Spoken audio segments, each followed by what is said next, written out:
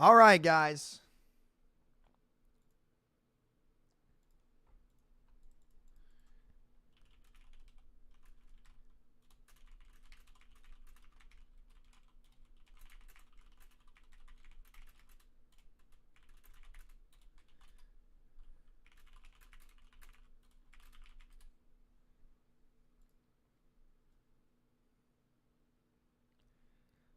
All right.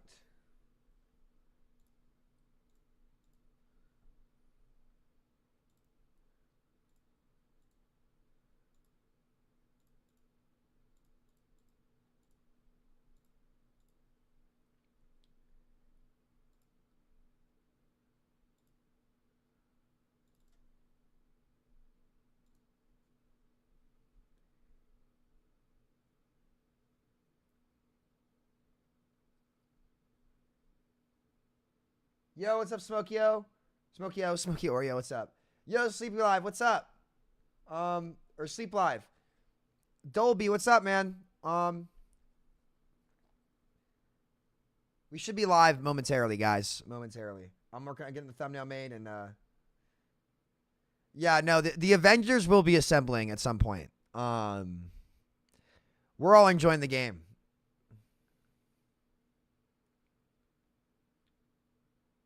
Exion, what's up, boss? How you doing? Dude, I need to get new emotes and chat. Guys, we're going to be doing an entire channel revamp for this game.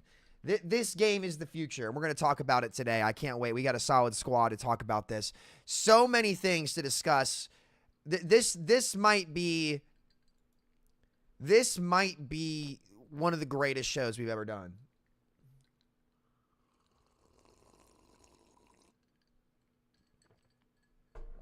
Truly. Thoughts on the leaked Fantastic Four kits? I'm pretty excited. I am pretty excited. This is it's going to be fun, to say the least. It's going to be fun.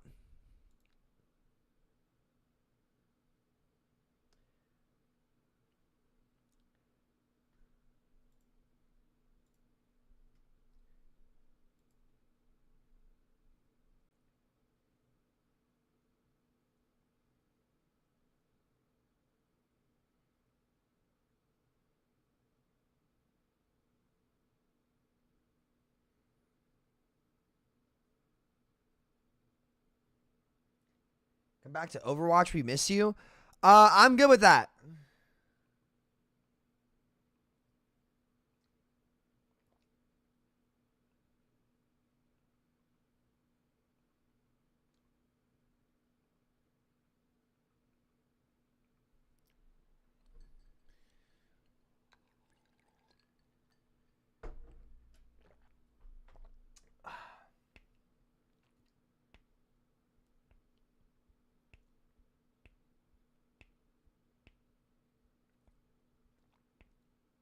We can run some quick play while we wait. How about that, boys? I'm waiting to see what this Discord group pops up.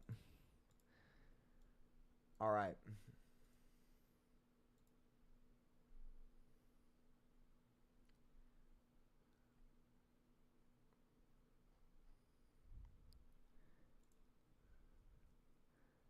Let's hop in game, boys. Let's hop in game.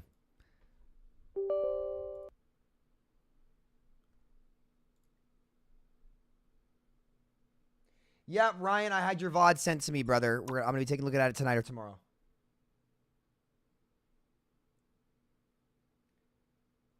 Must be vindicating me right about 5v5 sucking ass for all these years. Honestly, I'm just like I'm so tired of what Overwatch has become that I don't care.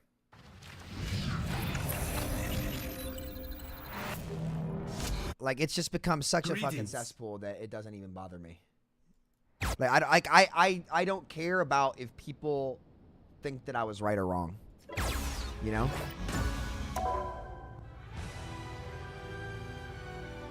Yeah, Coach Mill sent it to me. Yeah, you're good, buddy. You're good. I got you. All right, let's run a quick play game while we wait.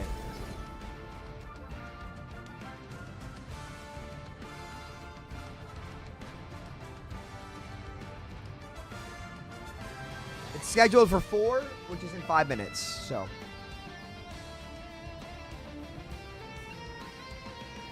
My cam stretched? In which direction? Is it?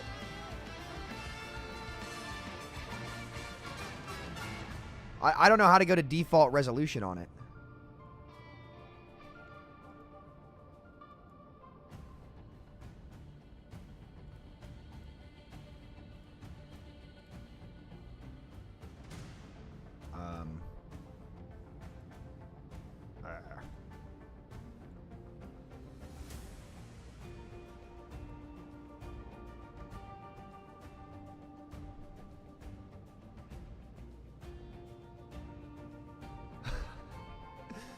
Okay. That was weird. Green screen moment. I think that's okay now.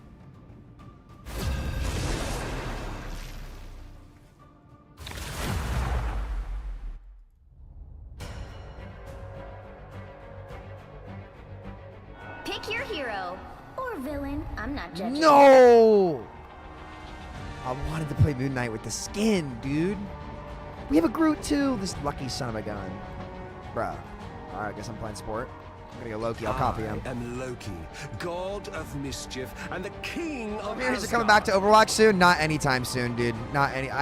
Maybe not ever. Like, honestly, this game has been so successful, guys.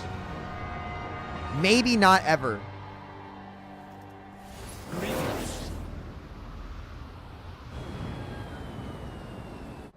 Everyone loves a trickster. Until 30 seconds before you attack. Get ready. Well, you guys showed. I feel something familiar about you.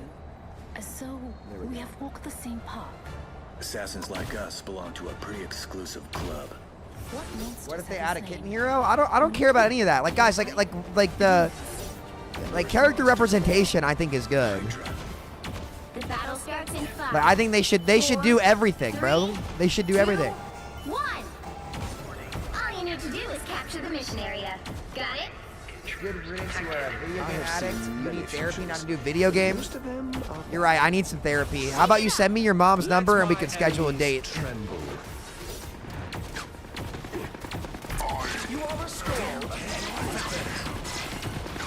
Render me assistance.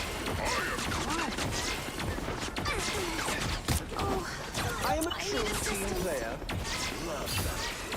Looks like the mission area is yours to capture now.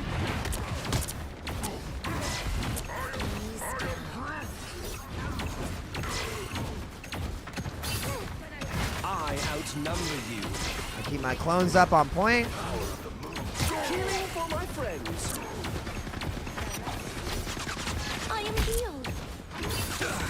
Time to vanish. You have my full support. Full heal my Groot by using my shifts.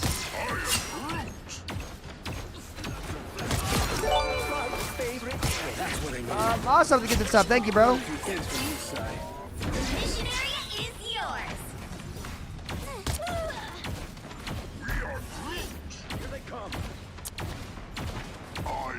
Invigorating, no?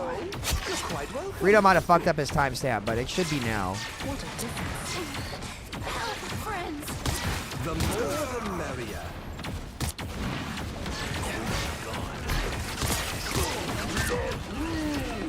Against the world. Friends, gather around. Vengeance.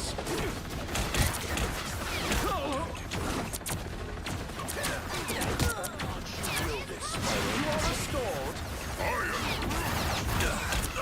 I have many faces. You're quite Oh, God. My life energy flows stronger.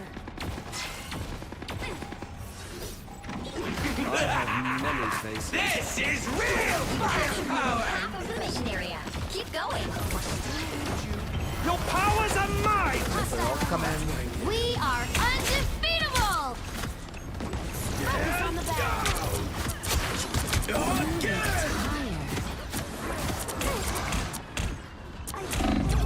I died? Dang.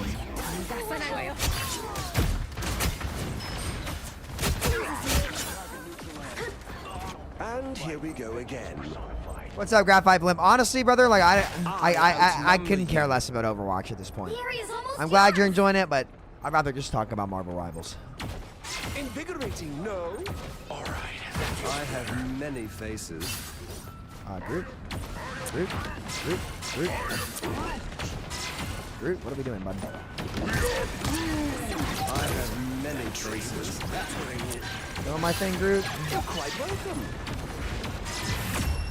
Nice.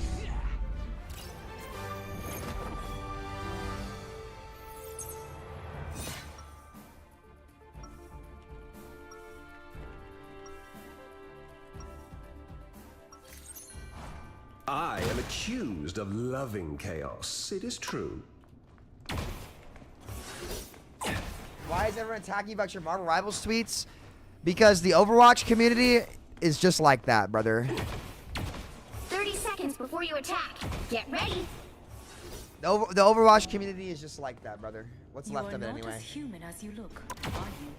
The Bengals are losing today. Not gonna lie, no chance, man. No chance. Nyanza, what's up? And you would be wise to treat me That's as what I said, such. but why did you push for Slim so hard? Only play for one day and they were talking about it again? What do you mean? I'm playing 66 right now. On a better game, Battle starts in 5, in my opinion. 4, 3. Like, it's not my fault they did it too late. 1. Sorry. All you need to do is capture the mission area. Like, these people have like an all or nothing Overwatch mentality. Some may call this And this game has changed that chaos. forever. I only see opportunities. Oh my. That's not where you need to go, buddy. I outnumber you. Maybe I shouldn't have on my phone here. Oh, I'm fine. Don't worry. That was bad. Looks like the mission area is yours to capture now. You have my full support. I have many faces. The mission area is yours. 1080p. It's not my choice. It's Restream is not giving me the option for it. Dude, I need to stop trying to stealth immediately. It's fighting about the hole. I need to hide. It's trying to break my shit. These are bad clones. Let's see if I can't put one like. More hideous than the ones among us. I have many faces. Low-key OP spots. Maybe not.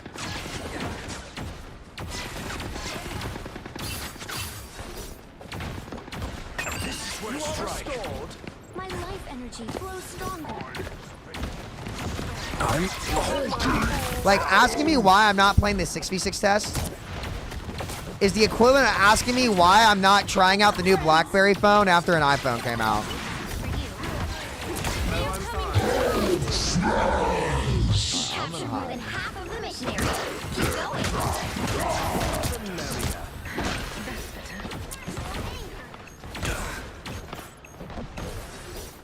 I'll let my man piss over here. You are restored. Oh The more no. Surely my the man assault, merrier. right? Don't mess with the amazing Spider-Man! Judge, have my jury, gratitude. executioner! What? I am ready to put on a show. Where's my man, Chris? Your powers are mine! We are undefeatable. About time I got a shield. Cast this monstrosity out from our world.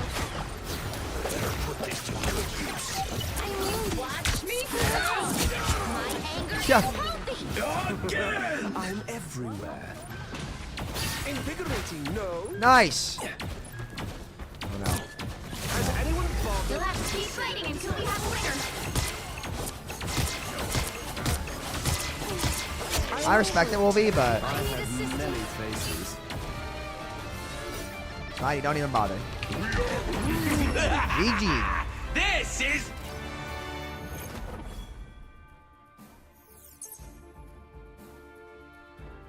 Woo.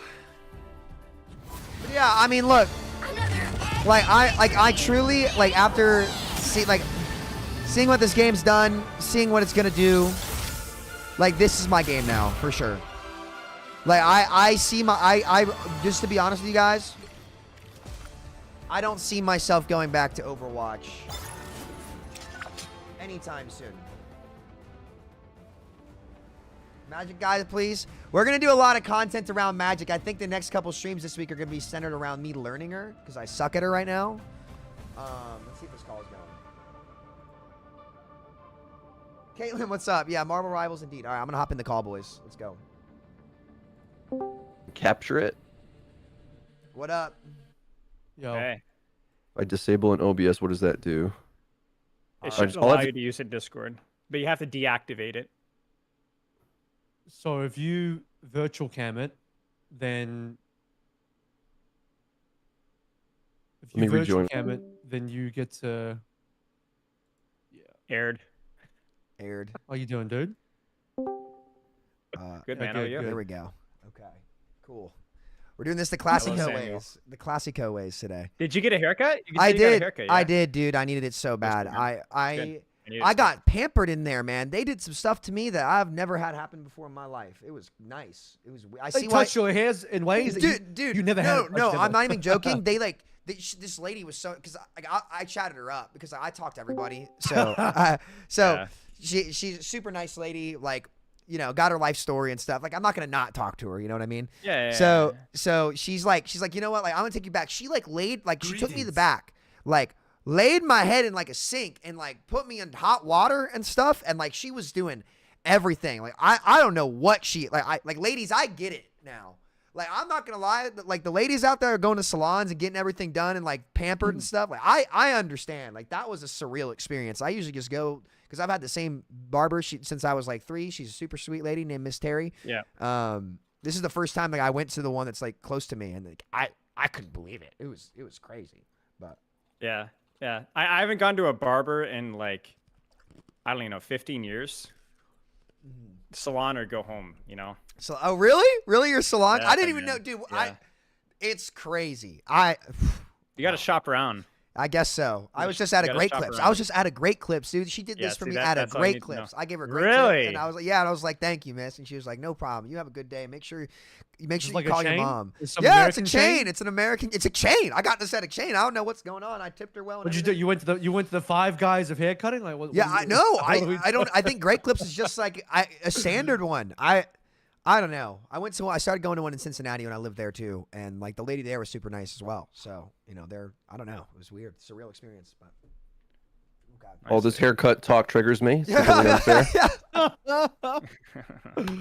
Oh, You just get a haircut every day, Frito. That's all Yeah. it is. I do. You just I love do. it It's more than great. any of us do. do you, Easy do you to just- maintain. You just get a little shave top up daily, or what's the routine? Is that how it works?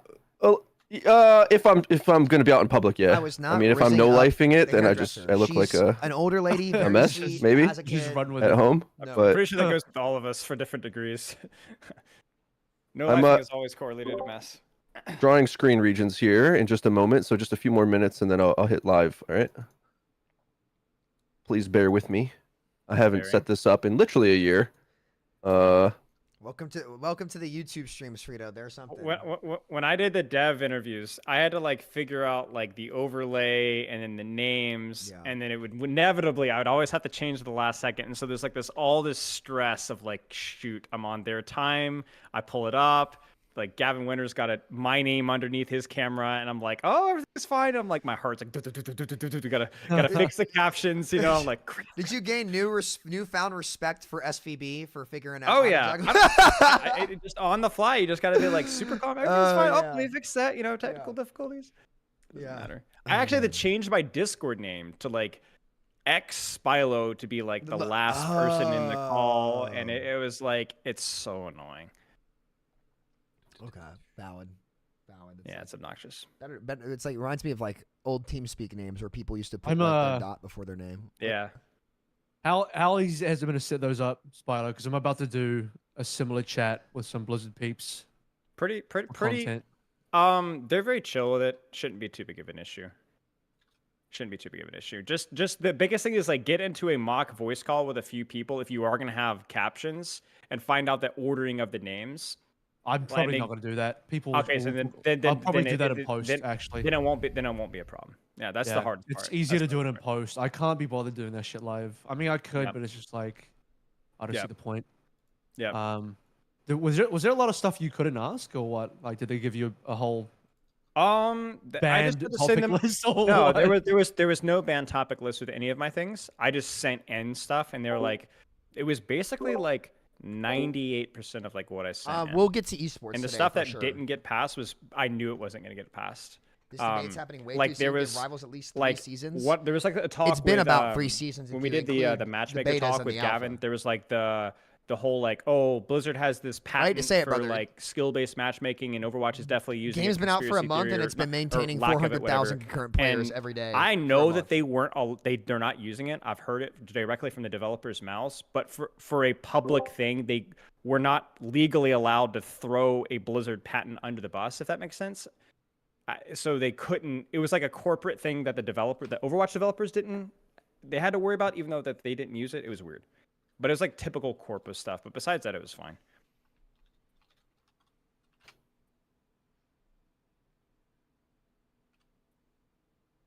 When is it? If you don't mind me asking. You know? Should be in less than a week, but honestly, it's the whole period of like going over Christmas and stuff has caused a bunch of delays, and like I'm half expecting to have it delayed again because It will be. they're only still coming back to office, and just shit's gone so slowly. Yeah. Um, We used to, I call it glacial entertainment. Everything gets delayed. like I talked to them in Stockholm, and then it was originally going to be at Stockholm, and then it was going to be after Thanksgiving, and then it just kept never happening. And it's like, oh, let's do it early January when we come back, and I'm still waiting to hear back. So it's like, Yeah, it gets postponed constantly. So that's how it was with mine as well. It happens. And I don't even know like exactly where the stuff gets like slowed up. It feels like some logistical stuff that's just like really annoying. corporate line of started a, command, man. It's everywhere you Yeah. go. It's like that, unfortunately. I started a new little show that already had Freedo on, and they were meant to be at one point. I was like, oh, I'll have the Blizzard one as my first episode, because it'll be my first one. And now it looks like they won't be on for God knows how long. I've recorded like with 3 different people by now, and I still haven't done the Blizzard one yet. It's so annoying. That sucks. Freedo, you got it? Nearly. Where are you stuck? I'm just drawing the screen regions. That's all. Oh, you're good. You guys ready for the first episode of Group Down? Group mid. No, Separate. listen. No. If there's group up, it needs to be the opposite of group up. It needs to be inting Spread down out. mid, like down mid podcast. Inting down. Yeah. Down mid, Down. down mid. Down mid is not Yeah. bad, actually. Maybe that's what it's going to be called, down mid. Oh, shit. My goodness. We have some good stuff to talk about today. I'm like, I was taking notes in the shower today. Dude, It's like I I was- got out of the shower, it's like all sorts of stuff typed up. dude, I was just laying in my bed last night staring at the ceiling, like just like in thought. Like I was just like, Oh, shit. I just like everything. It like Or it's this. having Marvel dreams. This game Yeah. has just made me like like it made me realize just how inside the box we were, I guess. And it's just like they just cooked. We'll get to it. It's just wow. That's all I gotta say. Wow. Magic's pissing me off though. I've been trying to learn Magic. I don't have the gene. I have the Iron Fist gene. Yeah. I don't You have gotta the Magic short gene. Are you you struggling gotta- to gather? You're struggling to gather magic? Yeah, I just can't. I can't. With doing Magic, the it's more about where you're fighting. Yeah, I really. know. Like there's like specific spots. Like this is a very congested small area, and you just live there, Yeah, and you shoot yeah. tank. You And shoot. you don't DPS, you don't like live. You don't everything. like go for it. And that's like it's the same. No, you don't go It's for the it. same Iron Fist problem where like all these Iron Fist players are just like straight down mid Yeah. going 15 and 28. And I'm like, Only works in guys, like silver. like what yeah. are you all doing? Like you just can't. Yeah. His like now I've kind of cracked the code on him now, and like he's all right, but at first it was like, yo, aggression is actually the exact opposite bad. of what you want to do. Like You know what too it much. is? It reminds me of Wrecking Ball versus hard counters. Yes, yes. You have to be like super patient, play for uptime, play for distraction, use your sustain, rinse and repeat. Yeah. But if you like commit to a kill, you just die. Yeah. I mean, I think there's value in that though. It's kind of fun. Like, Oh, I know there's a people lot. don't like The that, resource drain, dude. But it's really fun to like play with 2 or 3 people's attention for like 20 seconds. You know. oh yeah. Oh, trust me. That's the main way I've been getting value. And then it creates a kill on the tank Yeah. because I use my kickback on the tank, and I'm like, Yeah. That's literally the entire Yes, loop. I didn't even think about that. The boop off the kick. Oh, that's all I do. It's like you go draw aggro from Luna Mantis or one of them. So you ban Luna or Mantis, one of the two, so they can't run the double sustain comp. Right. Draw the aggro. Well, it also means it's only one CC you have to block too, right? Yeah, yep. That's the real thing. It's Mantis is a little bit easier because you can actually read it. There's only been one Mantis player I couldn't read. It was really frustrating. Yeah. It was Grumpy Bun Bun. She's just I don't know. She's just god tier on Mantis. I don't understand. And then you draw the aggro, hit the block, sustain, get a couple hits in, kick out, and like you'll draw the aggro for 5 or 6 seconds. That tank's gonna be fighting. Kill the tank, can't kill the tank, get out. Rinse, repeat. Is the enhanced chase worse than the normal chase? Yes.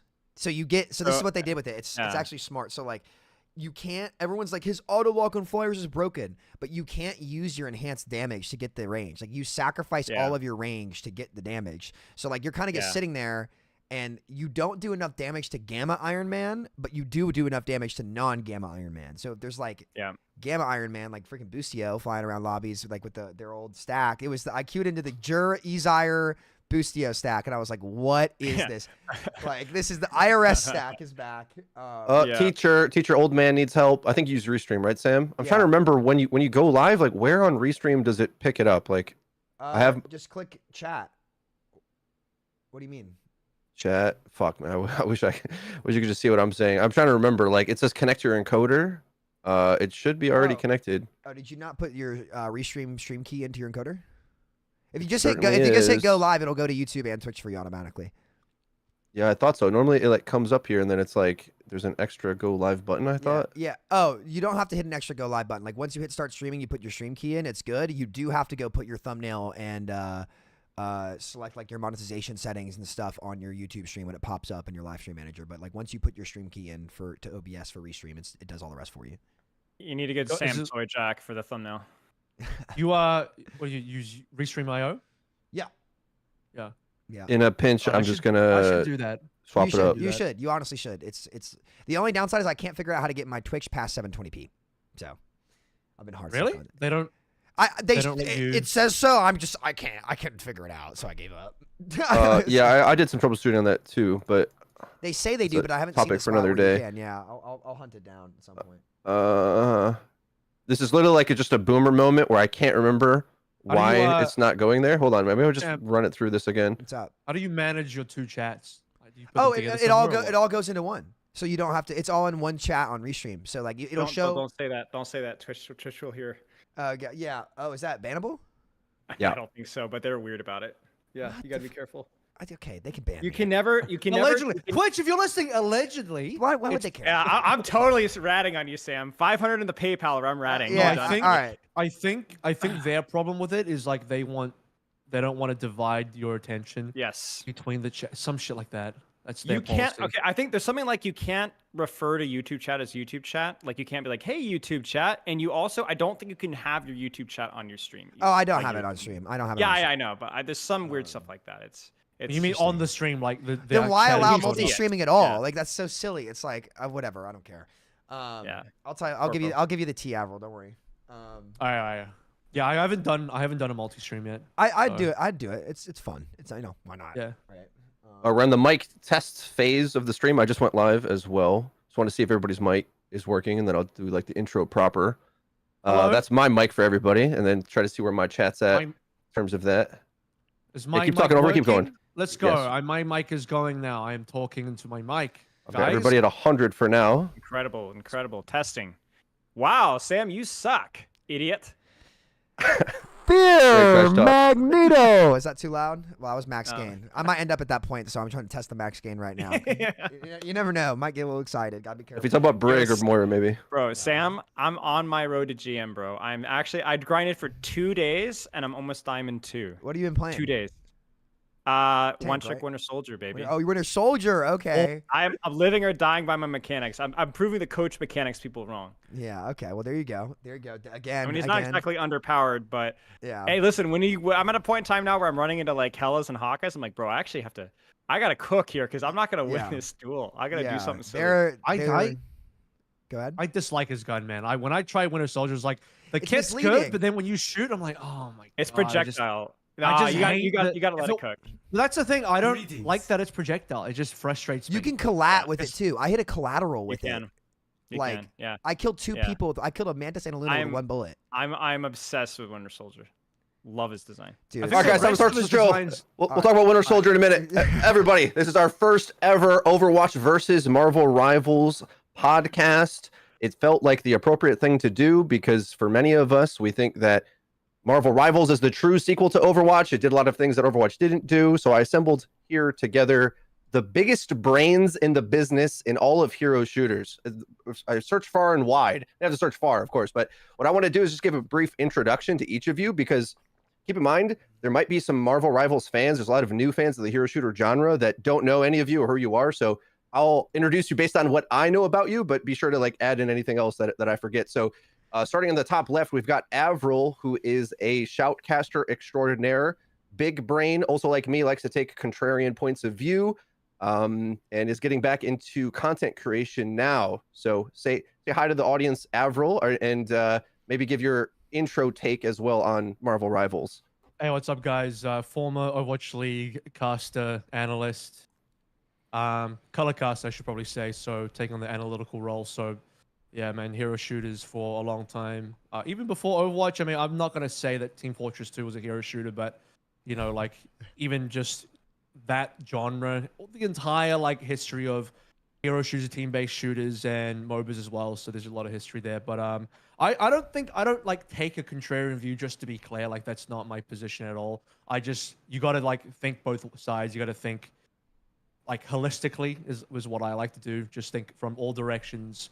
Have a position, obviously, but also be able to attack your own position to figure stuff out. So more of an analytical way of thinking, I suppose. So it's kind of Great at debating already. He's already getting into. He's debating himself. Yo, it's like, just for some lore, guys. take this to Spilo next. I watched these two debate each other about push when they agreed. It was hilarious. It was so funny. It was so funny. Oh my god! I just sat there and I got the popcorn. I was like, "Let him run." All right, back to Freedo.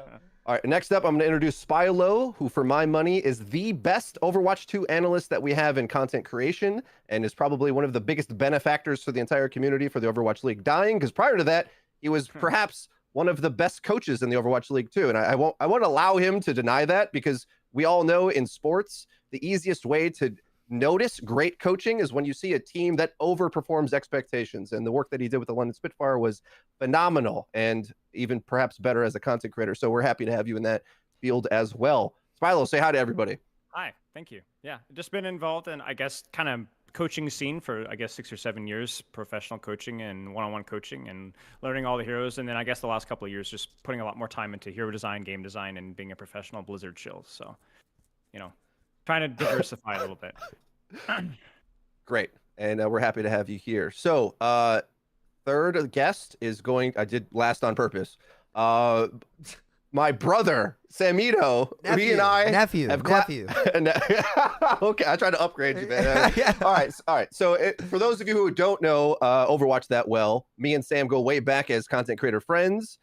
He was a former Contenders pro player turned content creator. A lot of great accomplishments in ranked, top 1 combined. But I would say defining features is that unlike many other top level players, Sam's ability to articulate the game mechanics in a complex way, like a real full understanding of these types of games, which is why he can get ranked 1 combined, play all the roles, broken heroes, good heroes, skill expressed in heroes, probably one of the most insane players you'll ever see stream the game, and as well able to hang with the best of them, and which I consider myself, of course, when it comes to debating these types of things. And a quick, I don't want to talk about 6v6 today necessarily. Yeah, me neither, like, honestly. maybe at some point we can. When we talk format, maybe, but it's not. Yeah, go ahead. But like me and Sam went at loggerheads with the whole 6v6 thing. Ultimately, we both didn't like how we showed up and things that we said, and regretted how we went about it in many ways. Which in good family situations that can happen, right? Yeah.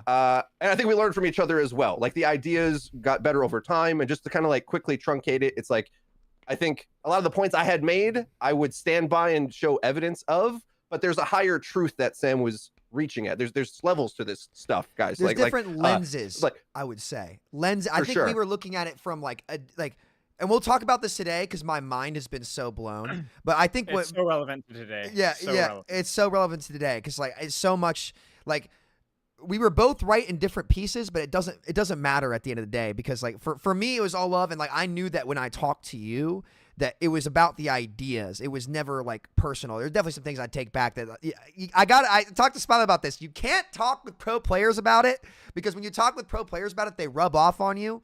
And I love my pro player friends, but I made it a point like to try to isolate myself from that kind of culture when I went to content creation because, and Spilo, you and Avril both get this so much where like that culture, it's so hyper competitive that it really will change you.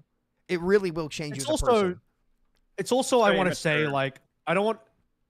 I was actually you said it now, but I was not going to say, but it is a bit immature as well. I just don't think because they're full of young dudes who, probably don't have a lot of experience being able to articulate their thoughts properly. Prefrontal cortex, if that's all. Yeah, it is. so like and I think this is a really good moment as well because between you guys and, I've been part of that 5v5 6v6 discussion, and to this day, people still like regularly throw me deep into the 5v5 side when like from day one, I've been pretty 50-50, honestly. I just happened to debate on the 5v5 side on the FSPB group up. So, but that aside, like it's really good because we have a situation where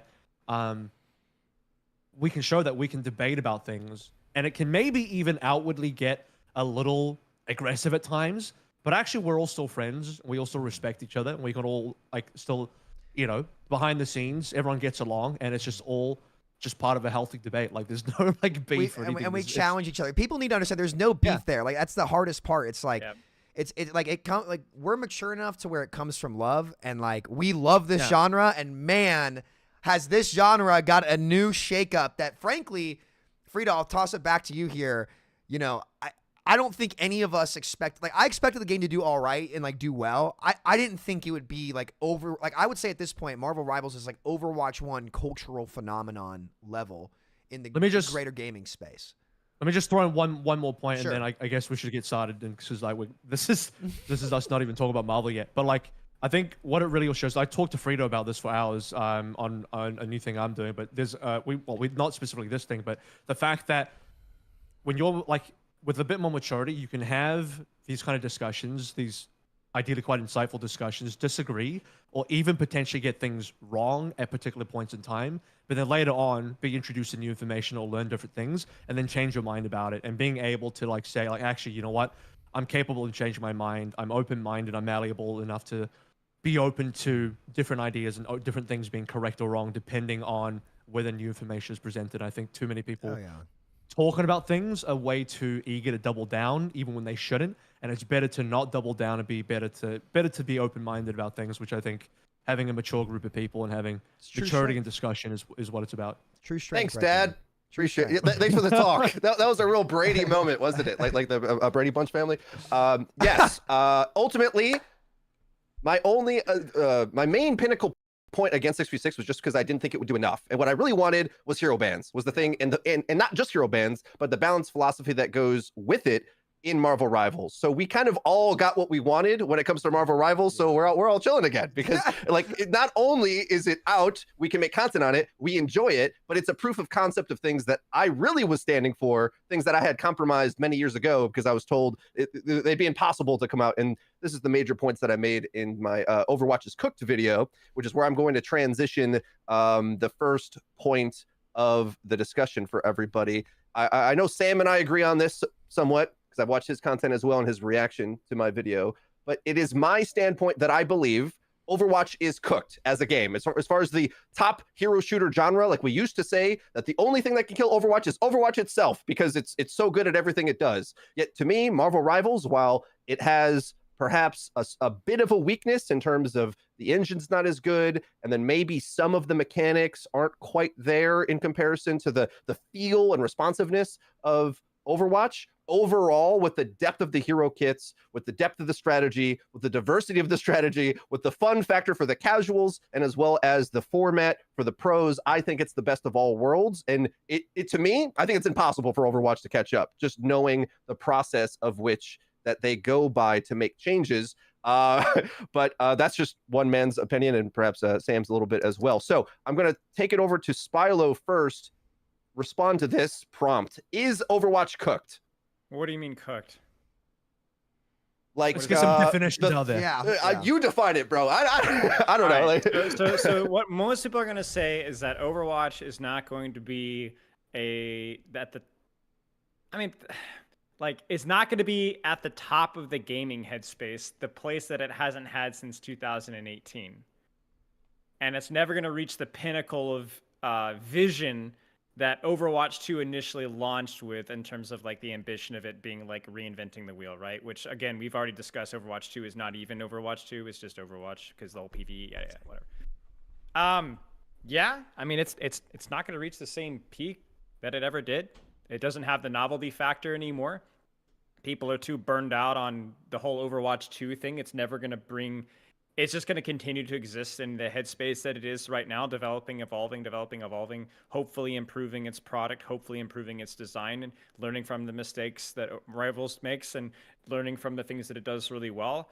But I find like I get it. Like, if you're making a tweet or you're making a YouTube thumbnail or a YouTube title, like, we have to kind of operate in, we don't have to, but a lot of us operate in hyperbole, and I'm guilty of that as well occasionally, where we all want to, like, it's fun and it's thought-provoking and it's engaging, you know?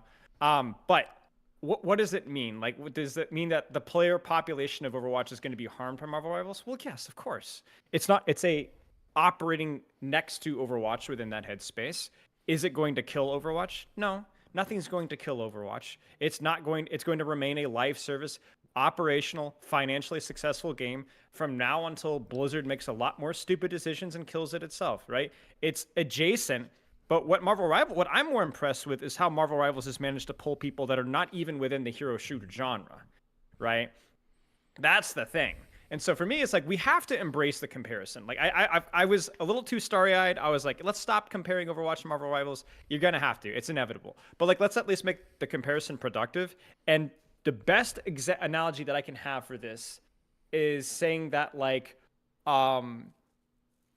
chess is going to kill, or Pokemon card TCG is going to kill chess. Or Magic the Gathering is going to kill Monopoly. It's just... They're both board card game, but they're just like, they're just operating different people. Like, people that like Monopoly might also like Pokemon cards and might choose to play Pokemon cards over Monopoly. But it's like acting as if Monopoly is the crappiest board game ever invented isn't going to continue to exist for the next 20 or 30 years is insane. Overwatch is going to keep going. It's going to keep going. It's going to do fine. It's not going to be at the top of the hot content, hot topic list. But let's face it, that hasn't been the case for 6 years. So, like, it's not anything new for any Overwatch viewer or content creator out there. Everyone's like making fun of Overwatch Twitch viewers, but Overwatch Twitch viewership has been mid for 6 years. Like, it hasn't been relevant. Like, it's not that the comparison is fundamentally flawed necessarily, but like, you're beating on a granny when it comes to like the cultural relevance. Overwatch hasn't been culturally relevant in half a decade. It's already dead, and if that's the definition, it's already cooked. It was cooked 6 years ago. What's that Simpson meme? He's like, stop! He's already dead. Yeah, it's been dead for 6 years, right? Like, let's be honest here, right? Like, it's not been culturally relevant. Briefly around Overwatch 2's release, and that was mostly culturally relevant because it was so incredibly bad. And that's it. It's not culturally relevant. There's the same amount of people that play it right now are going to enjoy it. Yeah, that's it. I hear all of the very intelligent points you made, and I think the only logical response is to say shill and move on to AVRL. AVRL, your go. Is Overwatch cooked? Having a balanced take makes you a shill, apparently. Yeah. I agree with Spilo. I think that's like that is the balanced take. I think it's also the realistic take. I'm really someone, to get into the meta discussion a little bit here, not a fan of like nothing against like content creation and wanting to sort of have the titles that will get people interested, but I think there's just a culture of gaming right now where people just want things to die, like, and not necessarily saying that anyone here is wanting that, but just generally across the board in gaming. It's something that Nate shot. There was a clip from Nate shot talking about the fact that every new game, it's like, dude, people just don't want games to succeed ever. Like, everyone just wants games to die, and this gaming tribalism that happens is like honestly extremely fucking cringe. I don't know if I'm allowed to say something really quick? Can I say something after that? I think part of the reason is people love stuff that they dislike. They like to see it fail. We see that a lot with like a lot of the crappy media, like movies and shows, right? A lot of it's like reboots or like just poorly done, lazy. And I'm not going to go down that rabbit hole. And so people are like, dude, this is garbage. It should fail. It makes me glad that it fails. And I think another factor that Overwatch is struggling with is there's still a lot of bitter resentment about the PvE. I still see a lot of people. A lot of people are mad at Blizzard for the whole the sexual harassment allegations and all this stuff. Stuff that, again, like if you've read Play Nice, if you've done the research like I have, it doesn't have any correlation. This to isn't Overwatch even. at all. Yeah. But it's under the umbrella of people are mad. They are angry at Overwatch. People hate Overwatch. They hate Blizzard. They hate Overwatch. So I think that you're right that people like when things fail. It is entertaining to see negative headlines. Let's just be honest here, right? But I think people especially hate Overwatch. People especially hate Blizzard. Most of it's deserved. Not all of it's deserved, but most of it's deserved. And so people are very glad to see it fail. It's not even specific to it's not even specific to Overwatch. It's like, you know, I also would not like to. I also would not like to see it a year down the line if NetEase makes a few mistakes and then you start getting people like, oh man, the death of Marvel. Do you know what I mean? It's just so cringe. It's like it's to any game. It's not specific to Overwatch or anything like that. Yes, there's obviously been some bad decision making there, and even unfortunately outside of Overwatch, things that happened across the board at Blizzard and Activision and Bobby Kotick give people bad taste, and then that all gets bundled up together. And even if Overwatch had nothing to do with it, then they sort of cop the flack from that in AOE regardless. But that aside, yeah, I just think the general gaming culture around like having this Schadenfreude for things to die is kind of weird. But yeah, is Overwatch going to reach the peaks it had before? No. But I also think most games don't do that anyway. I don't think there's any game that like 8 years down the line really can, you know, sort of turn things around in a massive enough way. I don't know how we're defining cooked here, but they're certainly in hot water. They're certainly in trouble. Like this is probably the first time in a long time where a very similar game has come out that has truly given people a strong alternative to Overwatch. We've had games in the past. I actually want to say, people say like there's never been real competition, but I think Fortnite took a bunch of Overwatch players away. I think Valorant also took a bunch of Overwatch players away. Like every time those types of games came out, even though Fortnite's really nothing like Overwatch, Valorant slightly closer, but really still not quite enough like Overwatch. It's only like a tiny bit similar to Overwatch, but I still did see like significant amounts of people leaving for Valorant. Maybe that's more on the pro, like hyper competitive side, because we definitely lost a lot of people there. But this is the first one where like I feel like beyond just the top level players or beyond just like what I'm noticing, it's more widespread. It's more like even on the casual end, even on just like, weirdly enough, I jump into a Marvel Rivals quick play, and if people ever use voice comms, one quick play game I had, people were like shitting on Overwatch while playing Marvel. I'm like, wow, this is not something I expected. That was kind of weird. And that's in like OCE, Australian quick players, or we're in the corner of the world. So yeah, I think it's exciting because you have a game that's actually kind of surprisingly done well. I think most of us, when we first saw Marvel Rivals, I won't speak for everyone. I think Sam, you might have had this view because I remember you saying this at some point. Yeah, and like the first time you see Marvel Rivals, you're like, this is not going to go out well, though, guys. This is going to be like some like mobile type game. It's just not going to be good at all. And then we both play beta. I played beta. I was like, holy shit, I'm kind of surprised. Yeah. And then I had that surprise again going from beta to launch, because even in beta, I'm like, okay, well, there's still questions about monetization, the whole meme behind like the unowned checkboxes that we saw in beta. All right, let's not pretend that NetEase didn't have ideas of selling you the heroes and making you pay for it. That was certainly on the table. They didn't go for that option. But yeah, just to finish up, I think like everything NetEase has done so far has generally been pretty decent. But I think like does this stay or not is the big question moving forward, because every game, they can have a good launch. Not all of them. Actually, we have a lot of games that will launch extremely poorly nowadays. But to have a really good launch is first step of a good sign. But this type of live service in a hero shooter, there's so many pitfalls. I'm sure we'll discuss a lot of this down the road. But the biggest question, and also this impacts Overwatch's health, it's like, is Overwatch going to be able to recover from where it is? In a way, it also depends on where Marvel Rivals goes and how NetEase handles the situation as well. Because if NetEase mishandles the continued live service development of this game, then things might not go well. And many people don't know this because I think people are a little starry-eyed right now. They haven't really looked into NetEase. But NetEase have already made 2 Marvel games in the past. This is their 3rd Marvel game, guys. Third time's a charm. And one of their 2 Marvel games is actually a dead game. They killed it in June last year. They shut down the servers for it. I believe We'll get into the longevity of it. We'll get into the longevity of it in the next little bit. Sure, yeah, I'll just finish up now. And so, like, so the real question is Overwatch cooked and does it have a future? Well, NetEase has to handle their game properly. And right now they're doing a good job, but their track record is like a bit wishy-washy there. So I think people need to take that into consideration. But I think NetEase have launched extremely well, and now they just have to try and keep the momentum up. And the good news for Overwatch is that actually the Overwatch 2 dev team have largely been a lot more receptive. They listen a lot more to the community. They're a lot faster. They do a lot more things. They release a lot more content. And I think people are still really, in terms of their hatred for Overwatch, still really tied down to the Overwatch 1 development. And they don't realize that Overwatch 2 is being developed in a kind of different way. And I want to say mostly in a better way. And so if Overwatch 2 just keeps on going where it's going and making correct decisions, and if NetEase starts falling to pitfalls, then things get problematic for Marvel and better for Overwatch. That's the only caveat there. We'll have you build on all those points. I'm interested to hear what you think about that. But first, we're going to pop on over to my fellow unhinged clickbaiter in crime. Samito, is Overwatch cooked? I think let me define cooked.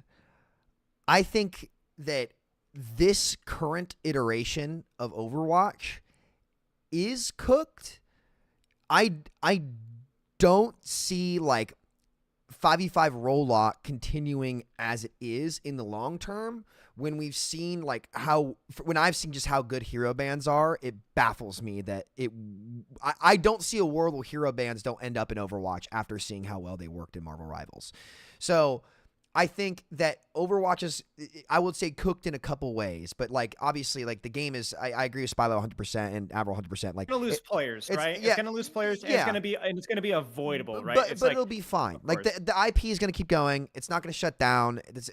I've never said it was going to. My big thing was I don't know how much Marvel is gonna take. I didn't know if it was gonna take the throne.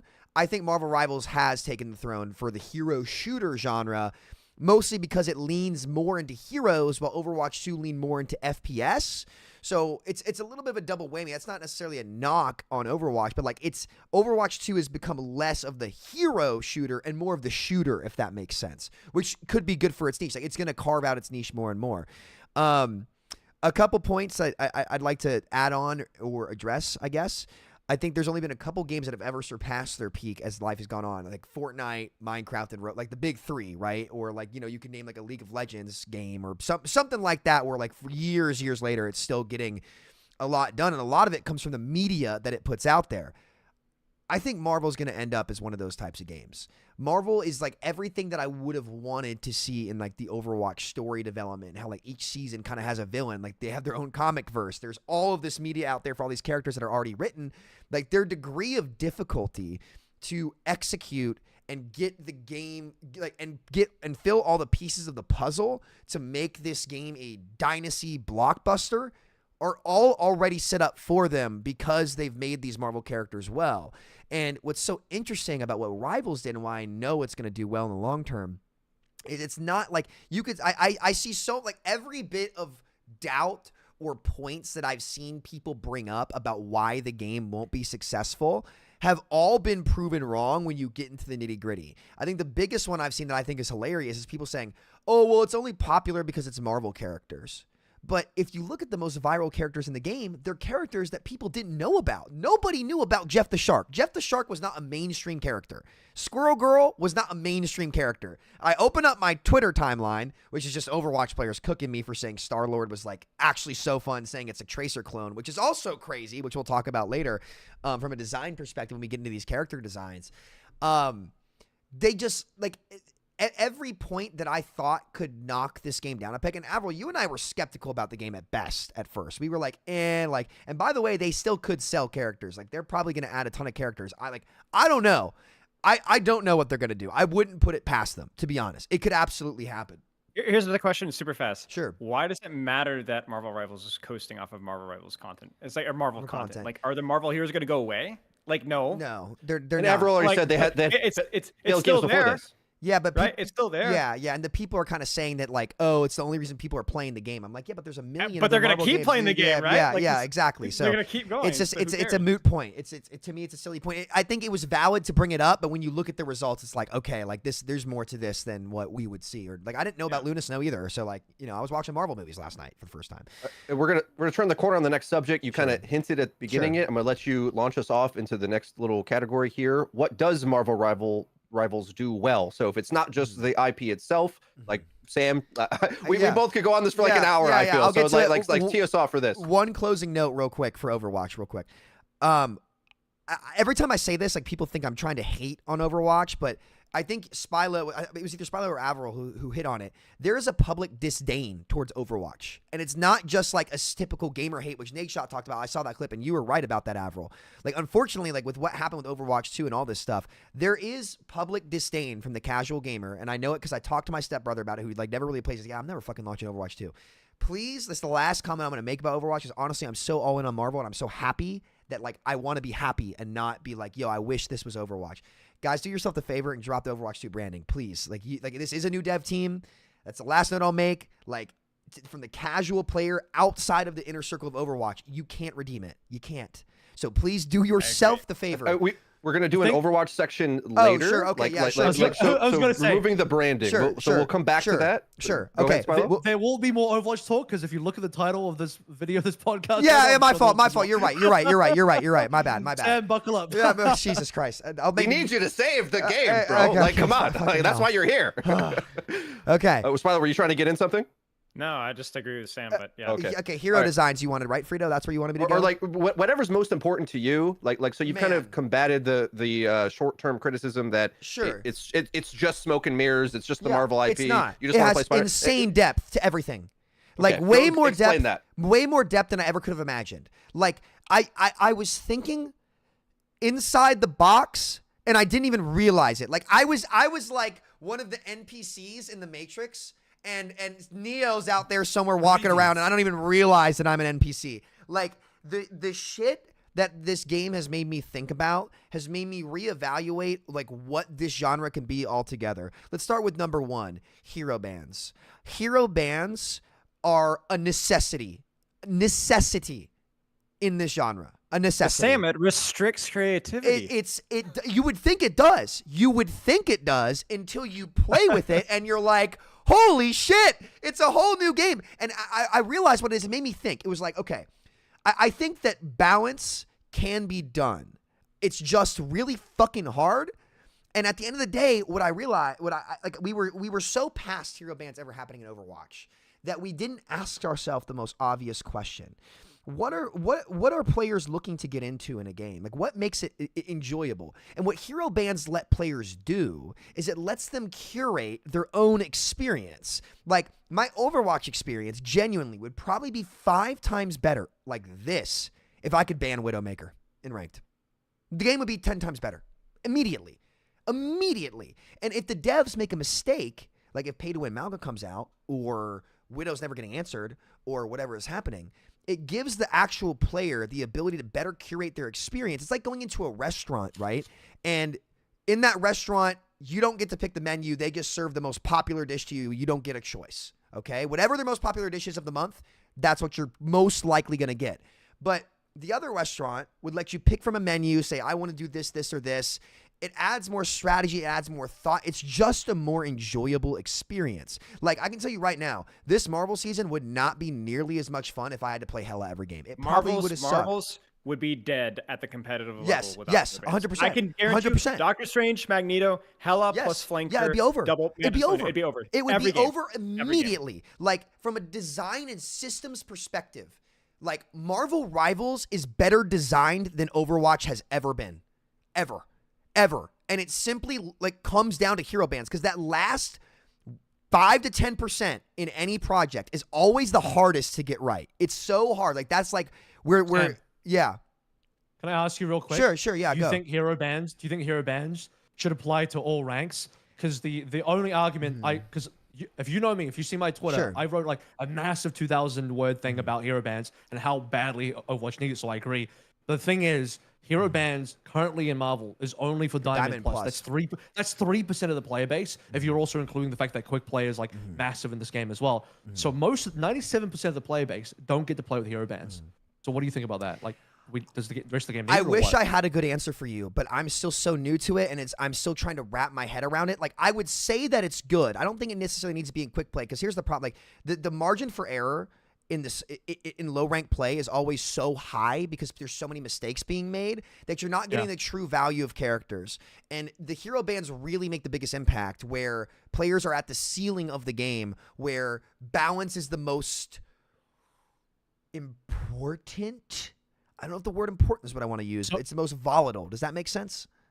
So what I'll say to that is, like, I think the player base, as they mature and age through the game, and we saw this in Overwatch, these other games, is they will improve and they will be more, like, the meta will refine and people will be more aware of, like, what the good stuff is, whether that's through people streaming the game, making content, making guides, or even watching, like, you know, if the professional play pops off and people watch more of that. The point being is, like, outside of quick play, even throughout ranked, maybe from a gold plus standpoint, people be like, man, like, yeah, I don't get to ban Hela, I don't get to ban I think they should be able to. I'd love to see it tried. So question, I guess, another question. Do you guys know of any, because the whole bans world is very new to me. What do other big titles do that have ban? I assume like Dota does. Yeah, what do they do? Because I have a lot of experience in MOBAs, Dota and League of Legends. So they ban like 10 heroes per side basically. But you have to remember there's like hundreds of heroes, 100 plus. And this game could end up at that point too. So it probably will, given the speed of how fast they're releasing heroes at the moment. It probably will get to 100 plus. And so that's the other question is, like, you know, how many bans are you going to end up having? Because right now you have 4 bans. Are you going to have 10 bans and then 15? Like, it's nice to have a lot of like overpowered stuff and feeling fun, but like, oh, don't worry, we'll just ban it out. But it's like, at what point are you going to run out of bans because there's too much crazy stuff in there? But there's also phases to the bans, like more intense what we see here, because you have, you know, both pick and ban in that stage, because it's in an actual MOBA game, you pick a single hero that you play throughout the entire game and you can't swap, obviously, and this is different in these types of games. But you have different phases of like, okay, one team is going to ban, and then they might pick, and then they go back to banning, and they pick, and then they go back to banning, right? They have like way more of like an intense ban drafting phase, which I don't necessarily think these types of games need, but just tell you how those work in MOBAs. I think Age of Empires has similar, where it's like pick, ban, pick, ban, pick, ban. One of the things that Age of Empires has going for them, which Overwatch definitely has as well, but maybe not to the same extreme, is there's like a real map discrepancy, right? Like there's the very harsh, this is a water map, this is a land map, this is a hybrid map, this is a wallable map, this is an early pressure map. So it's a similar thing where like the bans add a lot of strategy, a lot of complexity, and really adds to the viewing and playing experience.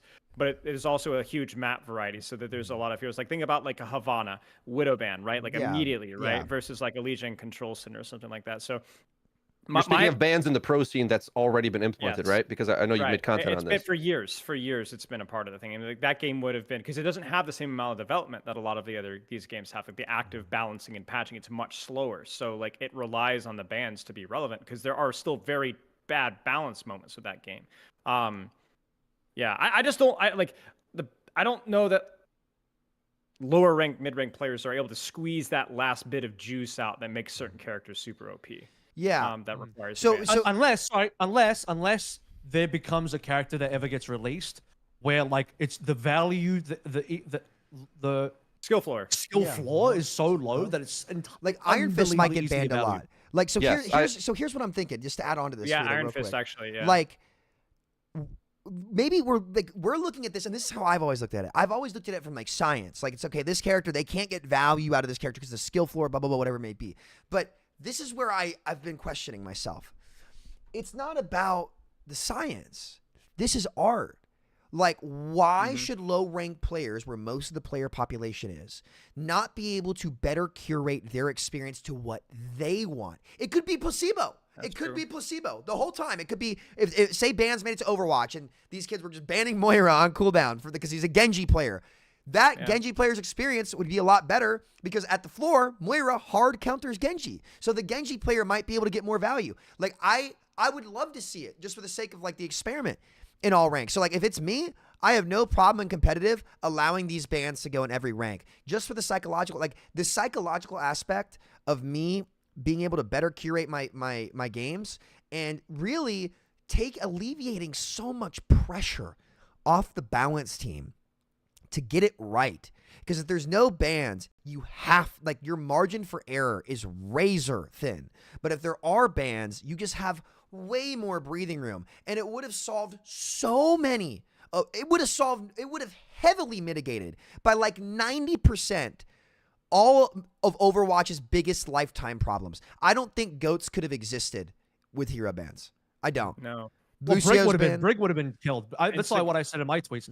Brig, we would have avoided some of the worst moments in Overwatch history, like Brig, if we just had bans. If only someone told them to put it in at the time. If only there was a guy, if only there was autistic Batman at the time who stood up to Jeff Kaplan in a blood feud for years, putting his reputation on. If only there's anyone in the world who could have done that for us. I'm sorry.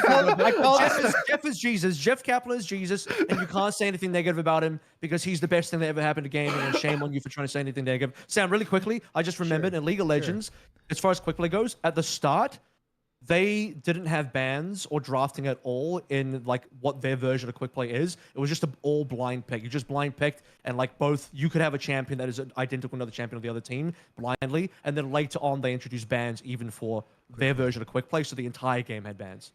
Okay, I think it's essential. I want to sound off on bans because this is my pet subject for my entire purpose of my adult life. Okay, this is all what it's accounted to. This is I'm on the I told you so grand tour right now. So I just want to really fast. Go. When I met Freedo, I'm like, Freedo, nice to meet you. He's like, yeah, but have you heard about Jeff Kaplan and hero bans? Yeah.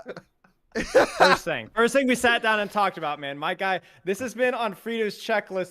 This must be so cathartic for you. I have no idea. Go ahead, Freedo. I mean, like in a way, but also we just had so much wasted time, and like what I want to bring it back to is just a reminder, because a lot of people are really sore about the 6v6 debate, right? And the thing that I always came from is that I felt neither of those was transformative enough to really save Overwatch in like 10 steps down the line.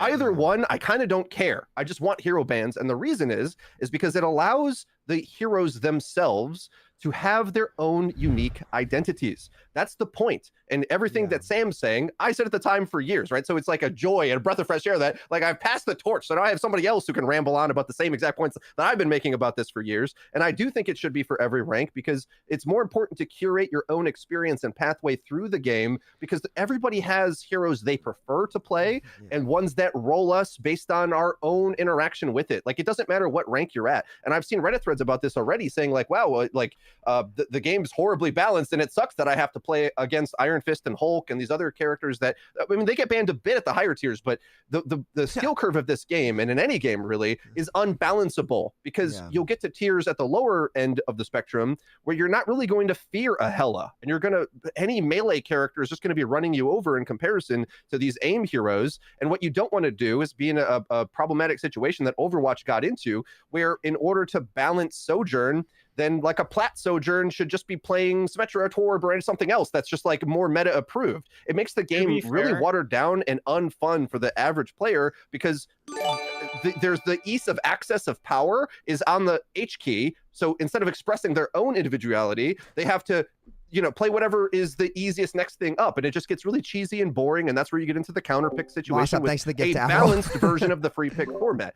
Overwatch 2 trying to balance based on win rates, which was a controversial. I'll let you go, Spilo, in a second. I just want to finish this little bit. This was a very controversial take that I had for years that I just put in the back burner because everyone hated me for it, where I said, don't balance based on win rates.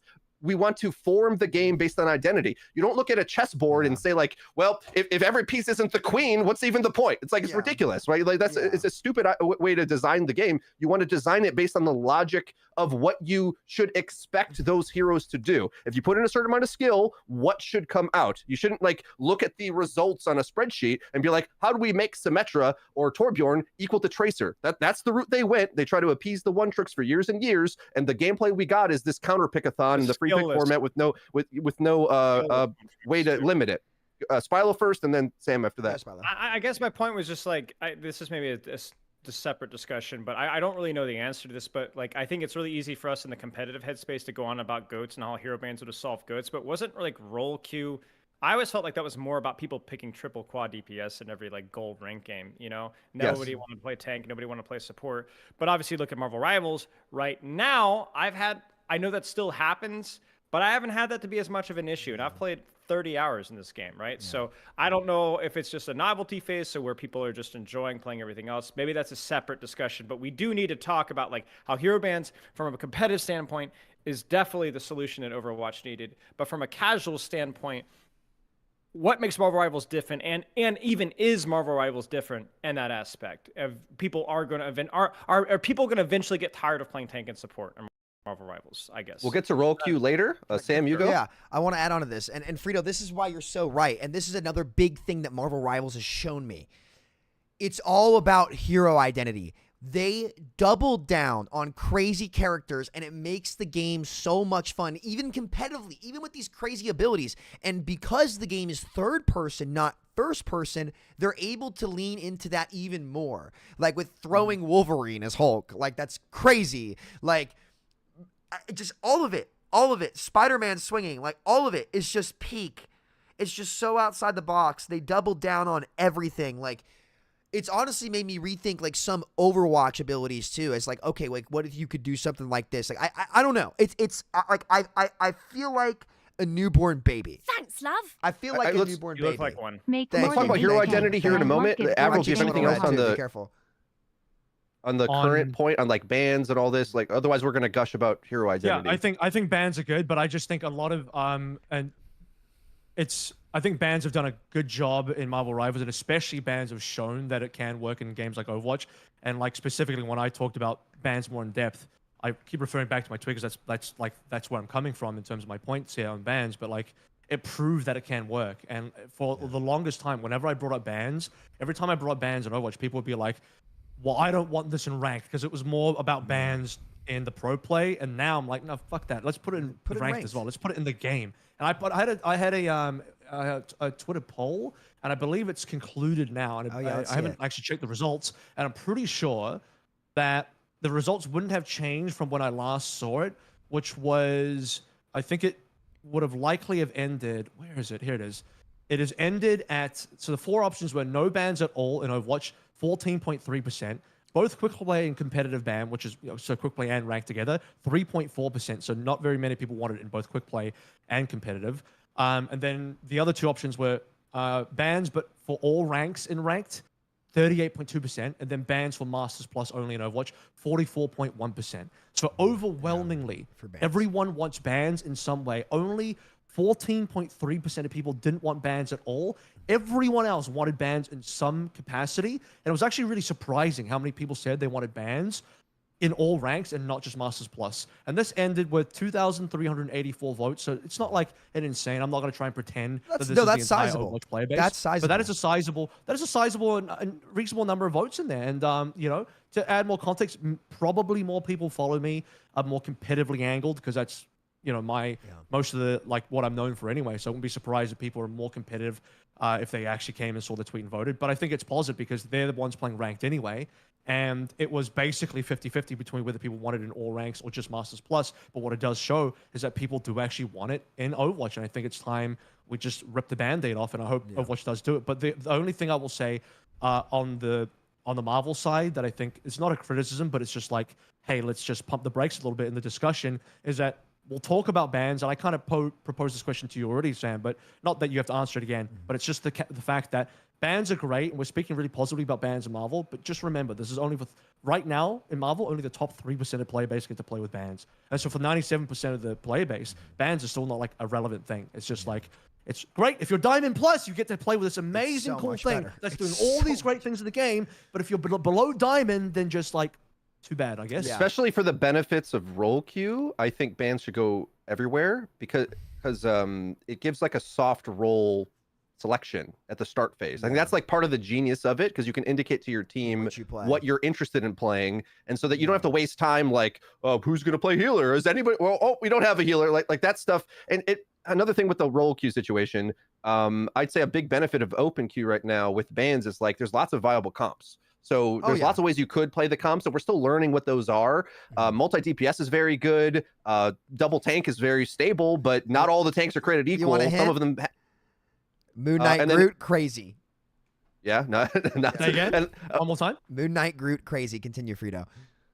yeah, and then some of the supports maybe you probably could do some triple support things as well. I think more importantly is to look at the team ups, and this is why I don't want roll queue. And we're skipping over a little bit the hero identity, but I just thought it was We'll come back to it. good to mention this roll queue thing because like I don't want roll queue because the team ups might be cross roll, and then also the thing I hate about roll queue is that you're locked only in selecting heroes there, and then you lose the ability to be like, well, I want to play Captain America here, but he's a very situational hero. I know I can swap to a third DPS and then dominate this lobby, or cross rolls, or tell the guy, hey, I know how to not die as Rocket every fight. Like he flies. What's wrong with you? And like this, I had a Rocket teammate who's like, oh, the Thor keeps hitting me. I'm like, bro, you can fly. Like, what are you talking about? Just give me.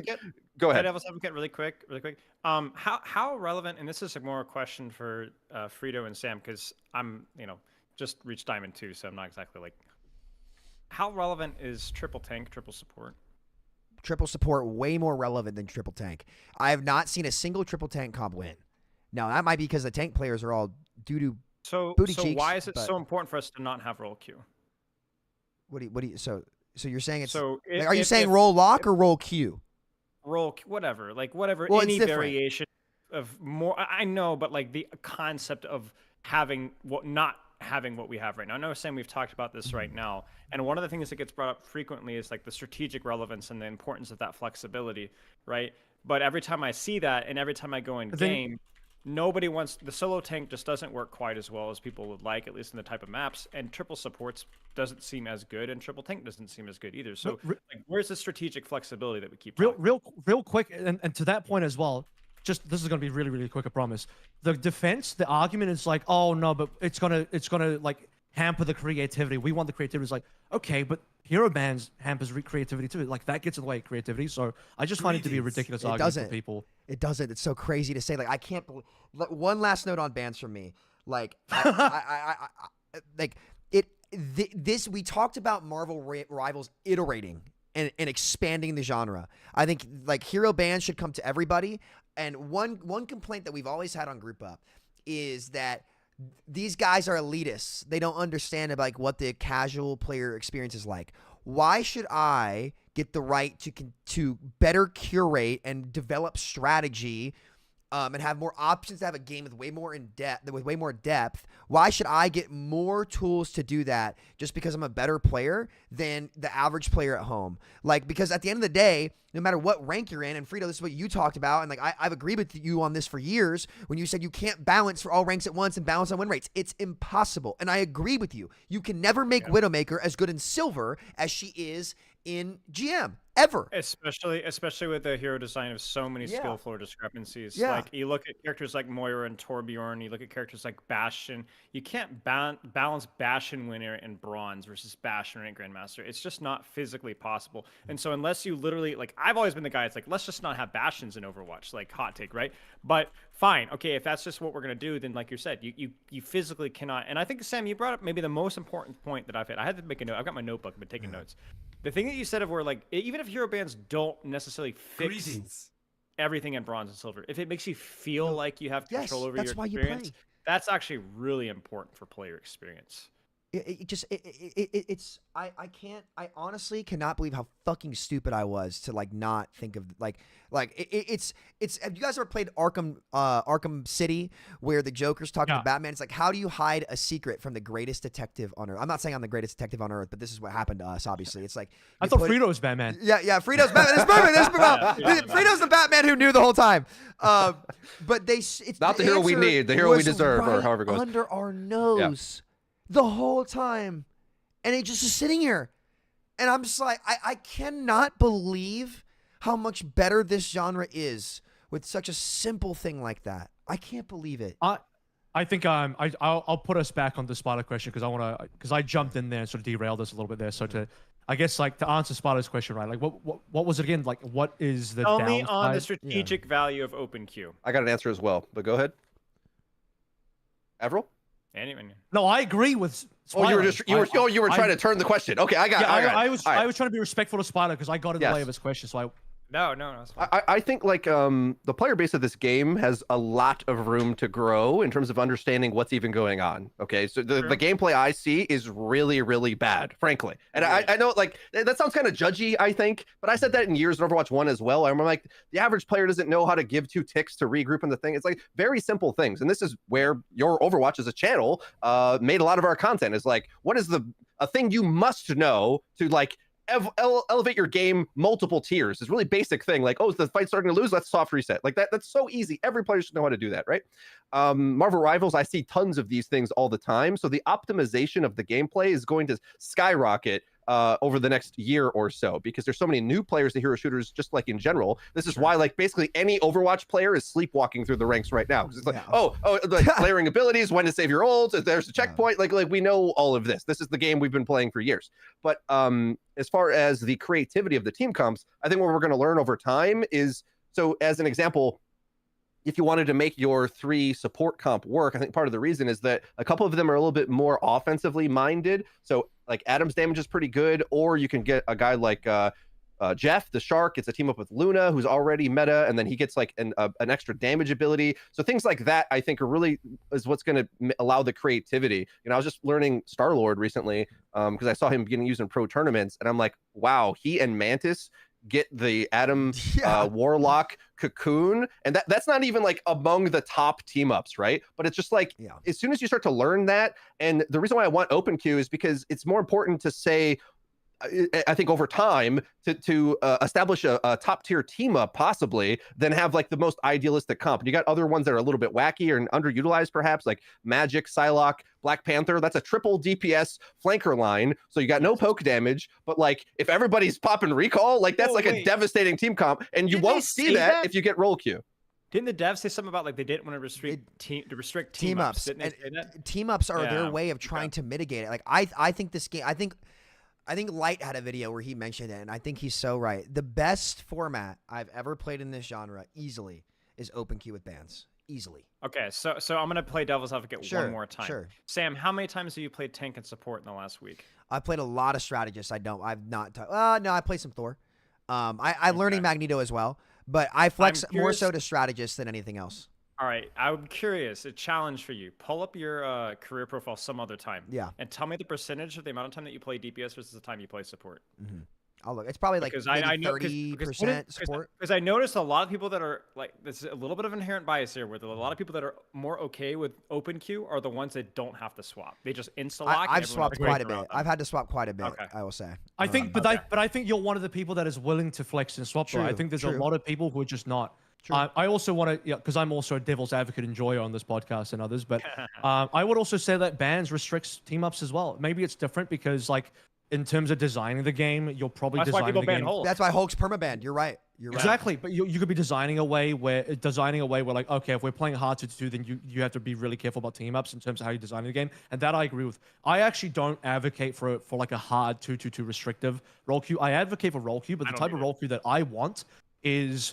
I'd be curious if you think this is a good idea, Spilo. Is I would like to see a role queue that is max 3, minimum 1. So actually, you're not roll. Sorry, that's not a role queue at all. So it's a roll lock, not a role queue. So the difference between a roll lock and roll queue, to just be very clear, is that a roll queue, you declare your role into the queue, and the matchmaker matches you based on what you've declared, and then you're locked into that role for the duration of the game based on what you declared in the queue. A role lock, you don't queue into a role. You queue as normal. You get into the game, and then a lock happens if certain like requirements or basically, no, I'm not gonna lie. It's CPU or GPU, you load in whoever loads in fast gets to choose. And here's the thing: so what a max 3, minimum 1 would be, to explain it properly, is basically a max of any 3 roll and a minimum of 1 roll. So you load in, you get to pick your hero. Whoever picks first gets what they want. And then once you pick, let's say 3 DPSs, it locks out. No one else in the lobby can pick DPSs until a DPS player swaps off and goes somewhere else. And then you basically get all the way down to the last person. And let's say, for example, you have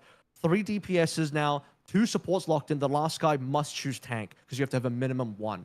So it now becomes a 3-2-1 type of situation. Max 3, minimum 1. So the pushback I've heard on that, and I've talked to Freedo about this, is, oh, but then don't you get shafted if you're the last guy being forced to play a role that you might not want to? And my answer to that is, isn't that what's happening already on a social level? When you get into a lobby, there's like 4 or 5 DPSs in there. You're the last guy having to pick, and they're all pressuring you, telling you, hey, go support, go tank. You're like, I don't play those. I want to play DPS. It's like, no. You have to play this now in the lobby. And then let's say you do it and you play it. You're not having fun because you've been forced into this role. You might play poorly and you might get blamed. If you don't pick the tank or support for your 4 or 5 DPS that have locked in earlier than you, and you decide to play something else, they're now hard flaming you, just like, oh, we're losing because you didn't pick. And even though they all just hard lock DPS and they just have to load faster than you. So it's like, in reality, we are already seeing a situation where the last guy who picks is kind of like, if not, this doesn't happen in all games, but if it does happen, that guy gets blamed a lot for like not flexing to do something that would benefit the team. So I'm like, I still think Max 3 Min 1 is like the healthiest way to do a role lock if there was to have one, and that you wouldn't necessarily be locked out of like weird. You could still have like team up design be prevalent and flexible enough on the developer side that they can still make it happen. Because obviously, if you went hard 2-2-2, they have to really reapproach the team ups in general, because that would be very restrictive for team ups. Whereas like an open cube at Max 3 Minimum 1 doesn't have that same problem. I think Max 3 allows you to still have team comps and creativity, and the Minimum 1 just makes sure that you have something of all roles. I think the most important thing in terms of talking about role queue that people have to remember, it's about consistency in terms of the game experience. So you want a consistent game experience where you're going to end up in pretty much every single game, you're going to have at least one tank or one support. Otherwise, you're going to get rolled over. Like if you don't have at least one support in particular. I've played games with 0 support. Even if I win, it's just bullshit. I hate it. I don't like it even if I win, because I'm like, dude, I had to like do some crazy ass crap. It's not fun at all. So gameplay consistency in terms of how the lobby works, I think it's important that you have some level of consistency. And that's what role queue is supposed to do. This is considered short straw matchmaking, basically. You just draw the short straw and then it gets stuck in a role. But I think like I think I noticed as well, the top few ranks, there's a lot of, I hate to say it, guys. I hate to be the bearer of bad news. There's a lot of boosted support players. Because if you just select support, hide in the back, sure. And this is generally the case in a lot of games, let's just be fair. Yeah. But like the support AoE healing is so insane. If you just select support, your chance of winning is basically because of what Avril's saying. So I don't hate that idea. And I think another benefit is his solution doesn't increase queue times necessarily at all, as far as I can tell. And then you get one SR. That maybe is like a criticism I have as well, because if I want to play different roles, but I think matchmaking speed is like kind of important. So Sam's been waiting to go. Yeah, to add, I think before any of that should happen, they should try the global regen passive. I'd love to see them attempt things to mitigate these problems before jumping. I would love to see that. I would love to see them attempt to mitigate it. And I think these guys, like, just, I mean, from their designs, they've thought this through, man. I'll give it to Spilo because I think he wants to add on to it. But you know, that's like, I think, yeah, go. No, I agree with you. I also think that this is something maybe we'll talk about later. But I got put under some heat for this, but I'm going to repeat it. I really think the tank and support design is like a big step behind the DPS design in terms of complexity and satisfaction of output.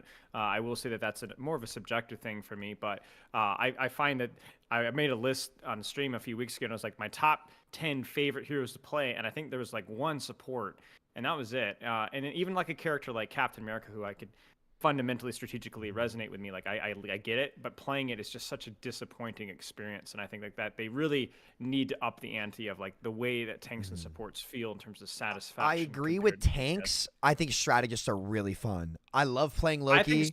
Who were your strategists? Okay, so here's the strategist. Well, I've played all of them, right? I think Mantis was satisfying in her own way, but I think I found them to be basically a very similar gameplay loop of basically healing, buffing your team, and then just basically DPSing anybody that you really want to on an angle. There was some sick irony the other day of watching ML7 with support, not a healer, and he's playing Loki and he's heal botting the entire game for 25 minutes, right? It's like, that's how a lot of like even high level strategists functions, right? Like there's definitely some proactivity allowed, but like there's no wonder that people latch on to Jeff's ult, because it's like one of the few interesting things that the supports can really do. And I think that's just that's a big shame. And that's definitely a very cognizant, conscious decision that Marvel Rivals developers have made with healbot healers, tanky tanks. Like they very much lean into that. Maybe we'll talk about that later. I like this subject. I think we exhausted role queue probably. One last thing on role queue. And I think this is as close objective as possible, ironically, is that I don't think we know what is objectively best for this game. I think it's a different game from Overwatch. That is definitely true. Role queue, role lock, open queue. I see a lot of people that are like, open queue is objectively bad for the casual community. It is terrible for this game. I see a lot of people that are like, this game should never never have any form of roll queue, roll lock. Just and I just don't think like I understand that everyone has strong opinions, and I have strong opinions too. But the more I've heard some really intelligent people on both sides of the equations, they both make good points. I just don't think we know what's best for this game, especially at this point in time. And especially the general player base too, where they're way less interested in having a proper debate about it because it's either it absolutely has to be roll queue and I won't accept any other answer, or the opposite is like, no, we're never going to have roll queue because that's what killed Overwatch. Dumb take, by the way. That's not what. It's not. Maybe It's for a not. few It's people, not. it's just such a stupid It's take. a stupid take. But yeah, it's like the discussion is important. And even though the devs said they're not interested in roll queue right now, guess what? Overwatch devs were not interested in 6v6 coming back either, and now they're interested. So anything can happen, anything can change. Developers can change their mind all the time. Doesn't matter what game, doesn't matter what publishing development team, they can always change their mind based on what new things happen. But I will say that like the roll queue discussion is not like this is how it should be and shut the book. It's a very open discussion because clearly there's a problem. Clearly there's an issue. If you go to the Marvel Rivals subreddit, if you go onto Twitter and you look at tweets about Marvel Rivals, there's ongoing massive debate about it. I mean, a tweet I put out was like, Captain America Civil War, and it was just roll queue pros or roll queue going at it. Like that's the Marvel Civil War, bro. It's literally on roll queue. It is. I think it's the biggest. I think it's the biggest dividing thing potentially in the Rivals community. Top 3 at least. Yeah, it's a top discussion because like genuinely there are problems that people face, and there's a pain point in there that needs to be addressed somehow. Because eventually people might get frustrated enough, be like, that's it. This game's like too hard for me to queue into because like the consistency in my games is just too shit. It's a thing that needs to be looked at. Is what Sam said. Like if we want to wait for right now, which I think is really fair, especially considering the novelty, is just like let's make some really fun tank and supports that people actually want to play. Again, maybe my bias speaking here, but like people don't always install it. Let the people want to play tank and supports, more interesting tank and supports, and then the heal passive. Yeah, I think start with increasing some mobility and maybe reducing damage on characters like Thor. Like I will say, the more I play the tanks, the more depth they have. They're more like. Oh, there's definitely depth. I think Overwatch tank design was the best tank design in Overwatch 1 before Sigma, in my opinion, in like any game. Really? Like picking up like as a DPS player and somebody who likes to play DPS a lot, like picking up Zarya was easy for me. You know what I mean? Like it was very DPS-y. Now, granted, I wasn't a Reinhardt player, but like I could pick up a diva as a DPS player and like very quickly understand. I'll tell you why. It's because, in my opinion, the DPS-based tanks are more fun because it hits the psychological dopamine hits better in terms of I'm dealing damage, I'm getting kills, I'm obviously contributing and impacting the game in a way where it's obviously I can see how I'm winning. Whereas if you're just like a bullet sponge tank, you can't like. You have to be like a true lover, a masochistic lover of tank to really feel fun doing that because you're just getting beat up all game. And here's the thing about tanking in general, and like I agree and disagree with what Spilo said. I don't think just adding more tanks or like trying to make them fun is going to solve the problem, because the problem is I just don't think tanks in this genre of game and hero shooters are ever going to be fun enough. Proven by Overwatch, but proven across gaming, where any game that has a deep, any game, I'm not saying we shouldn't do it. I'm just saying like any game that has DPS tank support dichotomy in terms of roles, tank is always the least popular. It's the least popular role in Marvel Rivals 2. Is that Is anyone surprised by that? Is it psychological? I just think less people want to play. More people want to play the characters and the heroes and the roles that have easy impact and dopamine feedback. So if you're playing DPS, it's super obvious why everyone wants to play DPS. It's the most like instantaneous gratification of like, I shoot person, I deal damage, I see health bar go down, I get on the kill feed, I enjoy psychologically, I'm having fun. Support, you can have fun in the opposite way, where I see health bar in my team go up, I prevent someone on my team dying, I get dopamine hit. Tank is just harder in that degree, which is why I think the only way to make tank fun is to make them more DPS-y and make them more brawly and make them more fun as like heroes that can actually kill, which is why the tanks that I enjoy, the tanks where I can like go in and do stuff. I actually enjoy Captain America for what it's worth. Maybe it's because I play it low. He's underrated. I love him as well. I think he's an incredibly well-designed tank. I played a low enough MMR that because I don't have as many hours as you guys probably. I played a low enough MMR, definitely not as much as Sam because he's been hard grinding, that I can jump into a game and just dominate on Captain America super easily because I just like I know hero shooters better than like It's probably the the Iron average Fist of person. tanks. Yeah, Let's so like let's just close the role queue kind of downside discussion, and then I want to change it to being critical of the designs that we have issues with and maybe see problems with. So I'll just say this, and maybe I'm also interested in a fellow like coach who looks at a lot of lower level players' opinion in Spilo. So for me, when I look through how you get Honestly, through those chat, problems that I Avril's don't talking have about, problems with while tank I'm design. pretty open-minded to his solution, I I think don't the think tanks it are has fun, too many personally. downsides. The one downside to me is forcing that guy to draw the A little short slow, straw. maybe, but that's Are you about really it. going to have that much better of an experience if this guy now has to have some tank time and he never had any tank time before? I'm not so sure that's the case either. I think you're going to have a horrible time in that game kind of regardless. Yes, like having a little bit of everything kind of smoothed over, but it's not going to be like leaps and bounds better of an experience in my opinion, especially when what I would say in this kind of open queue format, especially in the balance state that we have now with Marvel Rivals, I would say the highest impact for skill expression is in the DPS role, like by a long way. Okay, tanks can do a lot, Strange can do a lot, and when the game's in his hands, I feel Mag can do a lot. Like I'm Hulk's decently crazy too. Good Hulk's. Hulk has a lot of skill expression, but at the same time, like a lot of the stuff in the game can either counter tanks or ignore them. Like if I really want to carry the game, am I going to carry the game more? Or let's put it this way: you have a Black Panther feeding on cooldown on your team. Okay, you're 5v6. How do you win a 5v6? Do you do it by being forced to draw the short straw and play tank? Because in my opinion, you're not going to win that game. Like the only way I feel I can win that game is if I play Psylocke, Iron Man, or these other like pop-off heroes that have big ults things. Yeah, maybe solo tank Doctor Strange. Yeah, but like that, I would say that aspect of it, to like lose the flexibility of me to swap off my role. That's my only like, and it's not like a hard line. It's just like a soft line of me. I cringe and wince just a little bit because whereas in some cases I feel my mechanics if I have to swap to support. I've mostly been playing tank, but I got a handful of damage. I like some of the supports. In general, I'm pretty critical of those. We'll get to that. But it's like I mechanically can do a lot of support, but it's not going to carry the game. Really, there's like a few carry picks. And to be honest, this is kind of how Overwatch 1 launched as well. You play that 1.0 classic patch, tanks were falling over to everything. There's a handful of DPS players, characters that popped off. And that's why I'm like so excited at this state of the game at this moment. Because I'm like, oh, just don't balance it. Don't force everything to be equal. Don't force the game to be about two tanks, because at the moment we have these like third person melee characters that can go on these wacky flanks. We got flyers that are dominating the sky. I think that's better overall. And I just don't want to have to like rein it all in just because some of your games are absolutely unwinnable. Like, and this is probably something I learned as well. I spent a week grinding 6v6 Overwatch after saying I don't want it. I'm just like, you guys forced me. Okay, I'll check it out. Fine, I'll play it. Like to me in Overwatch as well, it's the same thing. It's like it's got all the benefits Sam said and all the downsides that I said, but like, is it more fun? Like, is the peak top tier fun more fun? I think so. And I'm on the 6v6 train. I'm like, yeah, swap it back. Fine. It's more fun. It's also less fun.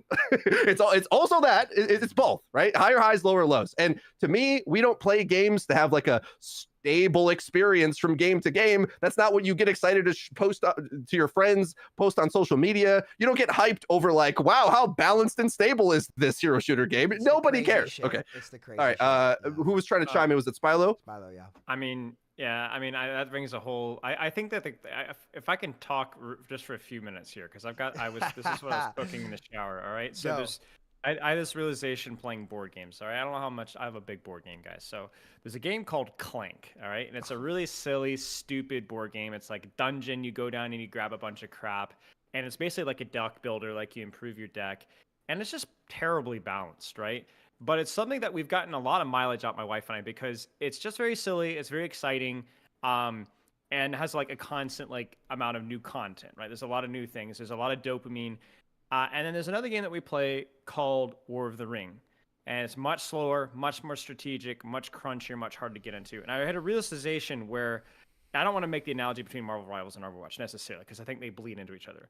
But I call it like the snob rule, right? Rule by snob rule, where it's like people will like a game or a movie or a media for a certain specific set of reasons, and they decide that that's the only type of game that people are allowed to like, that you're not allowed to like that. That's you're brain dead if you like this, or you're brain dead if you like this movie or this TV show, or if you don't like that cartoon or that. And I think what Marvel Rivals does really well is it showcases that you can have games within this same subgenre of hero shooter, but have really quite different game philosophies. I look at the value of Marvel Rivals to be heavily in uptime compared to Overwatch. There's a lot more uptime with both the tank support and DPS. You're just doing things constantly, right? So there's a lot of dopamine, a lot of tickies. Like, one of the things that's good about tank is even though you actually can't really secure kills very easily, you're pretty much constantly involved in fight. Like, there's just isn't a lot of downtime like there is with Overwatch, especially in 5v5. Like, you're just doing things constantly, shooting. There's very, very high highs, which Freedo, you were just talking about as well, right? Like, there's low lows, but there's also really high highs that sit with you, right? There's just things that happen in Marvel Rivals. Winter Soldier, ult reset, right? Yeah. I get more big ults with Winter Soldier in one day than I get a big ults that I got with Genji in a year. You know, that's just how it is, right? It's just way higher highs. And then this is the more of the live service thing where I think Marvel Rivals is looking to be a lot more auspicious beginning of the live service game, right? Even compared to Overwatch 2, which has done a much better job recently, there's just so much new crap to be talking about, and so much new crap to be excited about. Part of that's cultural, but part of that's also the casual gaming community will constantly come back to Marvel Rivals if this is the type of content release schedule we're going to have. Overwatch. Go ahead, Avril. No, you should finish your thought, actually. Okay. Overwatch has something that I would say is they have, I think, you're going to disagree with me, but let me finish. I'll explain. Overwatch, more strategic depth. As someone that's coached and looked at, it's more strategic depth, at least on the surface. There's a lot more polish, whether that's a visual experience, UI, performance, engine, map design. Like, everything about Overwatch is just more polished. It's unfair to compare them because it's had a lot more time to practice and develop those things, but it is just more polished. It's just a better looking and performing game. And it also has, I think, this is the really tricky one. There are hero designs in Overwatch, like the really strategically minded game, that you really aren't going to get anywhere else. Now, Marvel Rivals has that too. We'll get to that in a second. So you have like strategic depth, polish, unique experiences. The crunchy, you're going to have a core audience that you're never going to lose as long as you have those three things, because it will always scratch that strategic itch. It will always feel good. And there'll always be a Genji. There'll always be a Winston. There'll always be an Ana, and so on. And then you have the more casual side of things, which is like, we love the uptime, we love the constant dopamine, we love the constant new stuff, and we love the high highs, right? What Marvel Rivals has done, though, and this is why I think it's doing so well, is it's because of hero bans, it has maybe not the same level of strategic depth as Overwatch. Looking at professional level Marvel Rivals, it's got a long way to go, right? But with hero bans, it's a whole level of strategy that Overwatch doesn't have. And I also think that the unique experiences thing, it's managed to have a lot of visceral things. Like, I really don't like about 75% of the Marvel Rivals cast in terms of playing. I find a lot of their gameplay loops a little bit boring. But I'm hooked on Winter Soldier, man. I'm hooked on Winter Soldier. And you're not going to get a Spider-Man. Like, I haven't played a lot of other Spider-Man games, to be fair, but like, oh my gosh, they cooked. It looks and acts and functions like Spider-Man, right? And I think for that, like, Overwatch really has to decide, like, what niche do we want to really scratch? Like, I don't think Overwatch will ever be Marvel Rivals. Marvel Rivals is much sillier, much more casual. Gen Z, constant new updates. Not everything's going to be perfectly polished, perfectly balanced. Overwatch is run by a bunch of, like, a lot of people were criticizing Overwatch hero design release schedule, which I think is really unfair given the amount of artistic effort that goes into Overwatch, different. right? It's different. It's art. It's art. It's an art project, is what it is, right? It's just apples and oranges, right? I don't know how many of you guys played Junkenstein's Lab back when that was the Overwatch thing. You guys know the pickable passives thing that they did? Remember the Junkenstein's Lab? That's Marvel Rivals. That's what it is. There's progression, there's dopamine, there's super high highs because you get some absurdly broken build with Reinhardt or Zenyatta, and you have 500 HP and you can literally one-shot everybody.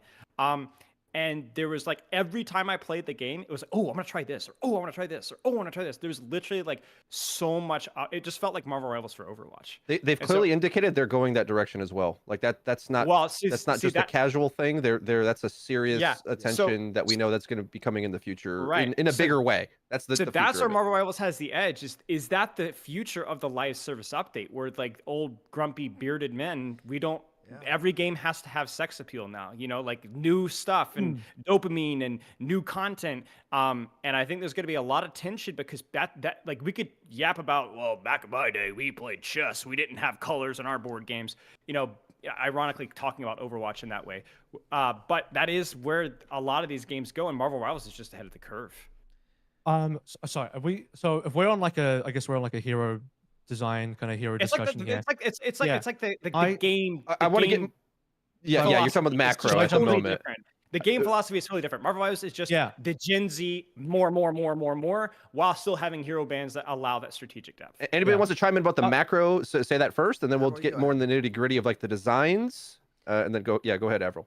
You say like macro, you like I kind of just want to get into more specific designs. Go ahead. For me personally, yeah, a couple of things there I just want to point out. I do think on the ultimate side, like the ultimates in Marvel generally compared to a game like Overwatch, they're way more bombastic. Just a lot of some of it, I would say, design-wise, is kind of boring in terms of just a lot of massive AOE. So it's like, yes, you are going to have a lot more big moments on Winter Soldier compared to Genji, because fundamentally, not just Winter Soldier, but most ultimates in Marvel Rivals is like you're going to get something big, typically speaking, because that's what every ult is, massively overtuned ult.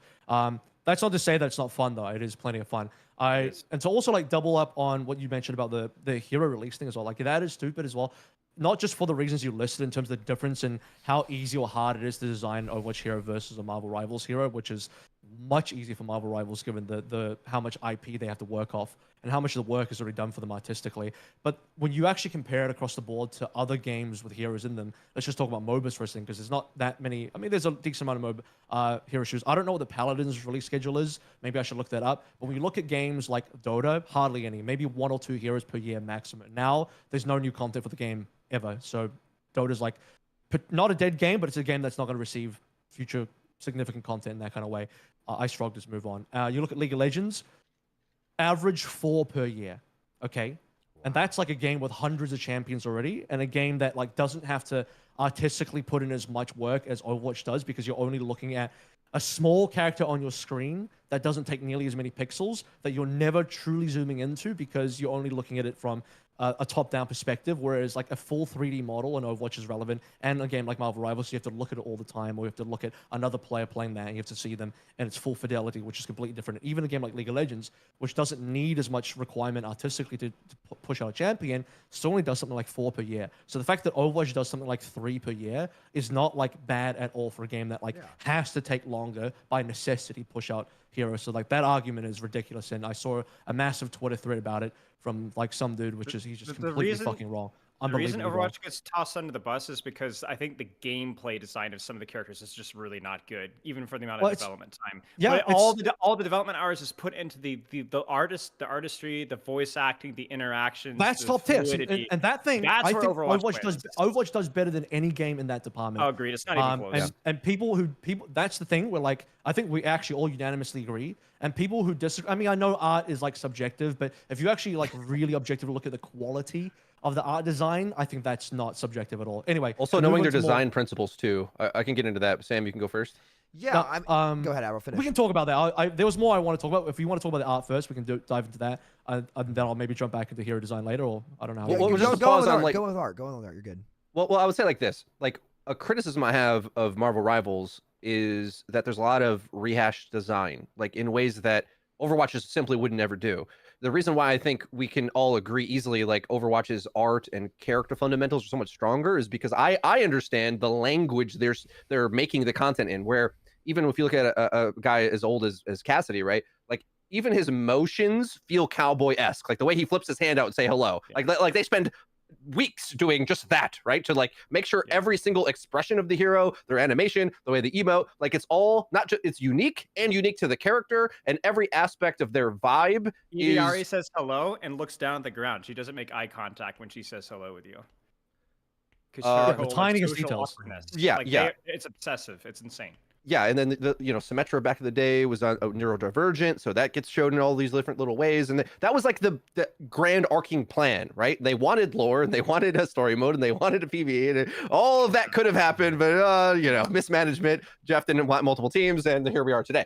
Now, Marvel Rivals, on the other hand, it's like a thing that I look at. It's like if you take the animations let's say, of the projectiles of half of the female characters, they all kind of just twist and flick in the same way. They're all Harry Potter, like Guardian Leviosa. It's like all the same thing, you know. It's a little bit. I'm being a little harsh. It's, you know, I like the animations of Iron Man. They're really good with Spider-Man, but there's a lot of copy paste there, especially with the design of Ultimates. There's a few that you know, is Storm ult super different from Psylocke ult, like in concept, in theory? No, it's like big AoE explosion there, and one cast like this and one cast like that, and that's a benefit to the design because they can like speed up the process that they make these things. So it's an advantage in a way, but then also the uniqueness of the character, and this is probably why they can release 4 at once. So I've got other design criticisms, but that's it. What I wanted to say about art. You can go, Sam. I kind of disagree with that because I think a lot of that, like, I think Overwatch does it the best, but Marvel does it too.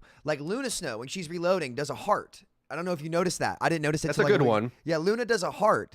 Like, so I like Loki, like the way he talks and interacts, like the way that, like, that part of the art where the way they act in game, I think is actually on par with Overwatch. And mainly that might be third person carrying, to be honest with you. That might be third person carrying. That might be a benefit to the third person aspect. But like one of the first things I noticed when I was playing in like the first alpha, like when I was playing Panther and I was playing like Loki, like I felt like that Marvel character. Like they nailed that to me. Like to me, like that's on par with Overwatch. I think Overwatch has a level of detail and polish down to the pixel that this game doesn't have. And that's where like Overwatch will always be a fine wine in terms of like the artistic world building that it has. Like it always will be top shelf, you know. I wouldn't say that's a knock on Marvel in my, like, I'm not trying to knock on Marvel when I say I think Marvel does it well. I just don't see anybody ever doing it down to the pixel because Blizzard's game, like, it's a Pixar film. It's the irony of Overwatch kind of looking like a Pixar film when we're talking about Marvel's Disney game. You know what I mean? That's kind of funny. But I think they both do it really well. In terms of like the ults too, like I kind of disagree with that as well. Like the characters, like you would think they look samey. This is the bait of Marvel, and this is where the genius of the design comes in. It's like you look at it and you're like, this shouldn't be special. And then you play it and it's like, listen, I'm Eternity. I was one above all on Iron Fist. I'm inting as Magic. I can't fucking figure Magic out yet, and I'm going to. I promise. That's probably gonna be like I'm gonna sit. Like it made me mad, so I was like, all right, I'm doing this. Like just out of the universe making me like get shit on here. Like I'm going to grind Magic and I'm gonna learn. So I kind of disagree with you guys on that. Like I think that Marvel actually does, like on the part of the strategic depth, I think it has every bit as much as Overwatch. Maybe not as much as like peak Overwatch, but like right now, like if I was to compare the games like head to head based like on what I play from like gameplay loop and a lot of this stuff, when bans come in especially, that strategic depth is absolutely there. It's carried by bans, frankly. I will see. I think it could be. It could end up being ghosts. I think the game is like, I think bans just allow you to do so much more from a design perspective in genre. To be fair, it's also like we don't know, like I think Freedo talked about this earlier with the roll queue. Like we don't know what the level of play is going to be as things develop. I think right now it loses a lot of the map control and strategic positioning that Overwatch really relies off of, just because of the power of sustain, the power of layering, and just basically it's like you just basically there isn't as much creative. And also the map design makes repositioning and taking different angles a lot harder. True. Destroyable though to some places, but that can you know, who knows. But I think a lot of it is more to do like it does. It's not that it doesn't have the potential for that strategic. I think that would be facetious and silly to say. It does. I just don't know if it has it right now. True. Outside of the bans, we'll see. I'd say as a casual player, it feels like it does anyway, because like the amount of craziness you're having, like that was a major strength. At the like, floor, every it's hero... better at the floor, I think. Because everything's I think it's just because the kit, there's more kits. I think the kits are just bigger, right? Like Overwatch, like everyone, I definitely am not a fan of I think less is more most of the time. But for example, there's a lot of people that are like really critical of Hazard's design, right? Because like, oh, Hazard just has like a trillion buttons and it's just like typical Overwatch 2 design. And it's just a Marvel Rivals design. It doesn't even have that many buttons. It doesn't even have that many buttons. Especially not compared to Marvel, actually. My favorite tank ever as well, by the way. Maybe that shows why I like Marvel as well. I put 25 freaking hours in Hazard. He's the best hero since Ana. Like, he's so much fun. But it just goes to show that like sometimes more buttons does increase the satisfaction, because it just feels like there's always like something different that you could do. And I think Marvel Rivals has that. You know, like I think that there are some kits that do a really good job with that. But I want to add on to implementation as well, real quick. I don't know if they learned from Overwatch, and while a lot of this stuff is more OP, I think they implemented concepts. They either learned from Overwatch 1 or like Adam Warlock's mass res. You would think, like, everybody sat here and said, and myself included, like, that's bullshit. It's bullshit. Yeah. Mass res. We've been down this route. Overwatch tried it. It didn't work. But when you look at how they actually implemented it, I know you've hit a clip on Adam Rez's Bucky. I know you have to have just, like, 8-man killed somebody. Sure. Like, Oh, the fact that the Adam has to commit to the position, like, again, he can walk around a little bit and get people in the range, sure. But everybody spawns in at low HP. There's actual real counterplay to it. Yeah. And that wasn't a thing in Overwatch 1. So did they learn from Overwatch 1 in that? Like, maybe Overwatch 1 could have addressed Mercy better. So, like, in terms of how they've implemented some of these kits, like, the only big, like, I think the implementation for a lot of this stuff, I mean, we'll see as it goes on. It's easier when somebody else has already done it to learn, right? And that's what's so cool about this stuff. So, like, just as Overwatch could have learned from TF2, this game very clearly learned from Overwatch. It learned from its success as well as some of the mistakes that it made, and it iterated well on that. So I know you guys are leaning away from designs. I can't believe I'm saying this. I think because it's third person as well, the implementation of crazier designs whilst maintaining like what feels to me to be a very different gameplay loop between a lot of the different characters has been really enjoyable for me. I meant to echo that. Like, I think that the kit design is far better. Not even close. This is kind of why I think Overwatch is cooked, because they release a hero like Hazard, who I love, and then a big percentage of the community is like, oh, he's overkitted. But he can. All of his abilities are like, you can do multi-use with them, and that's how I think a lot of the. You know why? Why? Yeah. You know why people say he's overkitted? People say he's overkitted because compared to the rest of the roster, he does feel overkitted. But that says more about the rest of the roster than it does about Hazard. Because in my opinion, every hero in Overwatch should be something like Hazard. Like, I think that would be a better game. I think one of Overwatch's mistakes in their hero design in terms of the mechanics of the heroes is they actually made it too easy in some cases for the skill floor. I don't know if you guys would agree with this, but I actually think Marvel Rivals has like a more difficult entry skill floor for most of the designs. And that's even including like some super easy heroes like Scarlet Witch. But like when you compare that to, like, I hate to say it, maybe I don't, but the brain dead designs like Moira and Mercy, it's like, bro, shit like that should not even be in Overwatch still to this day, in my honest opinion. And it's just like, oh yeah, but you want people to be able to get into your game, and no, I've been at this war with Mercy mains for a long time, so at this point it's whatever. And now we play a game like Marvel, and you don't have a Mercy in the game on. I hope they don't introduce. Wait, Avril, shut up. You're taking advantage of all the, like, how are noob players going to enjoy the game if they don't execute the kit? Like, exactly. And no, they need Mercy and Bastion. Marvel Rivals will not succeed because it doesn't have a Mercy or a Bastion. Shut up, Avril. You don't know what It's just where I skill isn't relative. If you don't know how to use your ability, you cannot play the hero. It's not physically possible. You're wrong. And K-pop sucks. Sorry. Dude, yes. Have you said that in your video? I died, bro. That was a joke. I was joking. Swear to God, I was joking. Spilo is so good at playing Devil's Advocate. He can even act in Devil's Advocate. I'll give you the Oscar for that one. He can even do. Fed up for that crap, dude. He can do so much. He can do the Robert Downey Jr. Iron Man acting. Actually, that's not one of his best acting roles. Anyway, my point is like Marvel Rivals once again proves with hero bans. Proves in another way that you don't need the super brain dead low tier design like Mercy to have a game that's accessible, right? I've yet to really see commentary from people. Maybe there's the odd person out there who's like, oh, Marvel Rivals is too hard for me to get into because I suck too much. It's like I haven't really seen that, and I just think Overwatch and Blizzard in general in most of their games baby their player base way too much, and they cater to the one tricks way too much in that sort of regard.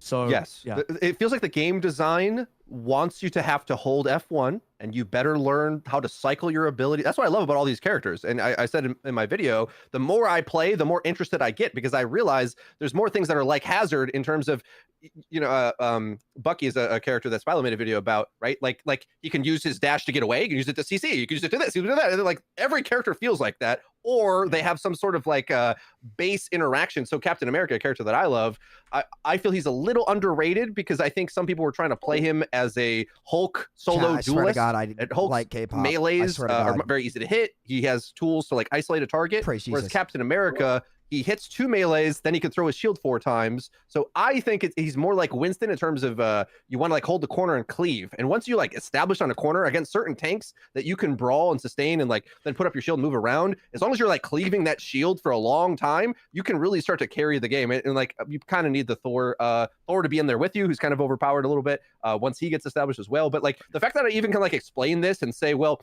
when you get this perfect engagement, even this B tier hero, I feel like I'm dominating the game in my right engagement. That's not something I feel like you can say oftentimes in Overwatch. Like they really try to balance it so you can kind of do that in Overwatch 2, but like it's not as complicated, right? Like the barrier of entry of this character is a lot higher than any Overwatch design is allowed to be, because they're so worried about like, well, what if you can't just pick up and get value instantly? Like, well, what's gonna happen? The thing is, you still can, because skill is still relative. Like half the people that play Mantis and Luna and Bronze or Silver have no idea what half the abilities do, but they still win the game because skill is relative. You just have to have a general idea, and that's it. Like, and the other thing too is like we don't need skill bloat. Like you look at something like Winston. A character like Winston would definitely is totally fine. I have no problems with Winston. He's a very simple kit. He just isn't. You pick it up and just roll the entire lobby. You might not 100% be sure how to play him, but like so like my whole point is like to explain my caricature is that like this whole concept that people are incapable of having any sort of fun playing a character, that they don't fully understand every detail, is complete garbage nonsense.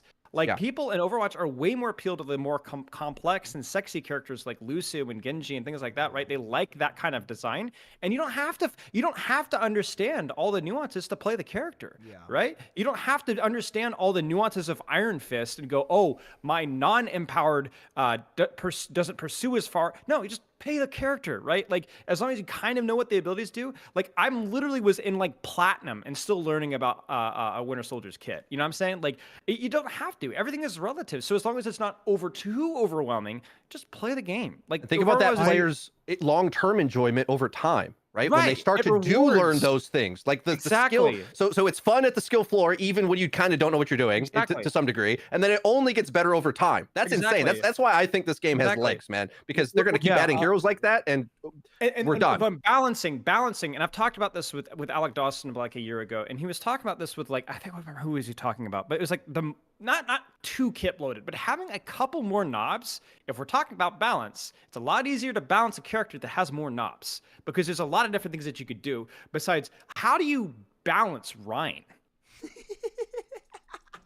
Yeah, like I think Ryan's a pretty skillful character, right? But like you have to think so hard. How do you balance Mercy? Like I love those guys to death, but Mercy is unbalanceable in her current state right now. You have the most skillful aspect of the character, which is movement, which isn't even. I know we're getting into Overwatch, but this is exactly what I'm talking about. Like whereas Winter Soldier, there's legitimate like 50 knobs. His health, the slow, the damage on his E, the range on the E, the charge up time, the hook distance, the hook damage, the hook CC, the dash distance, the dash damage, the dash cooldowns for all of them, his weapon, his reload time, his ultimate. Like you could literally, there's anything, right? His anything that you want. And that's the same thing with the current implementation of Hazard, which Can I add to this?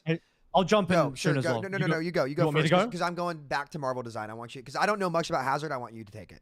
I'm gonna go. I was gonna go back to Marvel design. Anyway, you go first. You go first. Go. I want to say like there is a surprising amount of depth in the Marvel hero design. At first, I felt like maybe because I was like super Overwatch pilled in a lot of ways. I think a lot of my and this is the thing, like you play Marvel more, you play the game more, and you start to appreciate a lot of the depth more.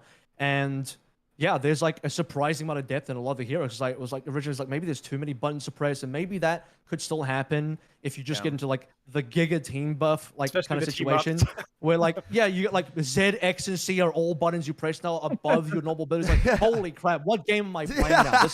This is as many buttons as like a 1 hour late game Dota 2 it's game. Like MMO level. We have like six active items you have to press. We're playing Deadlock now. We have like all these active items and bullshit. Anyway, but the degree of buttons to press in depth right now is good. I probably don't want to see it too much more than where it is, but it does give you more levers to work with. But you also have a situation where I think they've also just really nailed melee heroes because that's something that Overwatch struggled to do, and I don't think Overwatch can do. And this is, people will say what they want about third person versus first person. I still think, generally speaking, for shooting mechanics, first person is far superior in just a raw feel.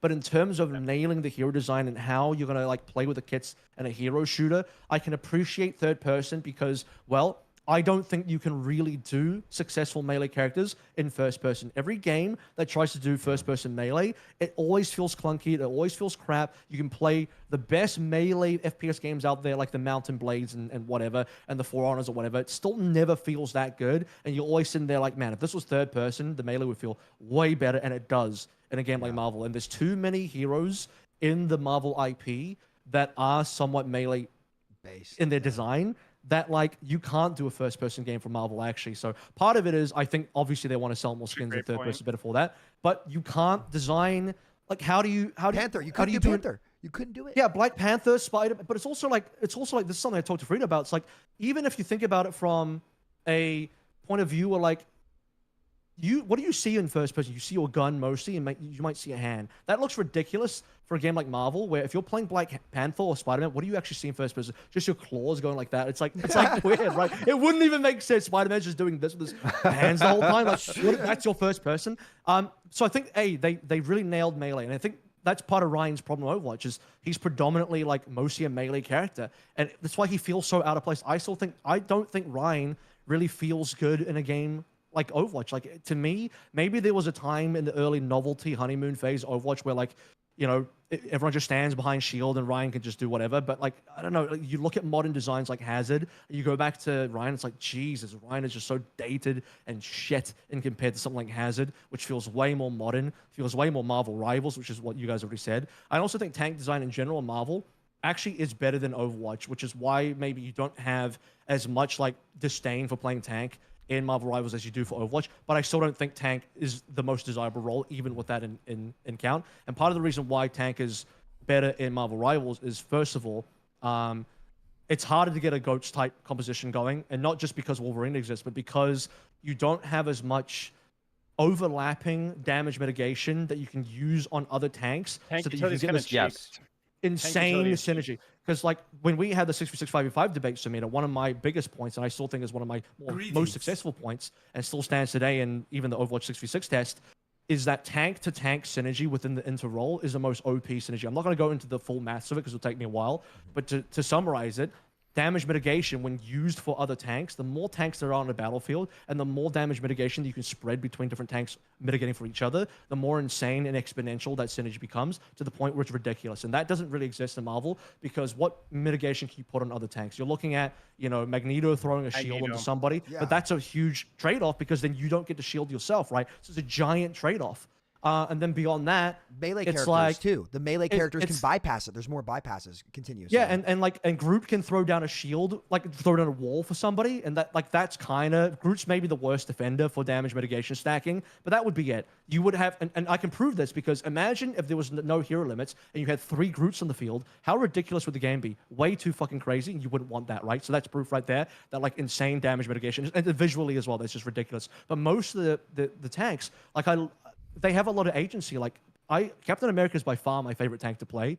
And just the options that he has, the agency that he has in terms of individually what you can do and how you can carry the game is way more obvious on tanks in Marvel Rivals than it is Overwatch. And I think individual agency and visible impact is super important, not just for a dopamine hit of like, can I see my damage coming up? Can I see my name come up with the kill feed? It's not even just that, but it's just everything in terms of how many abilities you have, how many options you have, how many things that you can do where you can see your impact of the game. And I also think just having more abilities in general for tanks not only allows you to better balance different characters through the different levers you talked about, Spider, but just the fact that you have more options of playing the game, that you're not locked into a very specific thing, rotation of abilities or anything like that you might have in Overwatch design. Like, I think like Winston is fun, but primarily because I think Primal is just an insanely high skill ceiling type of ultimate and really cool in design. But beyond that, there's not that much you're doing. Like the right click, especially Overwatch 1 Winston, like the right click of Winston actually made a world of difference. And that was just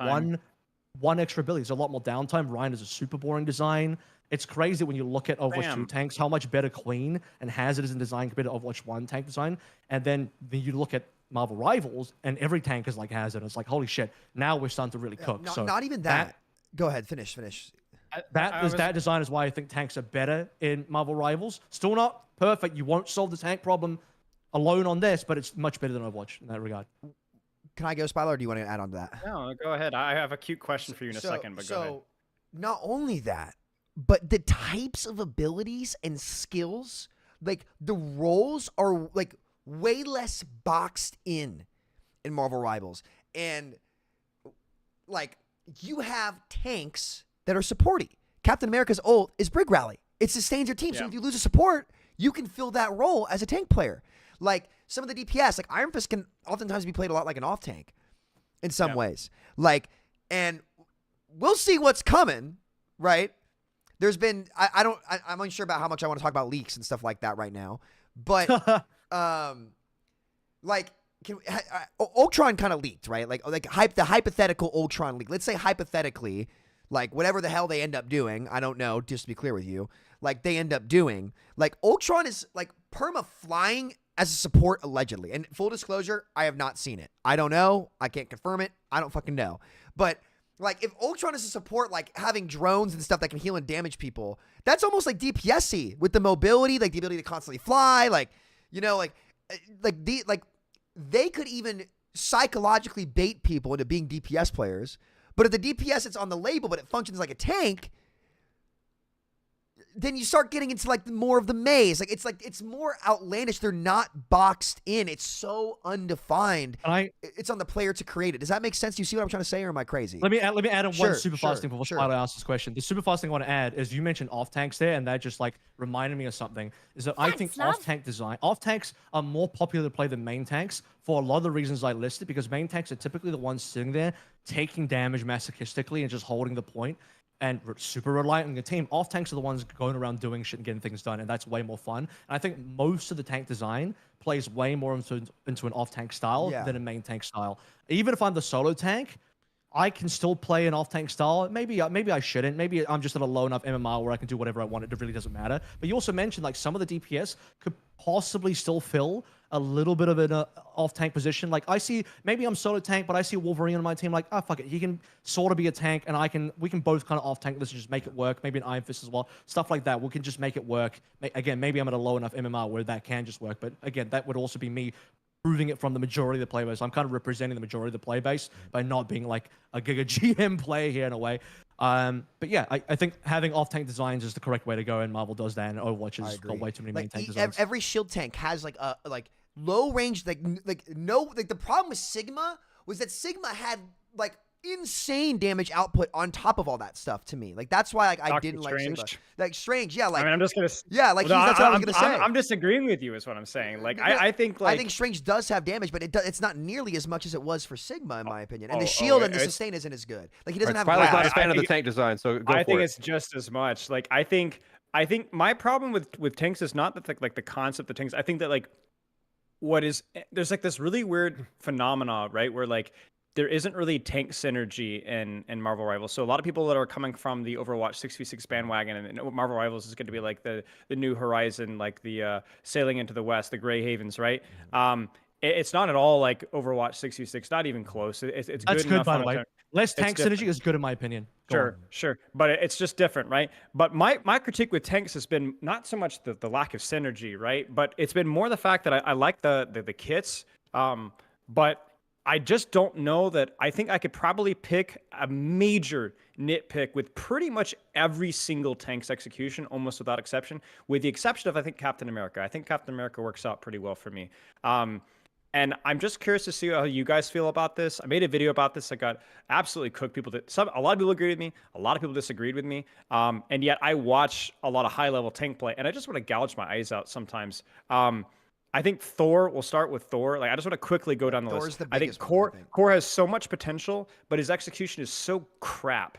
You could reposition relatively well.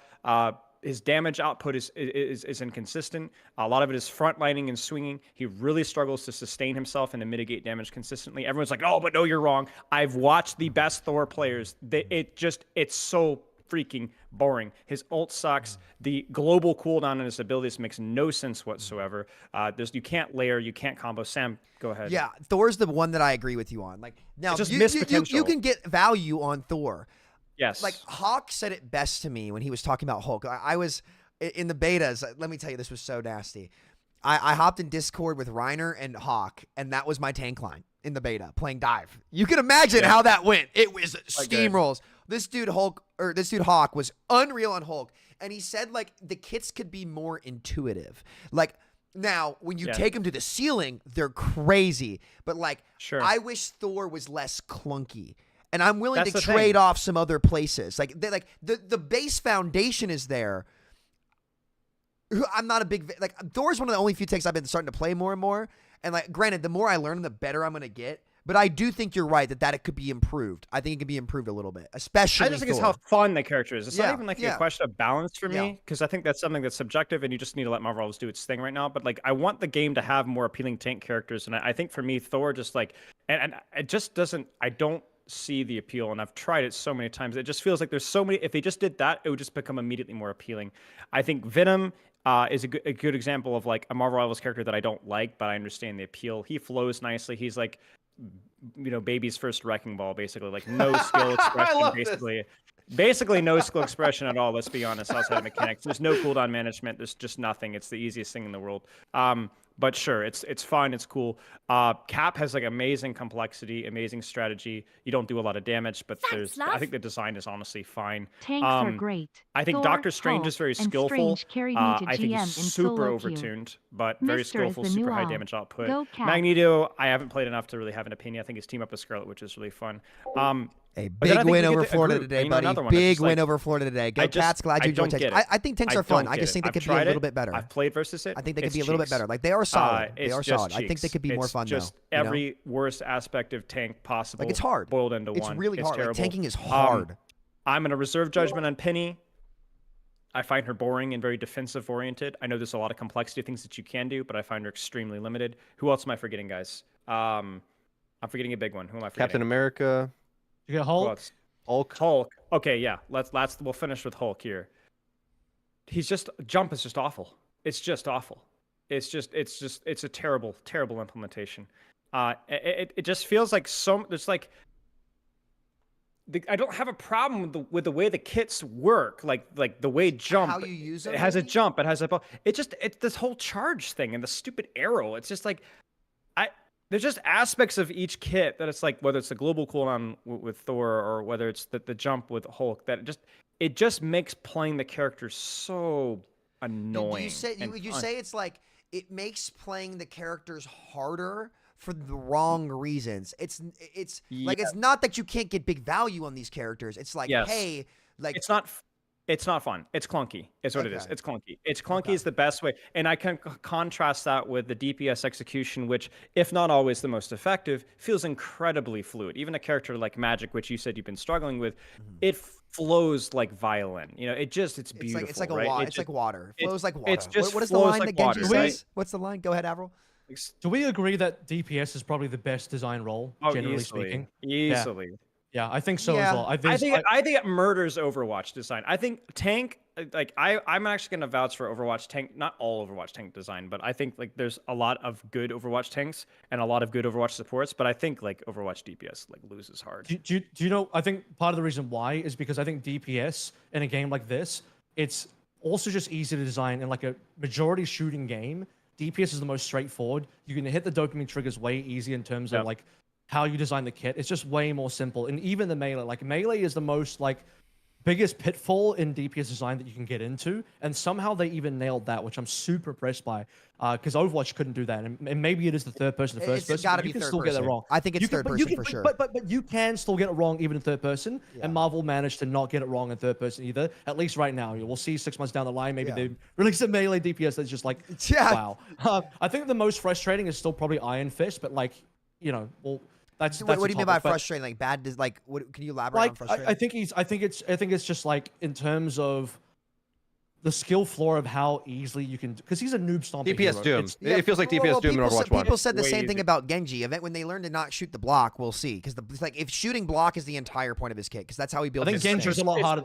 I think True, Genji's a lot harder true, to play. True. Like Genji's skill Sure. ceiling and how Sure. easy is, how punishing it is to play Genji. Anyway, I wanted to also mention like shit, lost my train of thought. Sorry. We were on.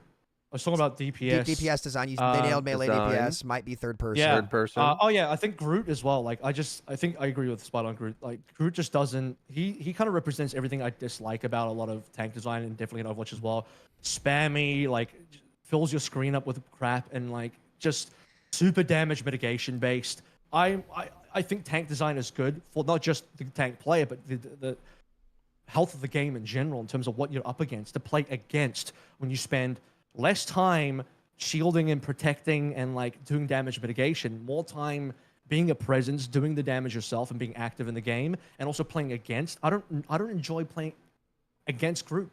Seriously, do not enjoy playing against Groot. The most spammy character, CC based as well, bro. We got to get away from CC. Like CC in these types of games is like it's just the worst. I hate that. I don't mind them. Really appreciate at least moving from Overwatch 1 to Overwatch 2. The reduction on CC was a godsend. Like that, it's really frustrating in games like this. Especially hard CC, like the penny hard CC, not fun. At least for stuff like, I don't know, Luna and Mantis, it's kind of still a skill shot, even though, Jesus, Mantis' sleep is just like giga easy sleep dart from Ana, if anything. But yeah, Groot is just an example of what I don't like about tank Sam doesn't design mind versus CC because his character can block it and block literally Well, everything. true, And true. thinks Iron Fist is balanced. True. I could go Sam, on. I'm saying that to like troll the audience right now. Before I go on, Finish your thought. Yeah. Finish your thoughts. I'll finish. When I you're done. actually really disagree with you guys on most tanks, except for Spilo. Your point on I do as well. But I agree with you on Thor 100%, and I agree with you on Hulk. I think I actually like.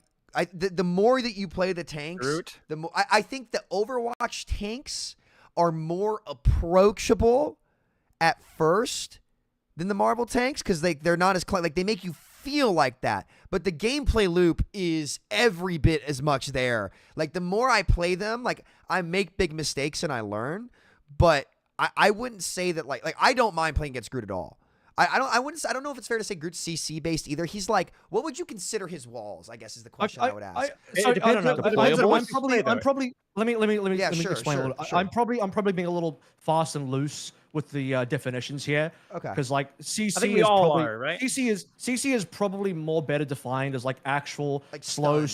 stuns, roots and stuff like that. But I'm like I also just think like it's disruption in gameplay. Sure, And sure, the spamming disruption. of walls. Disruption. Spamming of walls is disruption of gameplay to me. Like it just it stops the gameplay flow, stops you from doing what you want to do in the game. It's a And mobile so mechanic as well. If I'm being a little fast and loose with terminology and definitions, I'm kind of throwing the walls in there. But like my explanation of it is just like No, I get it. That's he's a right. real disruptive Yeah. character in the game and one of the only unique, like hardcore disruptive characters in the game compared to everything else in the roster. All right, can I go? Because I've been waiting. Sure, I know Spilo wants to go. go. Okay. All right. So a lot of things were said. Third person, I think definitely is a benefit overall. Is going through everything everybody's been saying for like an hour. They actually were slandered tanks. Defend yourself. Yeah. I slandered like 3 tanks specifically, mostly 3 tanks, really, for me. In Overwatch 1, when they were designing Genji, they actually were trying to make him have the sword the entire time, and then they split the character into 2, into Hanzo and Genji. That's like the origin story of that. So for sure, the Overwatch devs even publicly said like they just really struggled with the melee characters. And while like the momentum of swings of Reinhardt kind of feels good, like a lot of the animation happens off screen, and you can't really. I don't think you get the same oomph out of it as I am when I'm like flailing around as Hulk and smashing things to pieces. Like so. I think the tank role in Overwatch, let's say the thing that everybody glorifies about 6v6, okay? I was happy to see go because so much about the strategy of 6v6 Overwatch tank is gumming up chokes with cooldown sustain that you have to mirror in order to play the game. And I'm kind of like on with AVRL about this. And I showed evidence of this in my 6v6 I love it, but all these problems still exist thing. Where like I had a game where I play Winston, Diva, and Dorado against some poor casuals that are trying to play Hazard Queen, and they get one a limb the entire game, we hard choke them out. Like, and to me, it's like the way that tank plays and the way you're supposed to play. I'm happy to see that go. And if Overwatch fans want 6v6, and like I even might make content teaching you how to anchor the right corner of the map. To me, that's like incredibly boring and what everyone hated about Overwatch tanking. And you drew the short straw in that, especially in many iterations of the game where the vast majority of the players that actually played the game, they wanted to run in as Reinhardt, not anchor in front of your team like you're supposed to. And that's why they redesigned Overwatch 2 tank design to be somewhat more like that. And I like tank in all these games. I played in all of them. Even everything I'm just criticizing right there, I played in Overwatch 1, played in Overwatch 2, and I like it in Marvel Rivals as well. And I will say the reason why I like all the tanks I like so far, I can't really understand Penny. I just can't get the vibe of the flow of the buttons for some reason. Like, you don't I have see the her gene.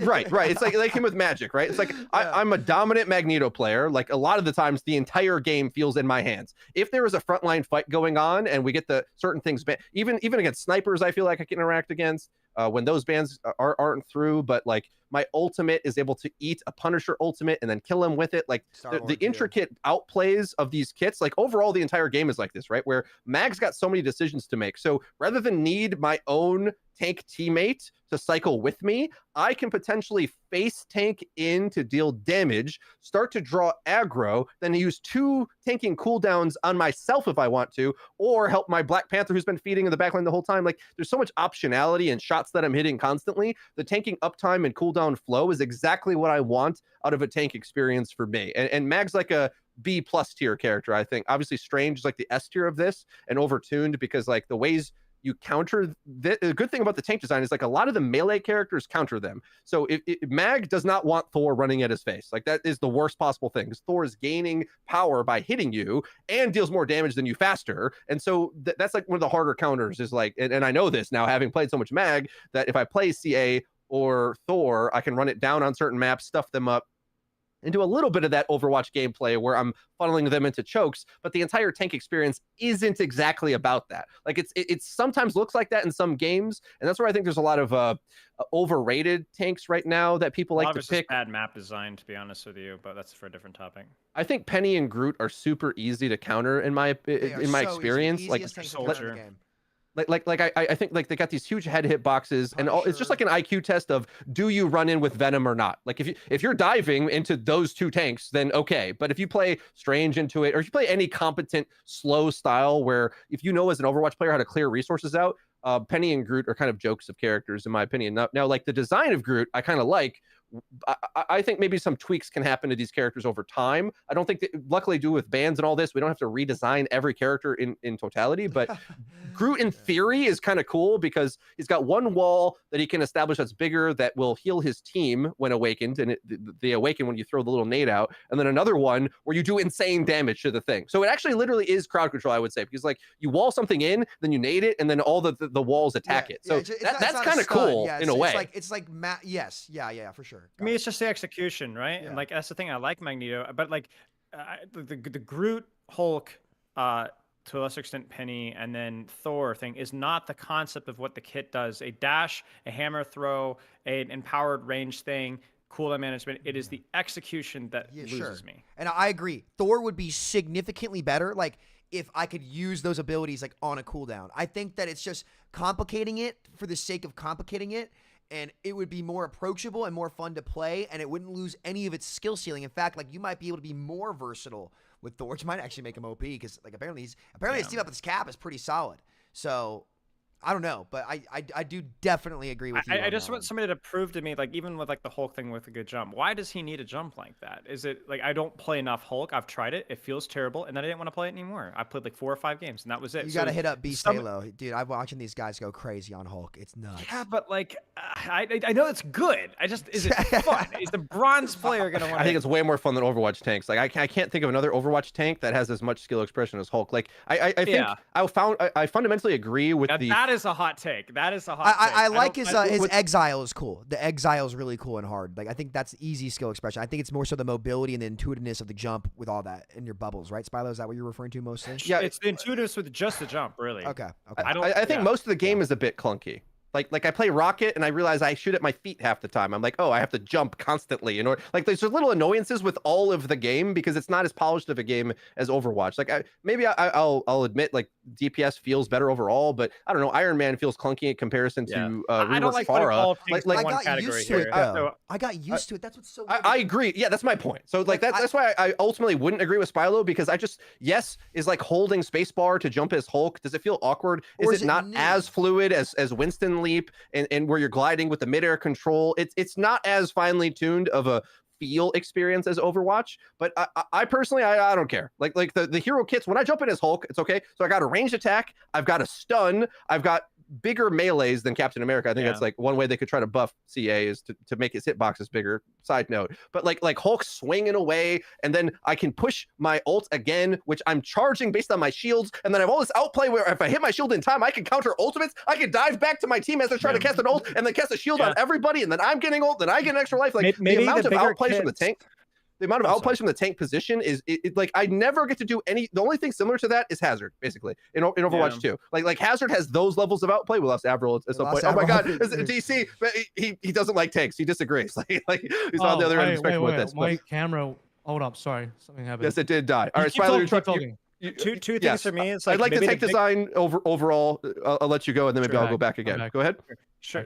Maybe the more kits just means that there's more expression of being able to do different things. And I think that I'm also very suspicious that like I think one of the things that I think is highly underrated is the amount of uptime. I mentioned this earlier that Marvel Rivals has compared to Overwatch 2 and honestly 6v6 Overwatch as well, where you're just able to do stuff continually for long extended periods of time. And so even if it may not be like it might not lead to kills, right? But you're gonna get those ticks, and you're gonna get those ticks constantly. Like you play Captain America, you play Doctor Strange, you play. I haven't played enough Hulk, but you play like Venom and stuff like that. Like you play Magneto, you're doing damage and you're doing stuff constantly, like just always fighting. And that's definitely something that Overwatch does not have. It doesn't have. It's on and off its tempo. I actually wanted to bring up as well, like. Let me just briefly touch up on DPS really quick, and then I want to talk about tank again. I actually think I said that tank design in Marvel is better than tank design in terms of feel compared to Overwatch, and I'll stand by that. And in DPS, except for the melee is by far like super good in Marvel, but I actually think the shooting is still just way better feeling in Overwatch, and that's because probably because of first person. If you're talking about like a shooting experience, you can't beat first person for a shooting experience. So I actually generally like Overwatch DPS in comparison. Like my favorite DPS in Overwatch to out myself is Sojin. I just, people might cringe at that because like she was broken for a while, but I still played her even when she wasn't good, just because I enjoyed the kit. I just enjoy the gameplay flow. And a lot of the overall design is just like, there's way higher skill ceiling. A lot of the Overwatch DPS design that just is not reflected the same, even though there's more buttons in Marvel Rivals. The actual like raw mechanical ceiling, I think, is for sure maybe high, except for maybe like a Spider-Man, which is like so wacky and out of the box that it's just nothing I even thought could happen in the game. You're right. It's not a better shooter, but it is maybe a better hero game. I was about to say hero shooter, but the shooting aspect is actually still better than Overwatch. Let me just talk something interesting about tanks as well, because Spilo brought up a while ago. It's like tank synergy. Actually, no, maybe Freedo brought this up, but the tank synergy is actually something I don't think should exist to a prevalent degree in a game like Marvel Rivals. Maybe team-ups is like, okay, that's a separate thing. But outside of team-ups, like tank synergy is one of the downsides of Overwatch, is a hot take. And some people might not understand why I have that position. But the reason I put that position is that is what causes a lot of the tank design issues, in my opinion, in a game like Overwatch, where if you have, just like how damage mitigation stacking is a problem potentially, like just having a lot of tanks and that can cause balance issues. But having obvious synergy has a way higher impact on your teammates then picking correctly as well. So unless you're in like an environment where you're always duo queuing, you always have a duo with you that can partner with you to reach the tank synergy. The highs are quite high, but the lows are extremely low in the sense that you have a situation where if your team isn't picking correctly in terms of the tanks to achieve the correct tank synergy, then you're having a really bad time. It's like it puts way more reliance on your teammates to play the game correctly and do the correct thing. And I think better design is if everything is closer to an off tank and you have a lack of tank synergy, not to say there's no tank synergy, but just not as heavily and prevalent as it was in Overwatch 1, then you have a situation where you can have multiple tanks, 2, maybe 3 tanks in a game like Marvel Rivals, and you're not heavily reliant on your other tank to be in the game. You should have a game in Marvel Rivals where solo tanking is possible without like having to tweak and play heavily with HP bars and all that between Overwatch 6v6 and 5v5, right? Like the difference between 2 tanks and 1 tank is so they have to do so much with that for the sake of balance. Whereas like in an ideal world, you can make 1 tank work because you have DPSs that can maybe sort of off tank there. But most importantly, you're not reliant on tank synergies, and every tank has a lot more they can do in their own kit and a lot more agency, having more of an off tank style and a closer to DPS style. So I actually think like the lack of super obvious and super high level synergy in tanks is probably a good thing long term. I'll just add on quickly before you go, Sam.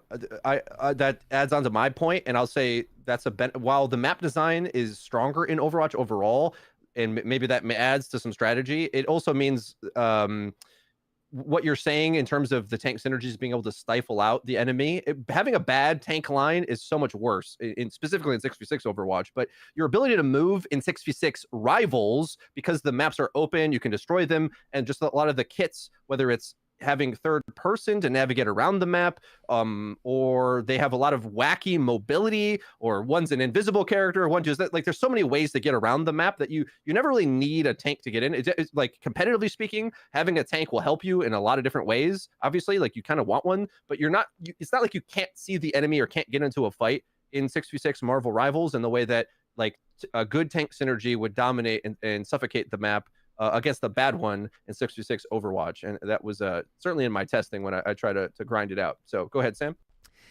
AVRL, I'm not disagreeing with your point, but I want to try to get even more specific if possible. I don't know if it's I agree with you 100% that I think it's cool and better when tanks have individual agency, 100%. I think the synergies can be on the side, but what really broke the synergies in Overwatch was when it was mitigation synergies, not aggression synergies, right? Like DM. I agree. I didn't mind the Zarya bubbles too much. So like, I really want to hone in that because I think you're right, but I know everybody at home is going to take that and be like, yeah, it's fucking bullshit. Tank synergies are fun. It is mitigation. It is mitigation synergies, because when you think about the best tank duos, a lot of the classic ones, like the Ryan Zarya or the Winston Zarya, I can play against like that all day. Winston Diva. What is the common factor here? It's the defense matrix and the Zarya bubble. Yeah. It's the defensive synergy that is just like oppressive in that those makes games. it a stall. So But if you look at like Cap's abilities, for an example, like all of Cap's, like his sprint, his leap, his like shield bash forward, his only mitigation ability is like his actual shield health. And look at Hulk's. Hulk's only one is his bubble on himself. So like as a player, when you're shooting that tank, and this is a point you brought up about like getting rid of double shield and having like a single tank in 5v5, like it feels better to be shooting a player or damaging a player than a mitigation. Like, because it's Spilo's point. It's like in your face, obvious. And the only tank in Marvel that does that, aside from the shield tanks, who are allowed to be. I can't wait till season 1. By the way, we should revisit this topic. Question later. for you in just a second, Sure, Sam. When you get a second. Sure. I'll wrap this up real quick. Like those shield Spilo tanks. asked me questions. Listen, we got enough of that with y'all's push debate where you agreed and debated each other. That was fucking hilarious. Like. Their ability to introduce this many melee characters that can pierce the barriers of mitigation also takes away from that type of sustained mitigation stacking. So to me, like I wanted to hone in on that because I think it's really important. It's not necessarily tank synergies. It's the Marvel tanks all have more individual agency, but it's more movement and engage tool based rather than just I'm going to sit here and mitigate forever. Like even Correct. Strange is the would you guys say Strange or Mag is the Sigma of this game? Mag. Well, Mag. it depends. They're similar. They're poke tanks with shields, strange, right? but Poke the tanks with mobility is shield. nice. But instead of grasp, which mitigates all damage, Strange has a mobility ability that can be pierced, and you can still go get them as melee characters, like a lot of stuff like that. Where Overwatch like can't implement that option is like Overwatch like would struggle to do a magic. They like DPS Doom was one of the most mobility pilled now. Yeah, They called me crazy. Yeah, so. It's like I just really wanted to hone in on that because I think you're right, but people are gonna misunderstand that because people are people. It's the internet, right? They'll twist your words. They'll come to They'll hear the first 5 seconds and then not like the 3 minutes later where you explain it. Yeah, okay. It's the equivalent of reading the headline only and not the article. Yeah, sure. Spilo, what was your Freedo, question? I want you to listen to this one too. This is a question for Sam. So we talked about how tank synergy is not really good, not really a thing in this game, a little bit more It agency. is, but it's different, I think. Go A ahead. lot different, right? Freedo, you talked about how, in theory, the map design's not great, but still feels like there's at least enough space to avoid the tank trade as necessary. All right. Why 6v6 in Marvel Rivals? More bigger moments. More bodies? More bigger moments. I mean, you talked about it yourself. The Bucky chains, like these, like the Bucky chains. It just feels. I don't know why. For me, it just feels great. Bodies. More bodies. Fights are more kills. turnable. Like way deeper gameplay loop for me with options and how I have to set up. Like How so? I think I'm not necessarily disagreeing. Yeah, I'm I think one thing for sure. If there was only one tank, it would be way harder for me to get, like, if it was 5v5 roll lock, for example, it would be way more. It would be way harder. Actually, it would be straight up impossible if this game was designed the way Overwatch, where tanks had a little bit more sustain. Like, let's benefit the doubt, only a little bit more sustain on themselves, like HP, whatever it might be, right? Yeah. If I go and ice, like, this is how I hit Eternity on Iron Fist and like one above all on Iron Fist. Like, the best way to get value on him is go occupy that back line, right? Force the resources onto each other and then kick back and try to kill one of the two tanks. If it was just one Giga tank that could mitigate a ton of damage, his health wouldn't be to a threshold where I could create a kill and create an opening. All right, I'll argue that point.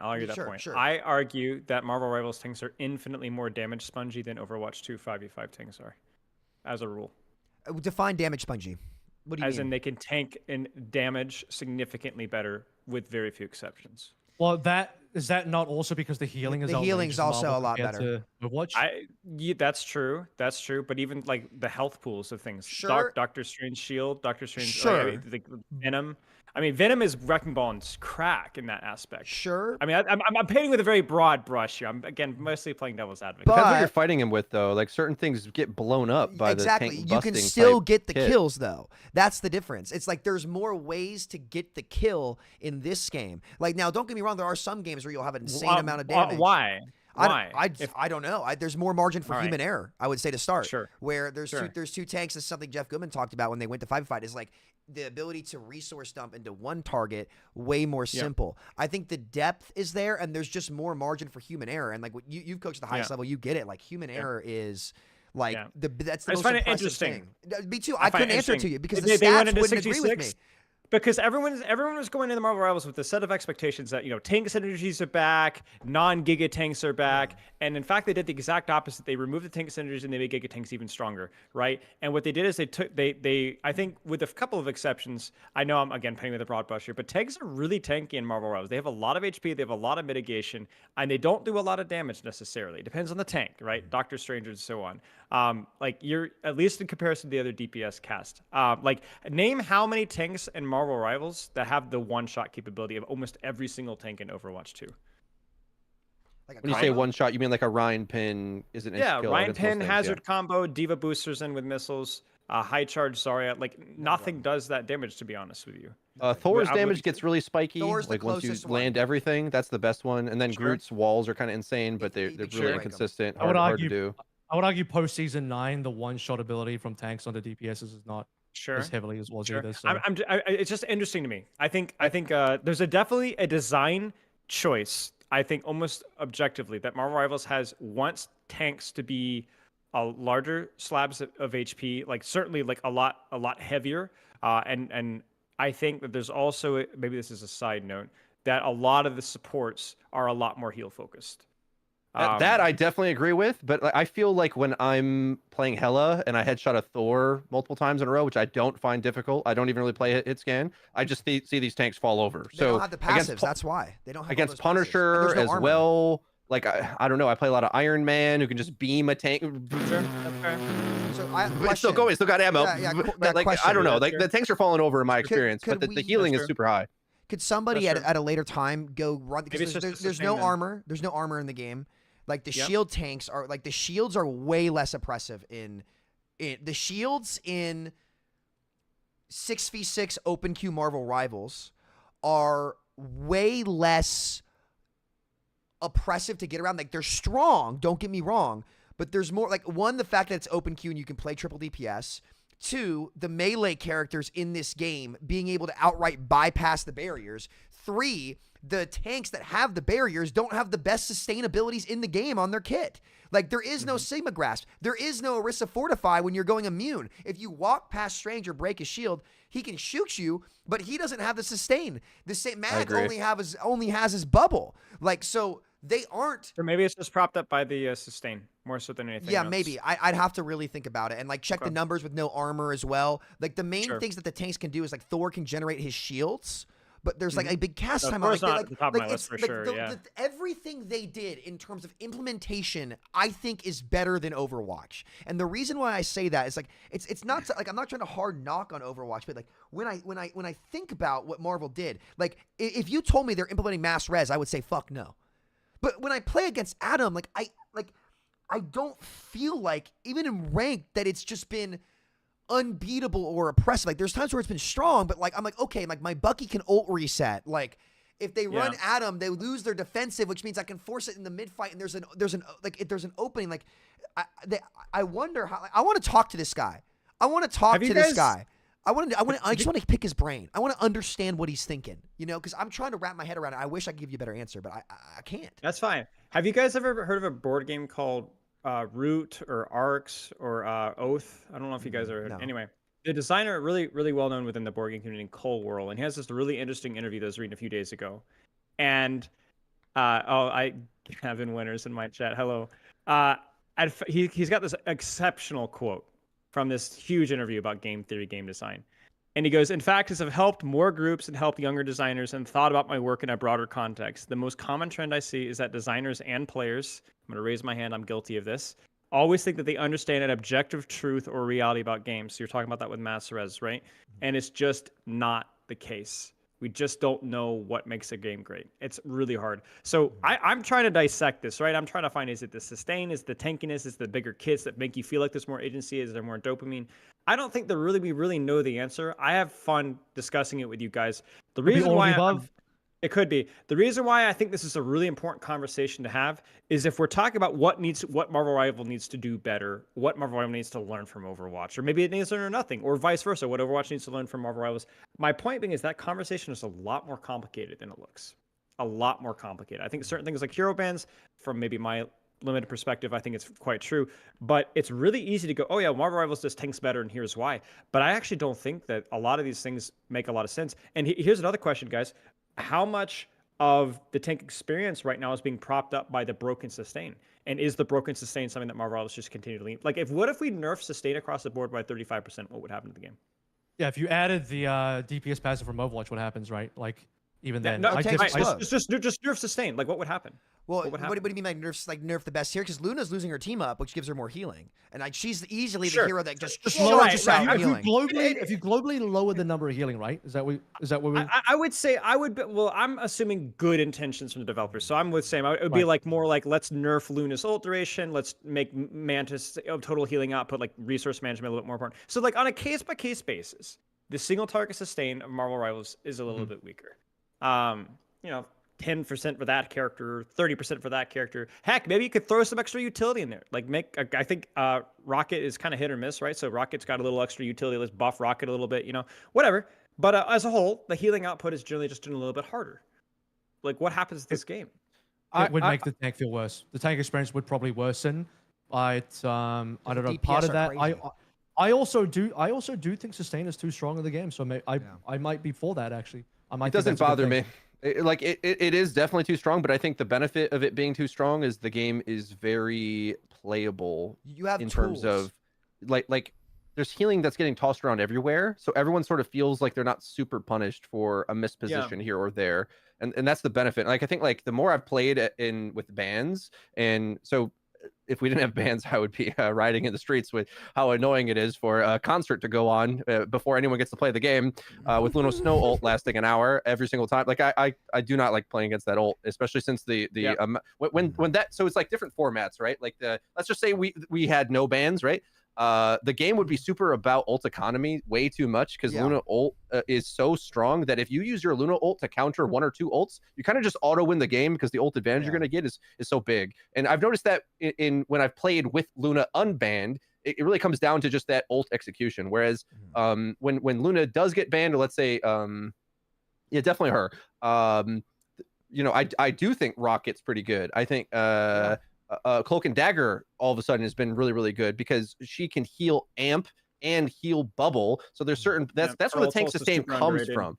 And her ult's incredible as well because she can stack it on one area. By the way, if you play Cloak and Dagger, you don't know this. Like, yeah, you can go across the entire point, or it stacks on top of itself. So you could literally do it on one lane. And so I think the community's got to learn about this, about like how to read the sustain that's in front of them. I think sometimes, you know, as we do as Overwatch players as well, we just stare at the front line, right? And like there's certain instances where the front line fight is going to indefinitely sustain. And that's how I feel playing Rocket. He's probably my favorite support, but he's Rocket shoots Moira orbs out of his gun. Okay, he shoots a cooldown out of his gun all game, and he's like this, do.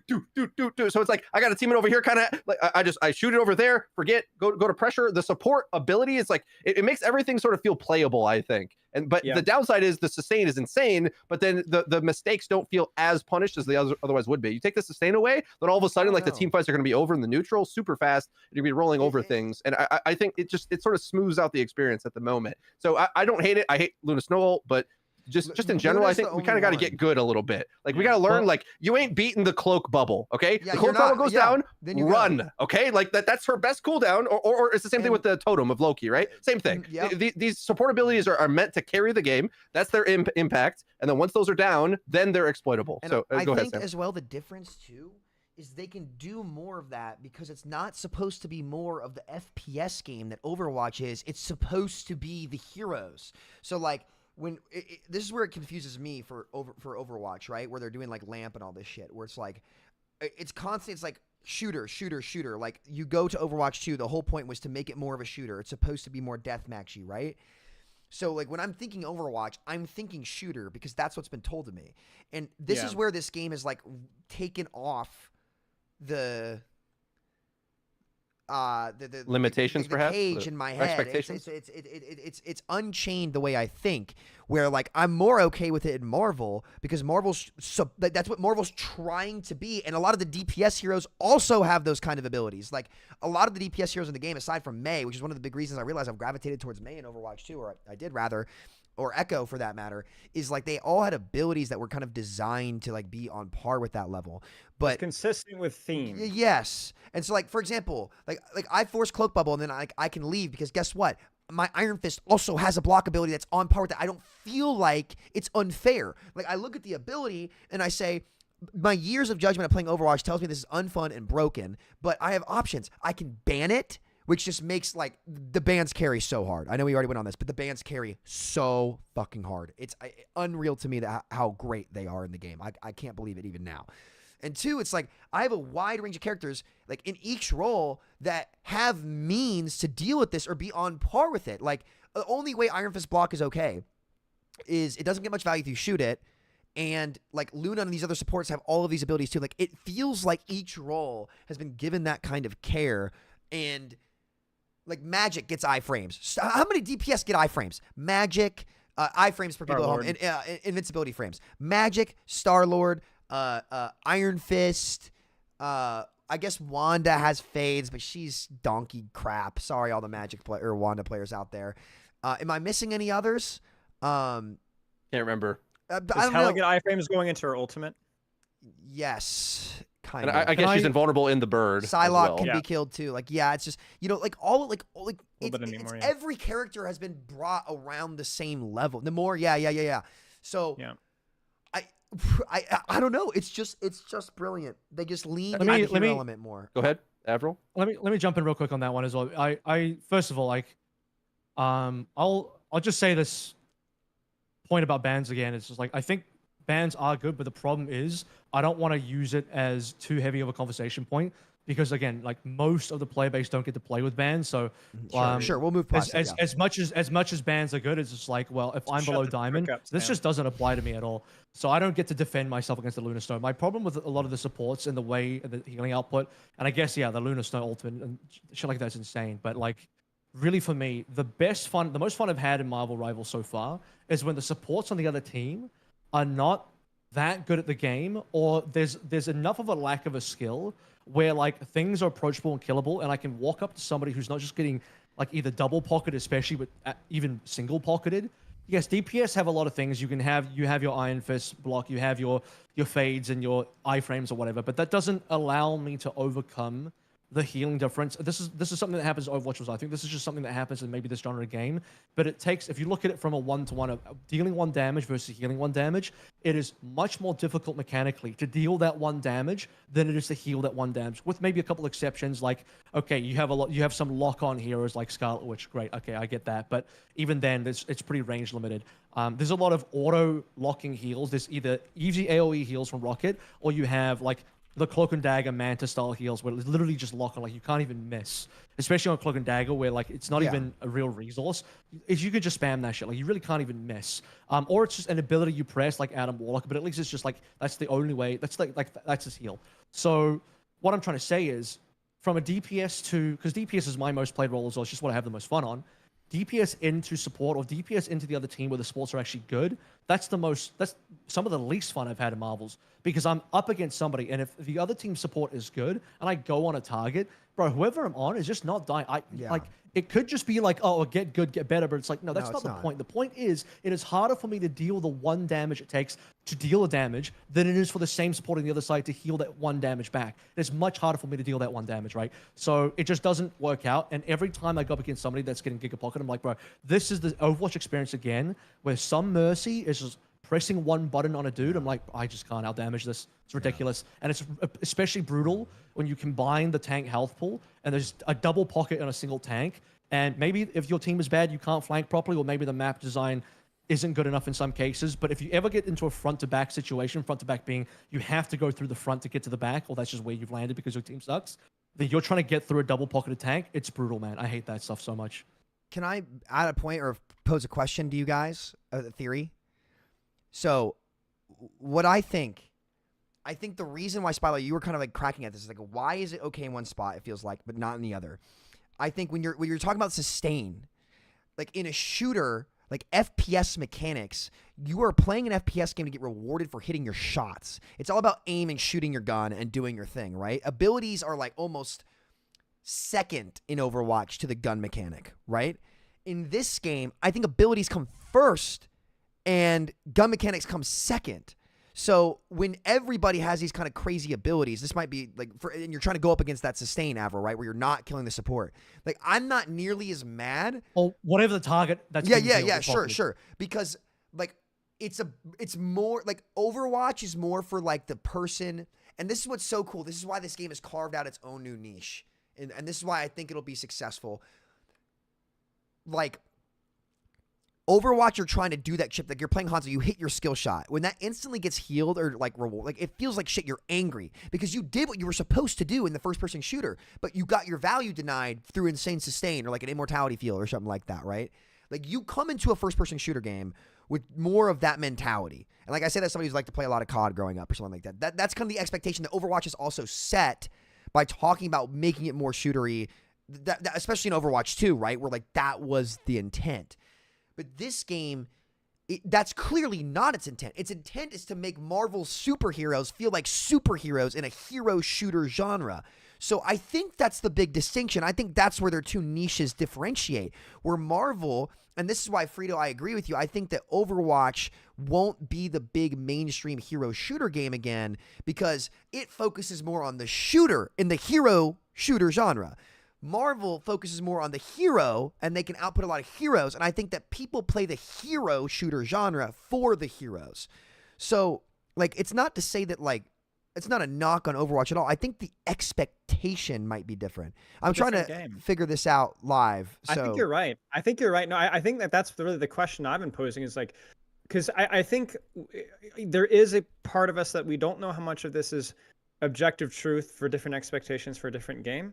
And how much of this is just the honeymoon phase, which, let's be honest, we're in a honeymoon phase, right? How much of it is honeymoon versus good game design? I don't know. Nobody knows. You never know, right? There's a honeymoon phase for every game out there, even the best games, right? So, but I do think that you make a good point. It's like, this is where I want us to be I think just the community has to be really careful about comparing this game to Overwatch because there are different expectations for a different game. It can break all the rules. It can have more sustain. It could have more shields, right? Even the shields I actually disagree with you. I think shields are just as bad in this game as they were in Overwatch in terms of shields, on health bar, paper, or barriers. Either, okay. right? On paper. But the difference between this and Marvel Rivals is the number of DPS that can go around the shields is a lot higher. The number of shields as well. There's not as many shields, not even close. And they don't have as much sustain behind them. Depends. I think if you get like Groot Doctor Strange combo, like theoretically you could get something pretty nasty. You know what it is, I'm being facetious. You know what it is, real quick, to add on to that? It's that when like the all of that sustain isn't only on one character, in that like the Strange doesn't have Sigma Grass, so it forces the support to actually heal them, and the support has a much higher margin for error, like that in that interaction. Maybe back to you. Sure. I think Marvel Rivals. Go ahead. I will also say, like, from the support angle as well, I am at least glad there's not as much AoE healing. Like, I think AoE that healing is very true. There There's not a lot of AoE healing in this game. I would like to not. That is actually probably a major mistake that NetEase could make, as they start introducing a lot of AoE healing. I think, like, at least on the Rocket Raccoon side of things, okay, yeah, he can throw in orbs, but they're not quite as strong as Moira orbs. They're like a lot less hardcore. Yeah, they definitely don't heal as much, so it doesn't feel as bad. But if you can imagine he healed way more, it's like, bro, this is when we're starting to get into bad territory. So AoE healing has to be checked really hard in this game.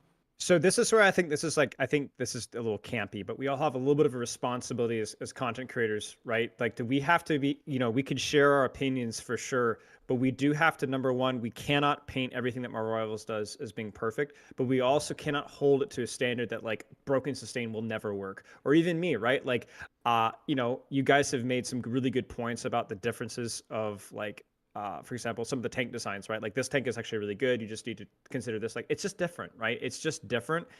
It's a different game. It's a hero shooter. It's a third-person shooter. But like, it's going to do things that Overwatch could never do, and it's going to do them well, right? And so, why are we forgiving Marvel Rivals for doing a bunch of stuff that we said we'd always hate with Overwatch? Because it's not Overwatch. Yeah. It's okay, not guys. Overwatch. I want to just check in, vibe check real quick. Do you think we can go? Does anybody have a hard out? I think the last two topics I want to do might take us about an hour. I can maybe trim it to 30 minutes if someone has a hard out. But I'm good. I guess is everybody good for that? I'm okay for 45. 45. We'll make it 45 for Spilo. Okay. 46 maybe. 46. 46. Okay. No, I'm fairly flexible. I can stay. I'm gonna go to the restroom real quick. Freedo, I'll tap back in a second. I can listen. I'll catch you up. Go ahead. Great. Okay. So the two things that I want to cover. Well, first we're just gonna talk about the major pitfalls of this game long term, and then finish off talking about Overwatch. Like, what can Overwatch learn from this? That's kind of what I want to transition. We've made a lot of allusions over the podcast so far. And been a bomb show overall, guys. Like, make sure that you check out everybody's Twitter in the description of my stream on YouTube for sure, as well as like the stream while you're here. So Marvel Rivals honeymoon phase. I personally feel it's built to last because of the complex team up mechanics. The hero identities are fun and unique, and there's just so many ways to express yourself. While I think broken things like can ruin the gameplay to some degree, I think we already have them now. That's like a major selling point to me, is that I don't have to worry about the broken designs that could change this. I feel they're already in the game now, and I still find it fun. And I think that's going to continue, because more likely what's going to happen, they're going to add more heroes, perhaps more rapidly. And what they'll need to do is just add more bans, but I'm totally fine with that. That's what I wanted anyway. In fact, I hope bans go to the entire player base and get added to Overwatch. I would say a major pitfall for me, and I want you guys to think of your own as well, like where game lack, where do you see the problem areas for this game the most? I think it's not with things being too good, it's by things being too bad. Like, especially when I'm playing quick play and I try to play a character that I really like from Marvel lore, Storm. I feel Storm is like a full team hero, and that's about it. Like, you really don't want to play Storm in like a quick play environment, because there's so many heroes that just run it down and get kills easily, and she's a teammate hero. So if your teammate's all flanking, your aura does less, and what the heck are you doing? Like, the skill expression I have when I swap over to Psylocke or Iron Man or something like that, I can dominate the game, whereas Storm, a hero I like, is really unwieldy in that way, and kind of boring, frankly. I think it feels like she's lacking an ability. Like, a lot of the other designs we can say has these multiple nuanced things, and I feel her power budget is just reined in so much because she has this supportive kit on a DPS. But that's just one example. I think The in Bengals general, are not going to choke at 8. that's what I fear as the Bengals are player gonna base win. improves Joe over Burrow's gonna time and they start to carry. learn where some of the higher skill expressive Stop the cap. heroes are, then there might be like a have and Composure, have get ready to not take this out of the situation night. where it's gonna be more difficult for you to have fun on your hero, despite the team up mechanics and all these other good things. I mean, as much as I criticize Venom as being I didn't get a chance to do it, Spilo did it, but Venom's like the worst tank design as far as I'm concerned, with like a super truncated floor and ceiling. It's like he's just like he has a cooldown cycle he throws at you, and you either counter it or you don't. Like, it's the dumbest part about this game, frankly, as far as the tanks go. But he teams up with Spider-Man, who's this high skill expressive hero, and then Spidey all of a sudden has this extra end to his combo, which is like insane. So he could do all his Spidey things, then push another button, and he does. So that part of it excites me overall. But my issue is that too many things will be underpowered. It'll be hard for them to adjust that over time. You either can expand on what I just said or come up with your own major pitfalls to Marvel Rivals. And Free for Honor, you guys have done a great job moderating yourselves, to be honest. But yeah, anybody wants to jump in on that? Like, what's a major pitfall of Marvel Rivals? yeah, I can start. I think like the content cycle needs to be addressed a little bit. On one hand, it's an extremely good thing that they're going to start throwing a lot of heroes at the same time. The question will be, can they keep that cycle going long term? And if they do, how many heroes are you going to start getting a year? We're going to get like 10, 12, 15 heroes a year. Like, what's the cycle starting to look like? And the reason why this could end up being a pitfall, despite potentially being a good thing for now, is that like you are climbing up numbers in the hero roster so fast that, first of all, like, the more heroes you have in a game, the harder it is for people to jump back in if they've even taken a break or they haven't played the game at all. League of Legends and Dota and MOBAs in general, this will even happen to games like Overwatch. If Overwatch goes for a much longer, I don't think Overwatch is going to die, but if it goes into the far future and it's still going strong, and they add if there's too many heroes, it becomes overwhelming as well. They even have a situation where their player onboarding requires you to like unlock the original roster of heroes through it doesn't take long to unlock, but like they don't want to overwhelm you too quickly. Not only just in terms of the size of the hero roster, like it's fine now, but once you get to like 100+ heroes in Marvel Rivals, and I do actually think this game could easily reach that, just like because how fast they're going in terms of the releases, but also how many characters they can pull on. The number of characters they can pull on could also be an issue where like you start getting into like the weird D, E, F, G list type of characters after you've hit all the Avengers. And yes, okay, Squirrel Girl, Jeff, they did a pretty good job with that, and they're pretty like niche characters, so maybe they can still keep hitting good designs on the niche characters, but that's going to feel a lot less impactful and good when right now you get like a tease or announcement for Fantastic Four. It's like, oh, Pog, I know Fantastic Four. Yeah, 6 months down the line, the 4 new heroes are all heroes. You've never even heard of these characters. Like, it's a much more difficult. It's much more difficult to get excited about these like D, E, F tier lists, like in terms of popularity from the IP. Right, it's going to be way more difficult to get excited about that. But beyond that as well, I think there's a huge pitfall in terms of design where obviously the Marvel Rivals devs they're keen to make these kind of like more overly kitted, more insane type of designs in the game. We're just seeing that across the board. But you have a higher likelihood of kind of missing the mark and putting a stinker out there like Brig in Overwatch when your release schedule is super rapid, your turnaround time is super rapid and getting heroes out, and you're releasing a lot at the same time as well.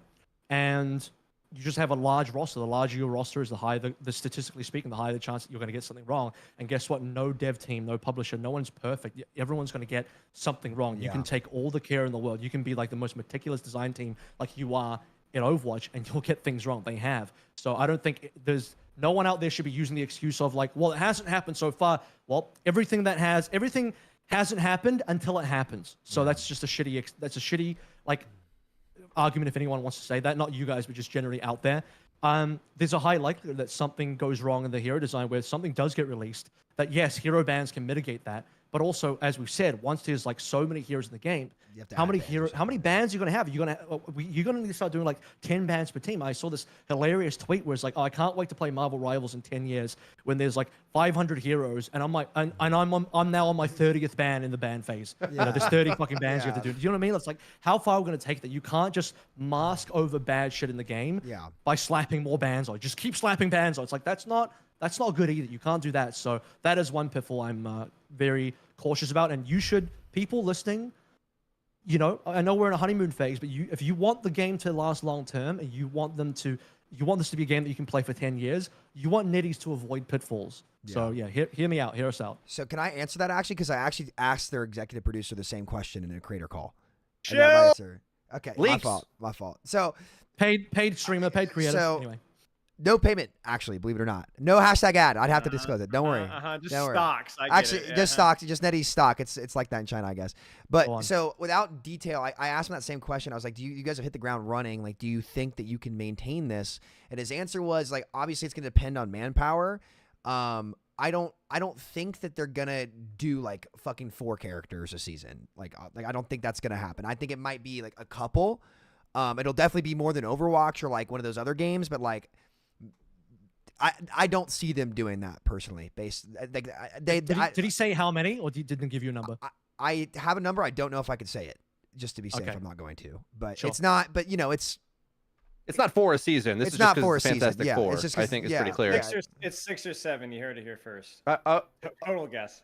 I also want to just counteract Avril's point where he says bans doesn't solve everything. I actually think it does solve everything. It can solve your diabetes. I think it can fix your marriage. Yeah, I think bans can actually solve it. You guys thought it was 6 this whole time. It's actually been bans. Okay, like it really reversed my credit score. Bans has done everything for me possible. Revived my How channel. many bans?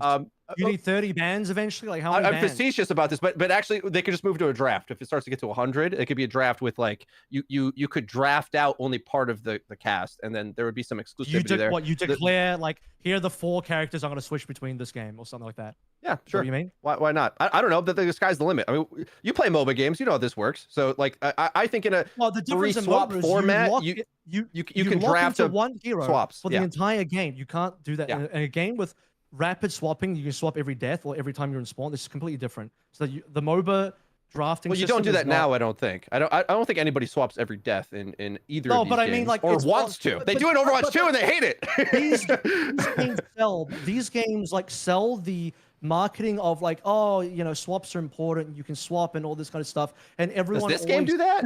Despite well, here's Overwatch the did, thing. Overwatch did that. Yeah, I don't know if anybody wanted that though in Overwatch 2. The player bases always defend, I want flexibility. The people who are anti-roll queue and say that roll queue, say incorrectly that roll queue killed Overwatch, bad take. They say that because, oh, my creativity, but my creativity, by the way, my ability to flex, by the way, and yet the majority of the players in my hero shooters, Overwatch and probably this game too, actually don't swap. You're right, Freedo, they don't. But everyone believes that they are the one that swap. Everyone thinks swapping is important. We need to secure swaps, hide it in a vault, and protect it forever because swapping is like we're gonna hold it to we're gonna put it on the pedestal of gaming Jesus. Swapping is gaming Jesus, and it cannot be touched. That's why people are like, even in Overwatch, still resist the idea of bans today because like I don't want my creativity stifled. I hate roll queue because apparently I swap. Well, guess what? 90% of the play base doesn't, even if they think they do.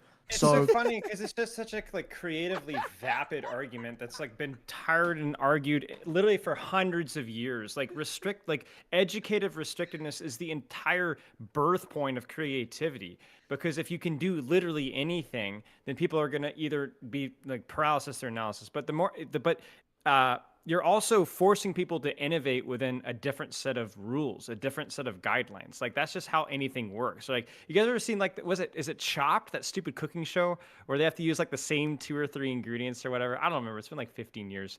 But like the whole concept is like when you have those limitations, you're forced to adapt. And I've done this. I've had this whole video about like why hero bans at the professional level works because of the psychology. Everybody follows the herd. This is the easiest way out, so we're gonna go with that. And I think that that's actually really true for the casual player base as well. It's like we need a Mantis, or we need this, or we need that, or we have to play this. Like even in lower ranks, like that's actually almost as prevalent as it is in higher ranks. I don't know if people realize that, but yeah, I mean the whole stifles creativity thing is like total nonsense. Then why can't we destroy literally every environment in a Marvel Rivals then? Yeah, why can't we have no hero limits then? If you want creativity, no hero limits. Hero limits would give you the most creativity. Why don't we just play 40 versus 40 no hero limits? Wouldn't that give you the most creativity? It's the most ridiculous argument that people have. It's just like so dumb. The cultural part that Spilo was talking about too, with just the player base learning how to play with different mechanics. Now, Overwatch does this intentionally when they overbuff and juice a character, where it's like, well, I mean, Overwatch 1, we had a Giga Hog era where it's like, well, Hog's been useless forever. What if he just had the most insane stats? Huh? Can you pros play that? Huh? Yes, and Super wins the championship off this. So that's how they do it. And then Marvel has seasonal buffs, which do that. But bans do it even better, where you're forced to at least learn these things. And I feel that way because otherwise I would have been like, I want Mantis and Luna in my games, every game forever. But then now I'm like, well, actually, like Cloak's healing is OP. And I think Rocket's pretty good, actually, because he's escapable and can duel a little bit. Anyway, that's definitely a big benefit to bans. I think probably the key takeaway for me as a content creator in this entire conversation is that I need merch for Gaming Jesus, because that I've patented. I think that's like, I'm going to sell out t-shirts on that. All right. Whoever else hasn't gone with the Marvel Rivals biggest pitfalls, and then we're going to transition into Overwatch for the final segment. Quick discussion to your initial point, Freedo, which was about the balance of this game in regards to specifically Storm. I think it's a fair point. I think that like people say this game doesn't need to be balanced. And again, as always, only the Sith deal in absolutes, right? So I think this game absolutely needs balancing work, right? I think you have a character like Hela, Doctor Strange, Mantis, Luna, who legitimately are S-tier characters so far away, better than any of their counterparts at the highest level. It's not even close. Better ult, better poke, better sustain, better pressure, flexibility with positioning. You got a character like Hela that can be any character in a 1v1 almost without exception at long, medium, and short range. Like you just have like those kind of extremes where like that's not healthy. And then on the opposite side of things, like you have a character like Storm who is an AoE hero with flying capability, but has like is slow. She cleaves, so she needs to attack from the front. And she's like a really bad duelist, so she was to like use her mobility, but it just doesn't make any sense. Like it's not just like that she's trash, but the design just doesn't work, right? So you know, and there's a lot of heroes like that. I think that like you know, even from like if we ignore the sustain side power of the sustain of the supports, I really do find that the gameplay loop of the supports is really dull for me for a lot of the supports. You know, you look at like the comparison of like the complexity that Loki has on paper versus how a lot of really high level Loki mirrors look. It's pretty dull, right? You mostly use your teleport to avoid any sort of duelist pressure. You mostly use your ult just to copy the enemy Luna and just use that ultimate. And you mostly use your copies to amplify your healing. And goodness knows you almost never use your stealth or your backstab that does a whopping 45 damage or something like that, right? So there's just aspects that like the sustain for me is like, it's honestly, it's not just about the sustain in terms of like, oh, as a duelist, I need to kill a support. It's also like the gameplay loop of those supports just gets really boring, right? So I think like that, whether that's a design or a balanced choice or whether they'll ever change that, I don't know. But you know, I think like as a whole, like the game, they need to look for those extreme outliers, especially when they're with characters that do take a lot of skill, like, right? Like, let's not pretend that Storm is a Bastion, right? Or a Moira, right? Like she's actually takes a little bit of skill, right? I don't think she deserves to be that bad, right? I think that's kind of like what you would need to look at. And I'm sure they have numbers on that. Sam? Actually, according to Garchomp on Twitter, you should be banning Storm every game. Have you seen that trend?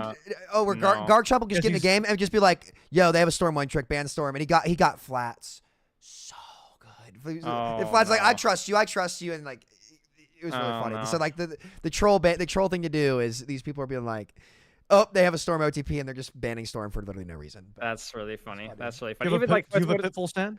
Sorry. Yeah. Sorry, no, you go, Spot. Finish up. No. Go ahead, finish Sam. Finish him. No, that was it. It was just the comment about Storm ban trolling. For Pitfall, for me, like this is going to be a super broad thing, but I think like it's not a strength of the game right now, but there's really no reason for it not to be. I think just optimization and polish. Yeah. This game is just a dumpster fire of so many things. Like I'm literally going to read off the list here, guys. Okay, what the frick are bot matches doing at Quick Play? Who decided that was like that can't be like, maybe there's some psychology behind that I'm not like, but like that seems insane to me. Buffering abilities still doesn't work. In other words, you press the ability before it comes off a cooldown.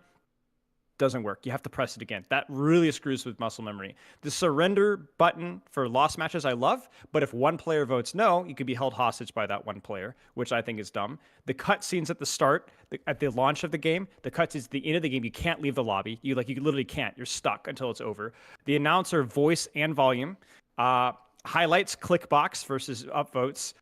Mouse acceleration being automatically turned on. Let's not even get into the frames per second. kind of thing. That nonsense, not to mention that's tied to actual performance. Oh, it's fine. It's a bug. Dude, these characters are significantly worse because you're playing on less than 144 FPS. Like, that's just totally inexcusable. The whole social friends list thing is clunky.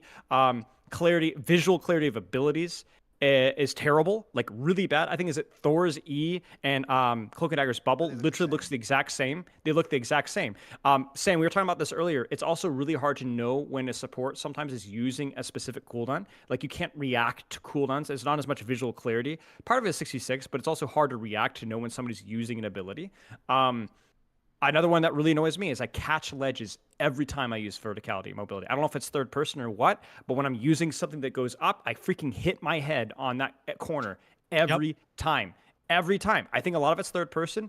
They have the little thing when you're looking down. Rocket Raccoon, he's freaking always shooting his feet. Always bugs out. The third person also causes issues with crosshair accuracy. I don't know if that one's even fixable. And then I'm going to be honest, like the last one, and this one, it's a really big one for me, is I don't think it ruins the game for me, but they need a lesson in map design from Ryan Smith, who's the Overwatch 2 map designer. There are so many dead ends. There are so many chokes with no other solutions. There's so much wasted verticality. This is ignoring the whole AoE map effects thing, which is definitely a choice. But like there's just so much of the map space that's either completely wasted or it feels like there should be something there. Like it's a big no-no in any game. You should almost never have a complete dead end. Like it's a noob trap. You don't do that, right? It's just not good game design. And there are a lot of those in Marvel Rivals, and it doesn't add anything to the experience at all. So it's like I don't know if that's all optimization. I don't know if it's polish. I'm not even talking about like the animation of the art style. Like it's just an artistic choice, but there's so many little things that would significantly enhance every bronze GM plat player's experience. I just find like that has to be a prioritization on that. Like I think.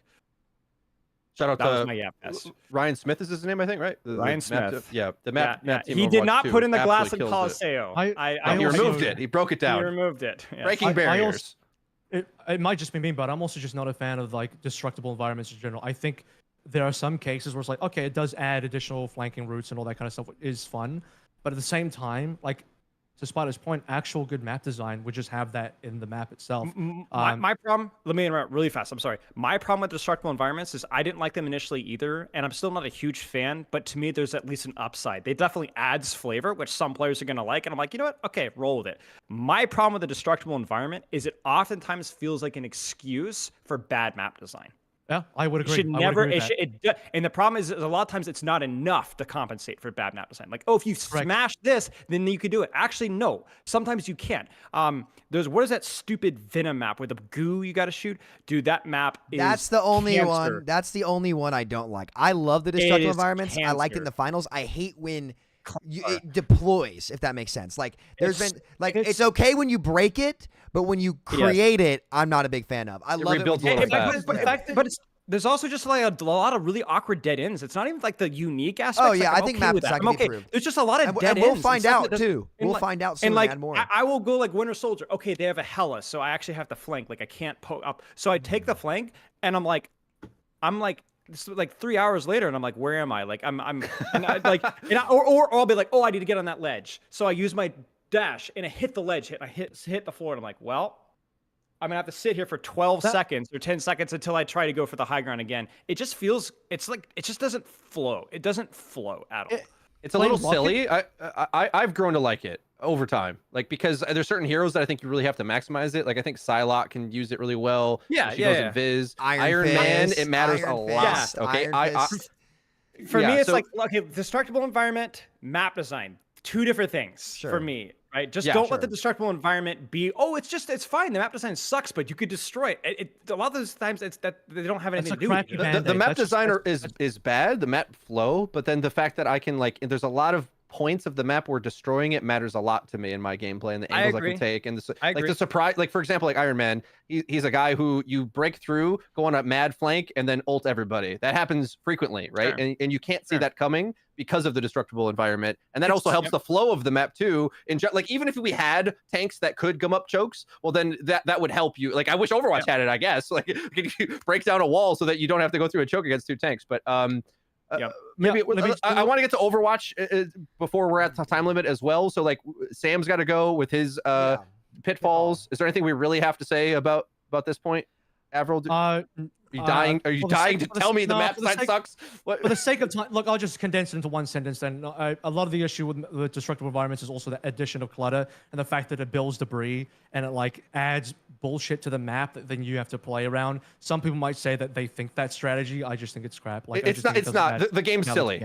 The game is clearly more silly than Overwatch, and I think you guys are more like in sync about this because I think you guys are more hardcore esport like that's minded, why I'm not just in judging it general. because I don't like it because it's objectively very RNG with often how especially the rebuild mechanic. Respawning is so bullshit. But you just it's Marvel Rivals. It gets a pass for that. It's fun. It's fun. It's silly. Whatever. I don't care. All right, Sam, you can. Yeah, sorry, you can go. I love the destructible environments personally, except for the ones that grow back. I think both Asgard maps are fucking sick. Null's map, though, I think could use some work. I do agree with that one. Null's super cool character as well, especially like third point. Aside from that, like I'm okay with it because of the destructibles, but I think it can get improved on, except for that one point on Asgard where it's like the big like destructible halo above the cap point on Domination or Koth. That's annoying. Honestly, I would just say the optimization. I'm curious how much the performance drop is at 60 FPS instead of 30 from that clip, because at 30 it was about like a second or so. It needs to get fixed 100%. If you're running the game at 30 FPS, that's a machine problem. It needs to be optimized better, but if you're getting 30 frames per second, it's time to fucking upgrade. Like that's just my opinion. But if it's a big problem, I do not want to act like that's not a problem. That's a huge problem that they definitely need to fix. I'd say the optimization... And, like, I want to see more from them first before I really say it. I think the biggest pitfall is they could rush into making drastic changes when they don't need to. Aside, because you said optimization. Optimization was my numero uno. But that is a problem on paper that mitigates itself over time. On paper, you never know. Like on paper, this game was supposed to be shit, and it wasn't. So I don't know. But I'd say optimization, and then I think they can also probably improve and add more maps. We'll see. Like I'm very excited for season 1. I think that it's gonna start to paint the path for the game, and I'm excited to see what they do. All right, as we're nearing the time end of the podcast now, I want to transition into talking about Overwatch specifically. We talked about Marvel Rivals mostly. I would say like 80-20 or so, like little allusions to Overwatch here and there. But as all Overwatch fans for years and years, what can Overwatch learn from this? And how would you direct the Overwatch team? Like if you had the power to steer the ship of Overwatch to compete with this titan of a game now, based on whatever your expectations of what it should do, what it can do, like I want you to be king for a day or for the next year, let's say. And since he has a hard out, we're going to go to Spilo first. Oh man, I had to we think get rid of about Hero that Band straight away. Should we just cover that and just move on? I think Hero Band is something they need to dance with for sure. But like, let's ban that topic coincidentally.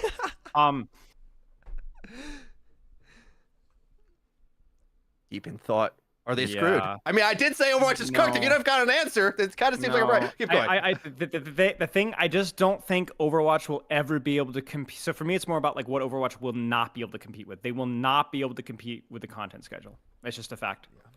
I think the entire identity of Overwatch is never releasing. I mean, it's kind of Blizzard as a whole, at least it used to be, where they are very dogmatic about releasing polished products. Right, every hero feels like they really was a lot of thought and preparation put into them. They're just not going to meet Marvel Rivals with that. They're not going to be as crazy.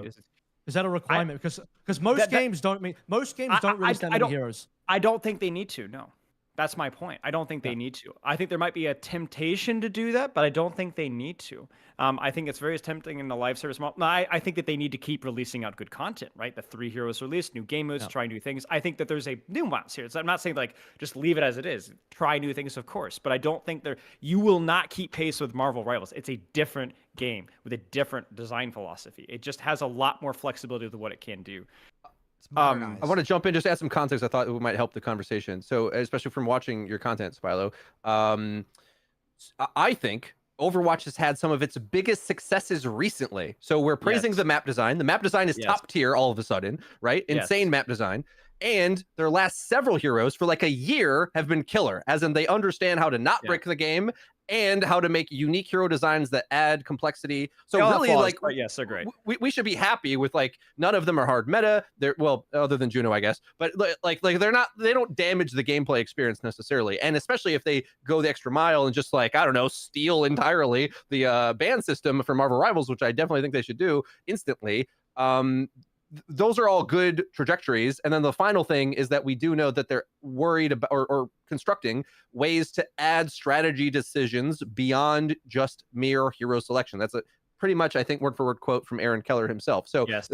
Those extra layers of complexity that we're gaining from Marvel Rivals today, Overwatch has already been cooking things up. They've already been considering 6v6. They're already trying to do this. And to me, it's like, I'm trying to think, like, I don't want to play ranked in Overwatch without hero bans. I'm not going to do it. So until you add that, or you show me what your next plays are, me as a diehard fan whose channel name is Your Overwatch, I think Marvel Rivals is a better sequel than the sequel you have to the own game that you have. So that's what I'm trying to, like, steer this. Okay, like, that's where I'm standing, and I think a lot of players feel the same, especially reading all the comments of the videos that I've been making them and doing well in Marvel. Like, I feel like a lot of my old fans who have left, like, I'm sitting on a channel that's been dying for literal years, okay? And a lot of these fans are coming back because of this game, right? And so that's why I'm, like, so optimistic towards this direction. Not because I want Overwatch to fail, but like I really want to know how the heck do they get back in the ring? And well, like, those are good answers, kind of the direction they're going.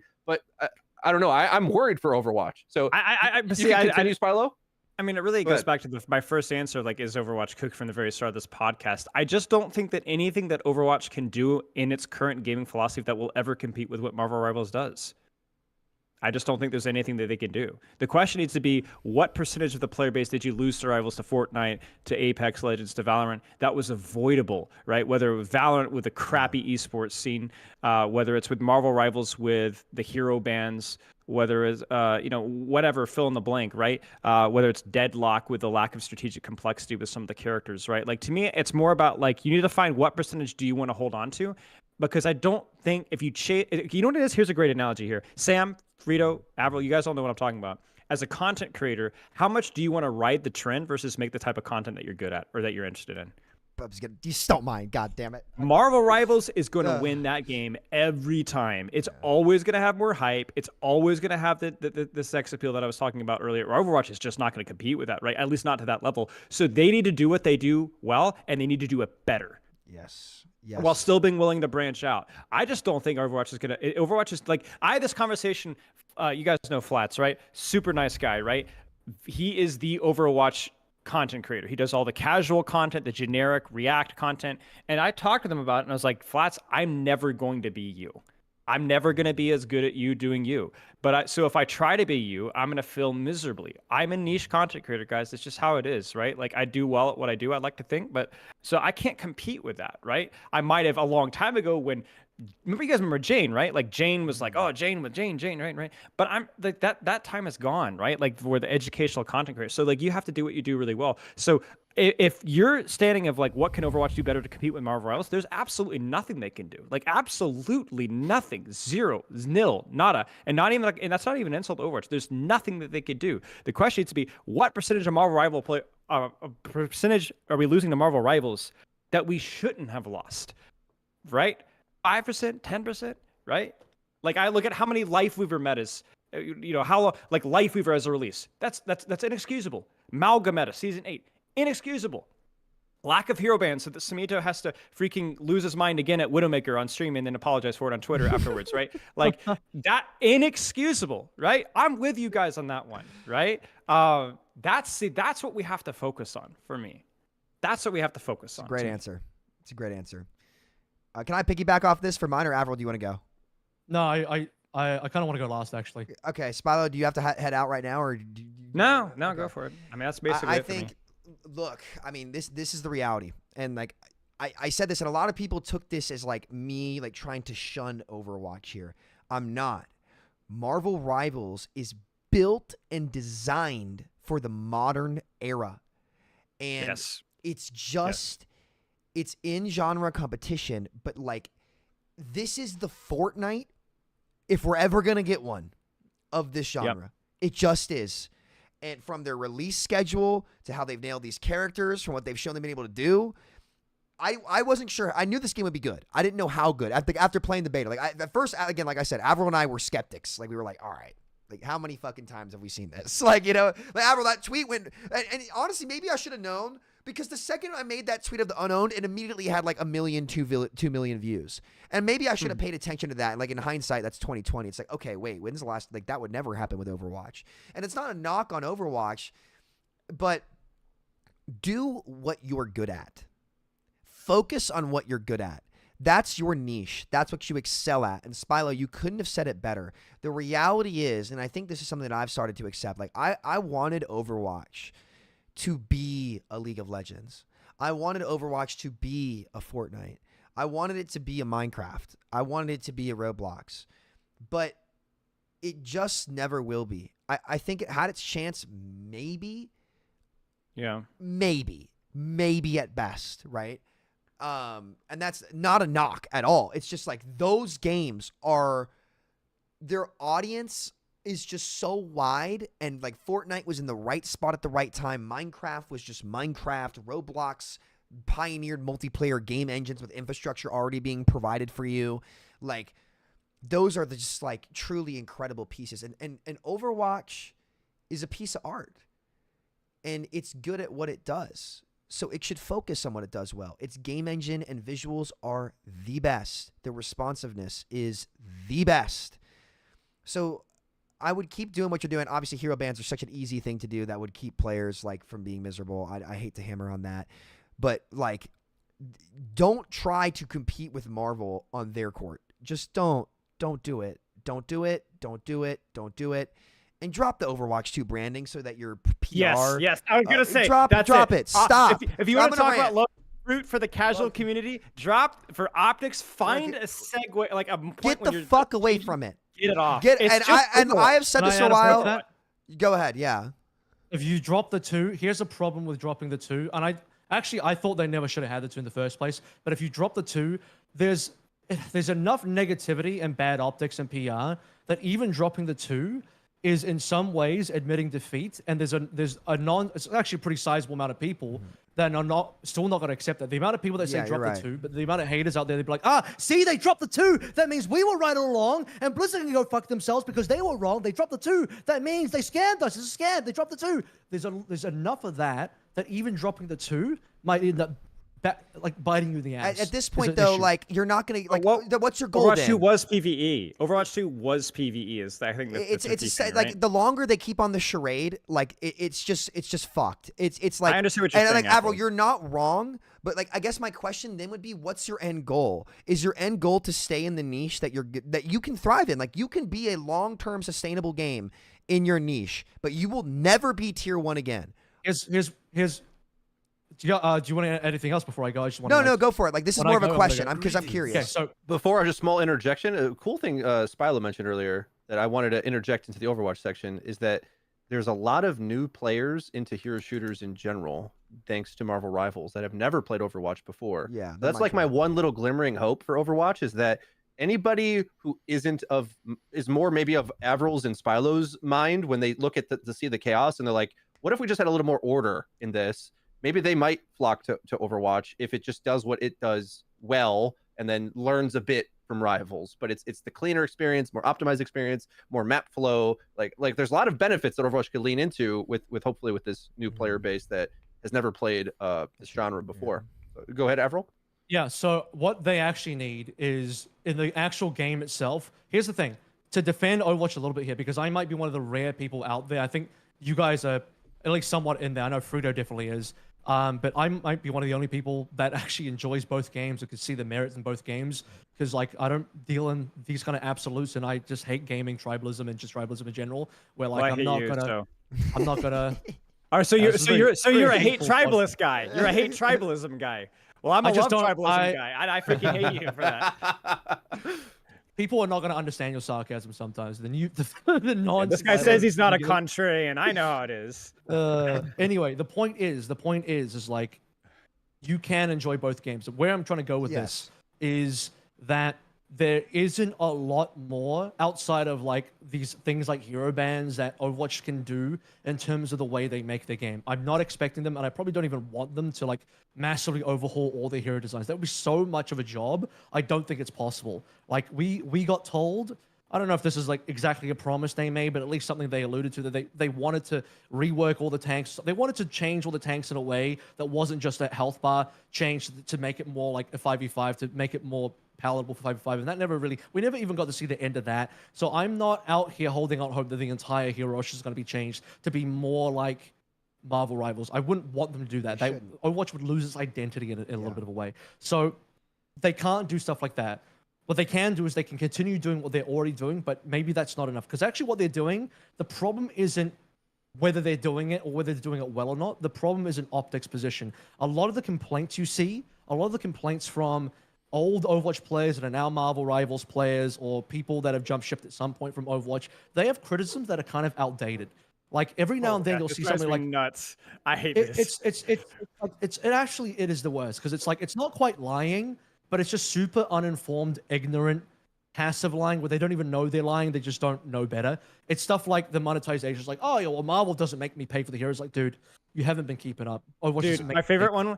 I saw a tweet today of heavily upvoted, like Overwatch is everything better. Guy hasn't played Overwatch in over a year, and he's like, yeah, well, it's Overwatch is just whichever Malga has a better heal pocket. I'm like, oh no. See, and that's why to me. But I, go ahead. Oh, no. Go ahead. If it's quick, you can go. But I was leading. Well, yeah, that's why final. to me, like, I think a lot of that is tied to the branding of Overwatch 2.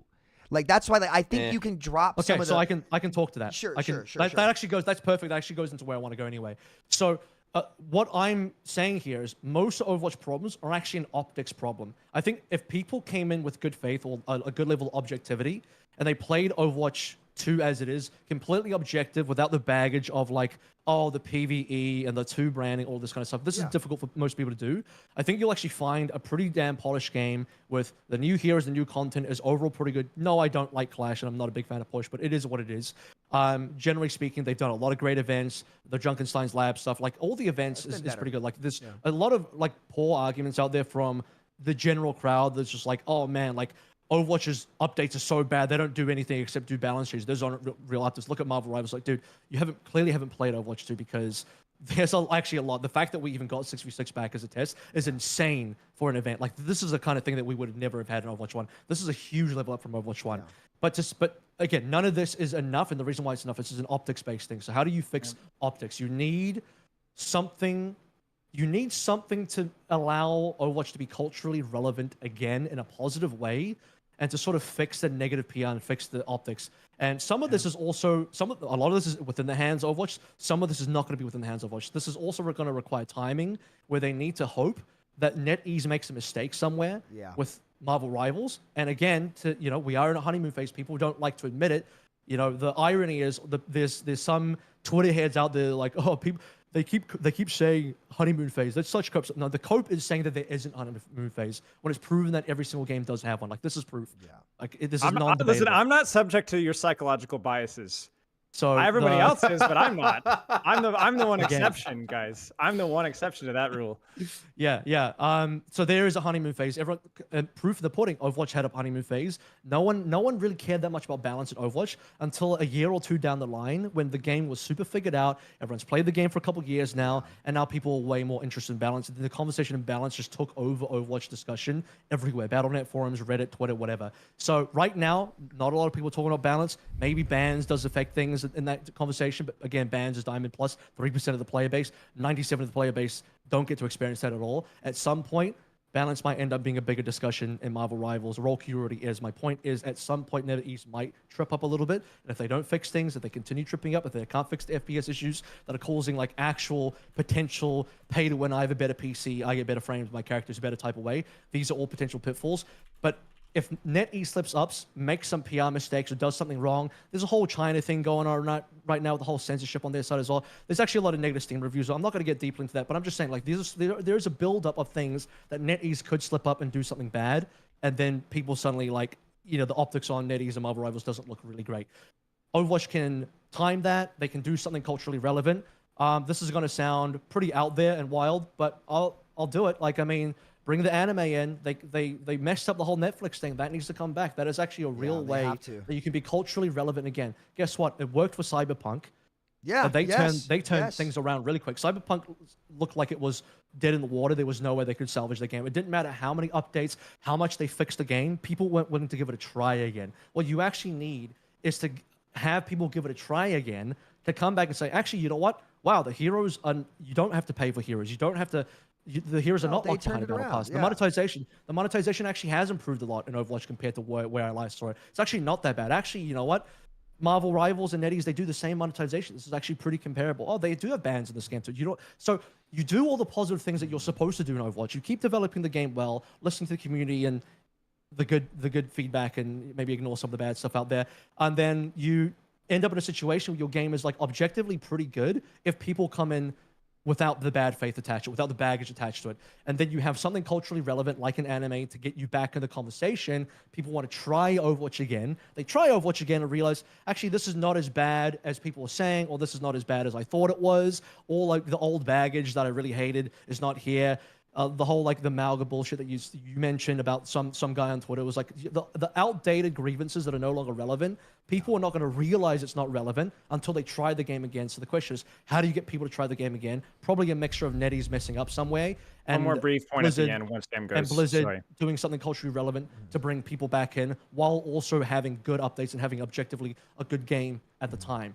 So And do Make battle this passes. man is one of the leader. ways to I do it. like this plan. Yeah, no, it's good. I think Witcher did it as well, where you saw the people go back to Witcher. You could also make the battle passes accessible in the same way that Marvel does too, Helldivers too. So yeah, that's all I had to add on that. But I agree with you. That's good.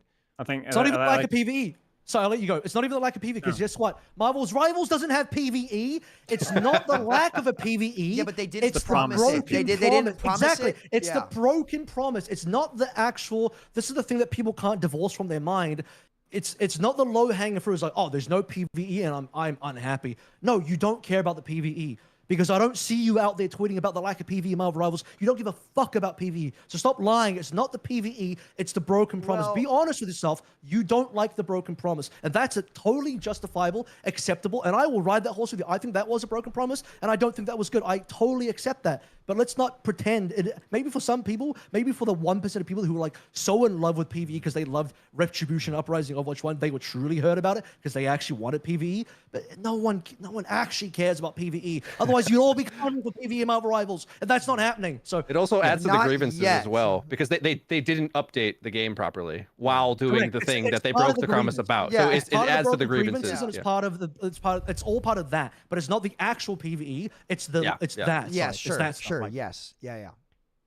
Yeah, it's the sins of our fathers. Yeah, I think as well. Like we have to. This is. I think. I always. I know. I'm scared to even say this because I know someone in the comments is going to say something, but I'm tired of it.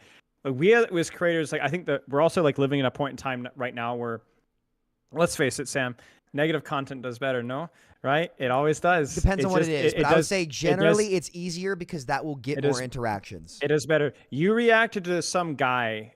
He's got the black thumbnails with the text on it. Some guy who's talking about like Overwatch is cooked or Marvel Rivals destroyed Overwatch. And I looked at his channel and it's literally just him freaking out over like every other game.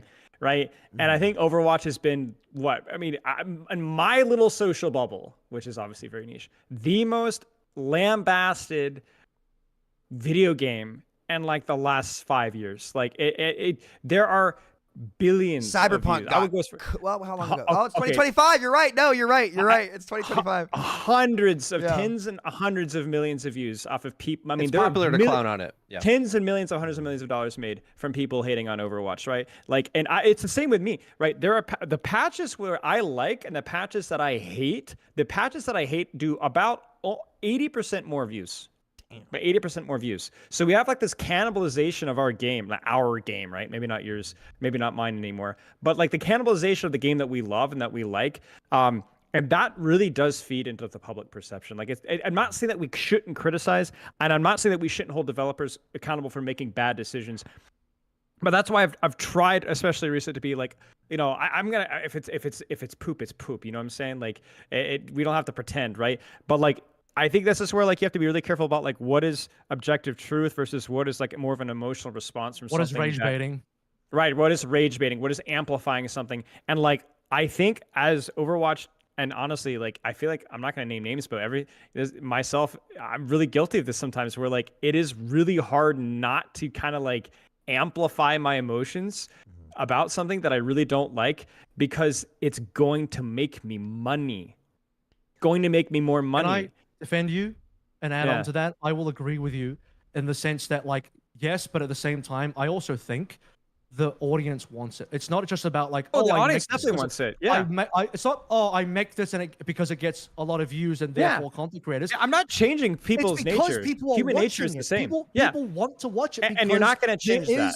There is a negativity bias in human psychology. We talked about this at the start of the show, where it's a threat. This is the whole Nate Shot conversation again, where it's like people want to see things fail. People want to see things die. People are super tribalists. Guess what? We're not evolved at all. We're still just monkeys with internet and electricity.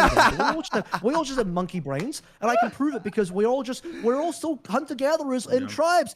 How tribalistic are people in the modern era? It's like social media makes people more tribalistic. We're all just monkeys. It's exactly how hunter-gatherers are. We've never evolved past hunter-gatherers. So that's how it is. And so all the Marvel Rival videos that do well are the ones that are talking about how it's going to kill Overwatch. Those are the videos that do the best. It's the optics again. I think AVRL, honestly, I think you nailed it. Where it's like at the end of the day, in my opinion, as long as that 2 is there and we still lost like what we had, like Overwatch 1 was more polished than Overwatch. Maybe not now, but like my border, like all my stats, like all of those stuff, like those were things that were taken away for absolutely no reason. I think Avril, you're right. Until they find a way to address that, like even to me, like that feeling is not gone.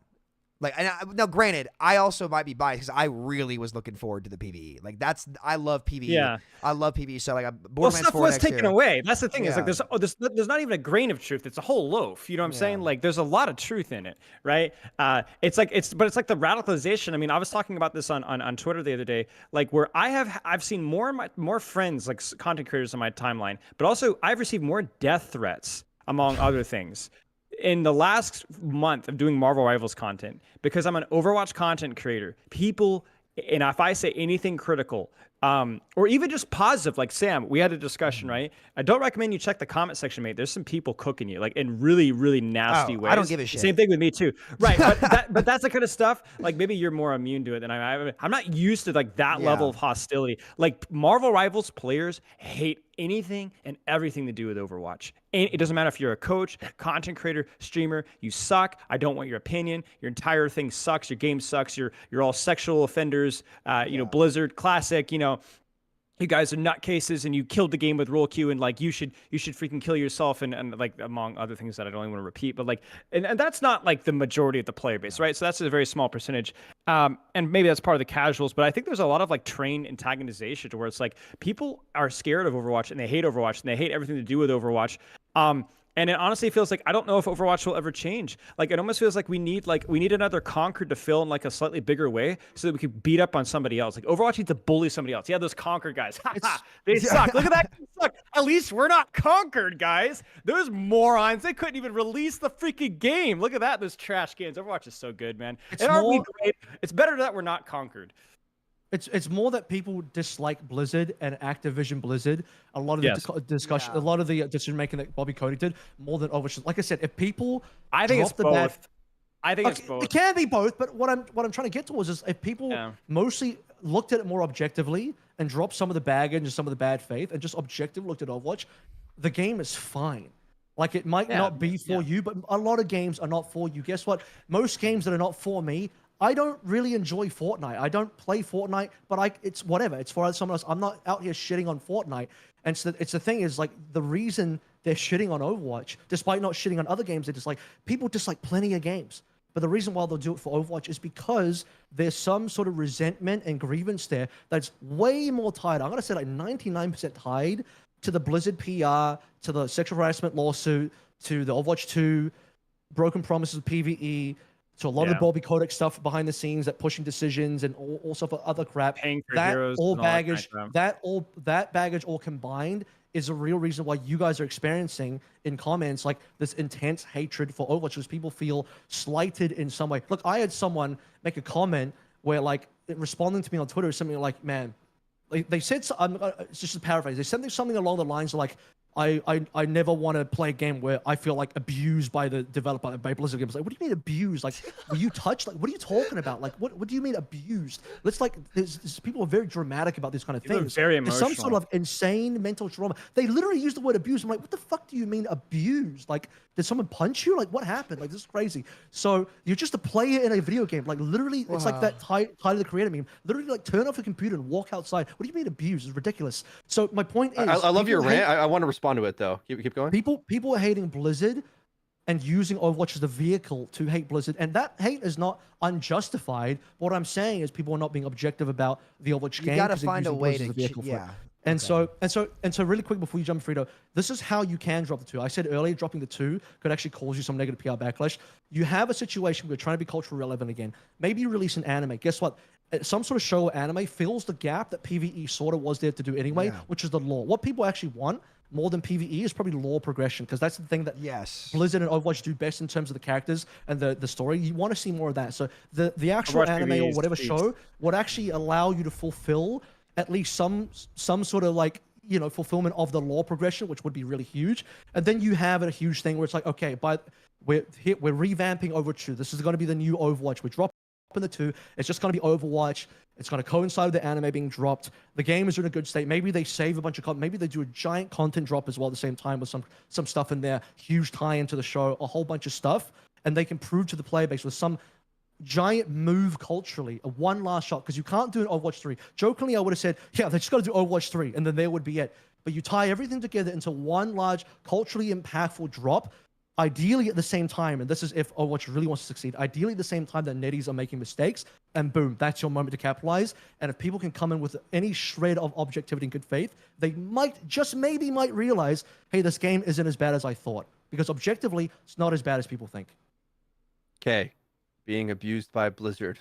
I feel like this is how many hours we got? We got another hour, right? You've actually been in situations, but if you're just some player playing quick play and gold, I'm sorry, that's too hard. Let me walk you through this though for the fan base, because I need to speak for them, because being one of them, I have a doll that I show where Jeff touched me. So when Overwatch 1 came out, there was near universal acclaim for every word Blizzard spit. Every single game of the year, we've finally been waiting for a new Blizzard IP, and every single thing that is negative now was positive then. Not only was it positive, negative content was not looked upon fondly. I know this because luckily back then I had 2 charming British guys to flank around my content, because all I wanted to do was criticize the game. I'm like, what? Where's the competitive integrity? Where's the competitive game mode? Where? And then eventually it's of course hero bans, power creep. A lot of the audience did not like me doing this. They actively hated it, and it sort of trained me, and it like gave me a different perspective to understand like how casual the game was, and I learned over time. But in general, like I was one of them pushing against a lot of their philosophy towards how casual and wacky Overwatch 1 was, and I wanted some sort of integrity to how they designed it. And then on top of that, of course, there's all of the very tangible broken promises and like there's a lot of grievances that are legitimate. That's kind of the problem, right? Like yes, they have fixed it now, but people's feelings of the high highs of the expectations of them saying we can do everything all the time and we're gaming Jesus, and I can use a small dev team to make 3 games at once, even though I kind of don't even know how to manage the game we have, but I think I do because I made it the first time. And how dare you criticize me, forum troll YouTuber? How dare you tell me how the game works? Or what? I mean, these are devs that like basically told the pros, learn how to counter goats, good luck. That was kind of their attitude. Like we don't have as much back and forth. We didn't have as much back and forth with the developers at the time, but like I'll tell you this for free, they just thought y'all needed to get good. Like for real. Like there's maybe we'll switch this. Why didn't you play Reaper? Reaper counter stakes like that. This was literally their attitude. Okay? They literally thought this. Okay? It was mismanaged so bad. Yeah, go ahead. Right. They thought their perfect creation, and their egos were out of control, right? So there's a lot of reasonable grievances over the time, and yes, many of these have been fixed over time.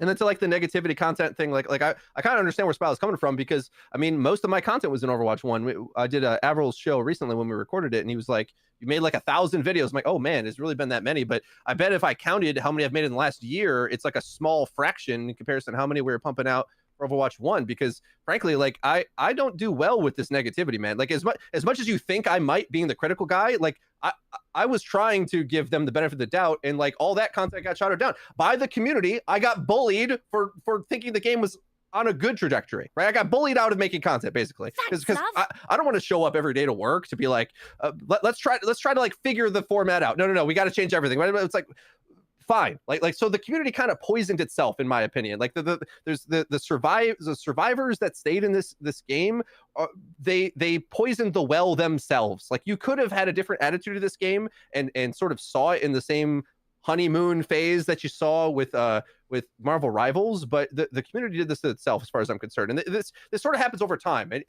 I don't get a chance to say it that often on this channel, but I've been doing YouTube a long time, guys. Long time. I saw like COD being the #1 game on YouTube originally go from being like everyone loved making content. It was a bunch of diversity and like the culture was all one way, to then eventually over time, the only content you can make about COD was hating COD. And that is what happened to Overwatch 2. And I checked out of COD at the similar time where it happened the same way. So I don't know. Like, which game, out of curiosity, which COD game did it shift? Like Black Ops 3 or like Infinity War? I mean, I don't know. It's hard to like Infinity War. detect the stock market of rage and negativity. Like it goes up and down, you know. But I actually like Infinity War. That's the crazy part. But anyway, yeah, certainly there was like a peak point where I mean, you go watch some of these COD commentators that were around back at the start. They're still complaining about the same. Oh, Last Stand. I bet it's like they still have the same complaints as they did, 10 years ago. So anyway, I just wanted to like give a response to all the things people said. I really hope Overwatch can turn it around. Like I think you guys give a lot of positive momentum in the right direction. It sucks. It sucks to see it in this state because I do think they're doing so many of the right things, but it doesn't get acknowledged, and everything is always too little, too late. Unfortunately, so it's definitely personally driven as well because it is a little bit of bitterness for somebody like me. I have a clear bias towards like I like Overwatch. I like the game a lot, and I put a lot of work and a lot of effort into it, and I enjoy the game. And, basically I'm forced to make patch reacts that are hopefully going to be negative to, and so I think that there's definitely some frustration there. And I think that's just the whole arc. It really feels like a bitter X arc, like where you had somebody or a game that you really liked that had a lot of novelty and was really good at what it was. And was just like, we've never seen anything quite like that before, TF2, and then, it botched this, botched that, fumbled this, fumbled that. And then now they're like, it's too late. Like, the ship has sailed, right? And that's where I really go back to like AVRL's point about like they need some big, like the bitter ex-girlfriend that wants to get back together with me and I hate and I don't want to get together again. She needs to like go on like America's Got Talent and and needs to be up there and I'm like, whoa, maybe I was wrong all along. She needs to win the lottery. She needs to win the lottery. You're like, holy shit, maybe I gotta get her back. I need to that. Seriously, there needs to be like some sort of optics, because it's like you're right. They're like the problem is, like I said, it's there really is a purely optic problem. It's like a 90% optic problem at least. Yeah. Sam, you had a point. I wanted to add something on as well. I wonder if, on the contrary, it just needs some time. I wonder if Marvel Rivals can be that detox that Freedo's talking about. Where again, like I think, like if I'm making a prediction, I could be wrong. I'm one guy. What the hell do I know? Like I genuinely don't think that Overwatch can beat Marvel in terms of volume. I think Marvel will become the biggest shooter in the genre because it's Marvel. Like they're gonna be like, from what I've. What do you mean volume?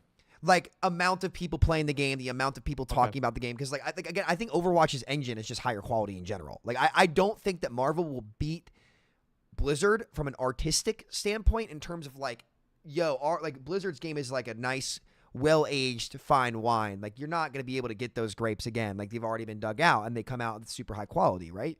But Marvel's more of like a brewery. I don't know. I'm not sure what it's.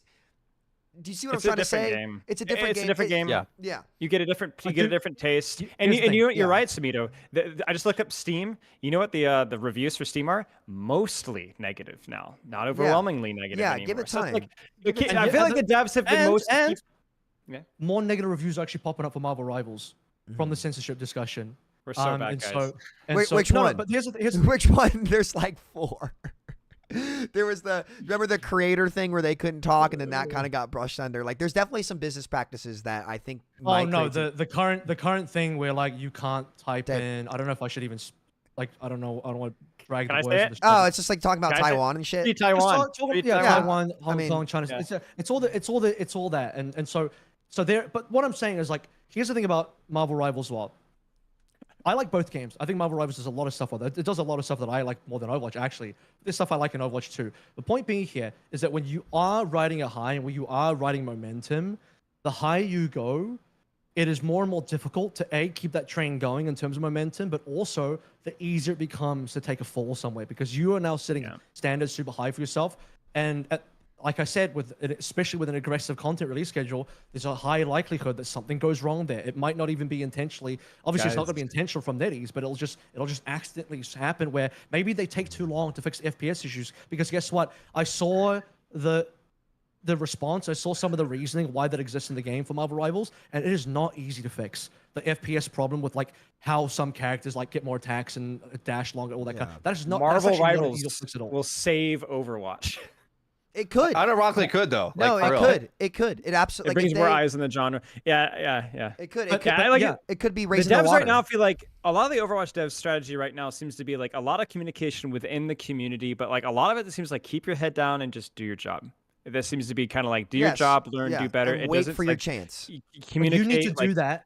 You need to do that and then have a culturally relevant event at the same time. Yeah. My position will always be if Cyberpunk can do it, and what's another game? There's No Man's Sky, but they didn't have an anime. Do you know what I mean? Like games Witcher 3. like that have made comebacks from really shit positions. And if you guys saw the conversation around Cyberpunk at the time on release, bro, that was the most ruthless one ever. That was the most You ruthless. rarely see something that hardcore ruthless. I agree. It's like it's insane. So if Cyberpunk they got can make a hacked. comeback from that, Their company got hacked and somebody Didn't they stole the lose their source entire source code code? and it Yeah, got sold. holy shit. I think in ironically China that's apparently. extreme. Yeah, like that's crazy. No Man's Sky is a good And also- comparison as well, but I like Cyberpunk even better because it was like Blizzard in terms of how high the expectations were, right, and how low they were when they performed at the end. Yeah, but you can't be like, Arcane, where you play Arcane, or you watch. Witcher Arcane, 3 was you wanna good, play but when League the of Legends, anime came but out, the game is just too hard. sorry, to get when the into show because it's came got out on 1 million Netflix, it characters hit a and the record game's like player count 20 years from the old or some Netflix show. crap, and it's just too hard. The to- Netflix show the made curve it is too a high. record player count, So you even though need it was the a game to be, like, masterpiece in of a good game, one of my place so favorite that when games the of all time. cultural relevant event happens, people want to come back and try the game, and then they realize the game is actually fine.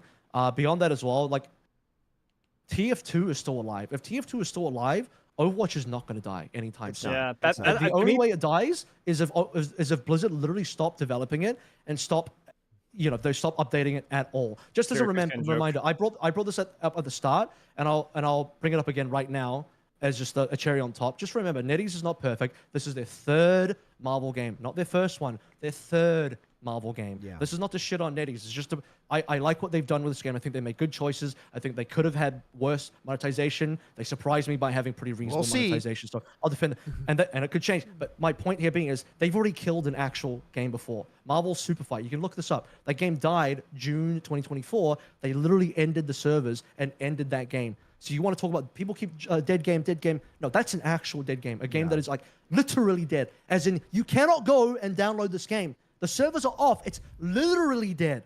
People who paid money for skins and whatever else in this game, that money's gone. Your money that you spent is literally gone because the game literally is dead because you cannot even download it. That's a real, literal dead game. And NetEase has that on their portfolio. People don't know about this. Again, not to shit on NetEase, just to put perspective out there for people who don't realize these things. NetEase also co-developed Diablo Immortal. I'm sure everyone who really dislikes did they Blizzard really? for these things.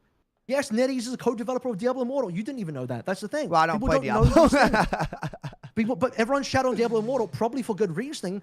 But you can't, but they don't even know NetEase played a part in that. Come on. Like, it'll come eventually. Not to shit on NetEase. It's just I'm just saying objectively, because don't hate me, NetEase. I'm just explaining objectively because I'm trying to be a balanced objective Everybody's guy flawed. Nobody's perfect. Nobody's perfect. So because they're flawed, an update could come through, things can go wrong, NetEase could make a mistake. That's all it takes. And this could be Overwatch has staying power, right? Like that's one thing that Overwatch is good. Overwatch is going to remain relevant, relevant to the people playing it and profitable enough to keep going out for a long time. Like that's the quality of that's the good upside of at least releasing a quality product that maybe is not for everybody nowadays, to the casual audience, but it's gonna have a good healthy player population for some time. Oh, it'll be fine. It will last Final- for years. So it's gonna be able to buy enough time if Marvel Rivals for optics. It's gonna buy enough time for optics in theory to improve if it ever does improve. But it's gonna be around for a while. Final closing statements on this. Mine, I'll say it like this: two things. One, I want the Overwatch community to try to learn joy. Okay, try to have fun with your game. I feel like you helped the Overwatch decline by not actually enjoying the game and enjoying the good development you were getting. And then I hope that when people realize how wacky Marvel Rivals is and they go and try Overwatch and wow, these developers are super responsive and they're super on top of it and they balance things really quick and blah, blah, blah. So that's a big benefit that Overwatch has, because they've been really working in the salt mines with unreasonable expectations for years now in terms of their actual efforts compared to where the reception is. And then my other thing is, I hope that what the devs learn from Marvel Rivals is to drop this whole seasonal buff concept that they actually have. Marvel Rivals has casual seasonal buffs, but the developers for a long time have been doing this Fortnite-esque model where they change the range of Cassidy 5 meters back and forth, and then soldiers' damage goes up to 20 and down from 19. I hate this chasing parked car balance philosophy, and I much prefer the Marvel Rivals one. I think there's probably somewhere to go in between there, where I feel like when they're going to add bans, they have to. They've already been thinking about it. They're like, oh, we'll do it in a year from now, and then Marvel Rivals popping off. Everyone loves bans. Overwatch obviously has to add bans. So what you get to do with that then is allow your heroes to be more fun and expressive in the plays they get to make, because whether it's 5v5, 6v6, whatever, people don't like the formulaic nature of the game and how simple things seem. And you got to somehow split the difference between that. You can still have the more polished product overall, I suppose, but it's just not fun enough to enough people, because I feel they've bent over backwards to listen to feedback that degrades the fun factor more and more each time. And they succeed in listening to the feedback and executing it, but turns out those people didn't necessarily have the best interest of the higher truth, let's say. The higher truth is always the fun factor of the game. And they got to get back to that. And I hope that the new things they have cooking works. And in general, I hope, it survives as a game. It's close to my heart. Big part of my life, covering it since release, and life-changing opportunity for me, of course. So I by no means want it to die. I hope they turn things around and at least sustain and even grow from this point at some point. There's a moment when Apex came out where Overwatch took a hit, but I'm a little more concerned because Marvel Rivals is obviously a hero shooter game, but it might grow the pie overall, which might be a overall optimistic thing. Okay, final statements from anybody else. Spilo, you got to go, right? So you go first. Yeah, I mean, Marvel Rivals just needs to keep doing what makes it Marvel Rivals, and there's things low-hanging fruit, like we talked about optimization, maybe a couple of balance things, maybe a couple of hero design things that don't seem super intuitive, but just keep leaning into the craziness, keep leaning into the silliness. I concerned, as Sam said, about the sustainability of the content thing. So as long as it's consistent but not over the top. And then from the Overwatch side of things, do what you do best. Take lessons with things that are applicable, but they devs know this. I'm more expressing what the Overwatch developers and the Marvel Rivals developers already know to the greater community, that those games are just different in so many aspects. And so setting the same expectations for both games is just going to lead yourself to disappointment. That's about all I have. I'll say one really quickly, and this Sam can probably take us home here, is that it is possible to enjoy more than one game. I'm sure actually people play more than one game. So yeah, maybe I'm a rare example in this community, but I actually genuinely like both games. I'm playing more Marvel Rivals now because it's new. It's a fresh experience, and I want to be part of that fresh experience. And it's super fun because it's new as well, because you get to learn a whole bunch of new things, and you also get to dominate lobbies if you've played Overwatch before and you're going up against people that haven't. So that's lots of fun. So I'm having a lot of fun with Marvel Rivals right now. I would like, this is not going to happen sadly, but I would like it if people were able to sort of just calm the temperature down a little bit and enjoy the game that you enjoy. If you like both games, you like both games. If you like one game, that's great. You like one game, and it's not necessary to have to shit on the other game. And worse is shitting on the people that play the game or create content around the game. Because like the comments that you guys are getting, it's like it's unreasonable. People should not be doing that at all. One of the most cringe things to do is to be some guy out there who thinks they can police what other people can and can't enjoy. Like if someone's out there playing Overwatch or making content of Overwatch, you're like, why are you doing that? Why are you playing Overwatch? This is a dead game. You're so bad. You're dumb, and you're a Blizzard, whatever. It's like, dude, it's absolutely the most unbelievably cringe, like basement dwelling behavior to start policing other people's time that they spent for their own leisure. Like what people find fun is like, how are you out there telling other people what they can and can't find fun? It's the most unbelievable like behavior in the world. So people need to calm down on that a little bit and just enjoy what you want to enjoy. I think Marvel Rivals is great. I'm playing a lot of it, and I'll continue playing a lot of it. I think the good news there is that I think that's an effect that Marvel Rivals is going to have. I think that a detox will do everybody good, and I think an actual competitor in the genre that's fun is going to do that. For closing thoughts from me, I guess taking it back to Marvel Rivals and away from Overwatch, you know, I'm honestly I'm super positive on this game. I love that they're doing everything that I ever wanted Overwatch to do in their game, and it might not be as artsy and like polished, I guess you could say, but they're just doing it. Like, you know, they're telling stories. Like they're like I think the lore is going to be tied into the actual seasons of the game, so it's almost like a built-in show because like you had the Jeff comic or whatever it was in season 0 that you could like unlock and play and like see the story, and all the lore is already out there. I think I'm just so excited to see that. I'm loving, like, this game was, I think, made for someone like me who is like, I love the brain aspects of things. Like, you know, sure, FPS mechanics are fun, but like playing a character like Iron Fist and figuring out how to big brain, like all this stuff, like that was like, this is like kind of made for players like me, and I'm grateful. Like, I can't tell you guys the last time like I really enjoyed like making like content on a game. Like, it's probably since Overwatch 2's release that like I really, you know, like actually love this. I love like having new ideas introduced to me. I love like seeing, like figuring out hero bands, like holy shit, like this is so much better. Like this would have solved like so many problems. And I think it's going to be good for Overwatch because the people that are going to move on are the people that like have those negative feelings, right? So yes. I think in order for those people to even come back, and like to be honest with me, like that bridge is burned. Like just to tell you how I feel, like that bridge has just been burned for me. And that could change at some point. Like, you know, at this point, especially with something else that's out, like I can look at this and be like, okay, I wish you the best. I do. Like to be honest, like I'm probably done talking about it for a long time because like I want to just detox and enjoy. Like I love playing this game. Everybody keeps coming back to my channel, be like, yo, talk about Overwatch. Go play 6v6, and I'm like, I don't want to. Like I'm playing this now, and I'm happy. You know, like I can say that before. I hope Overwatch like leans into its niche. I don't think it's going to be able to compete like with the household brand with what Marvel is about to do for a while, but it doesn't need to. It doesn't have to. It can be itself and do what it does well and thrive. And I hope it does that. It was a big part of my life. I'm grateful for it.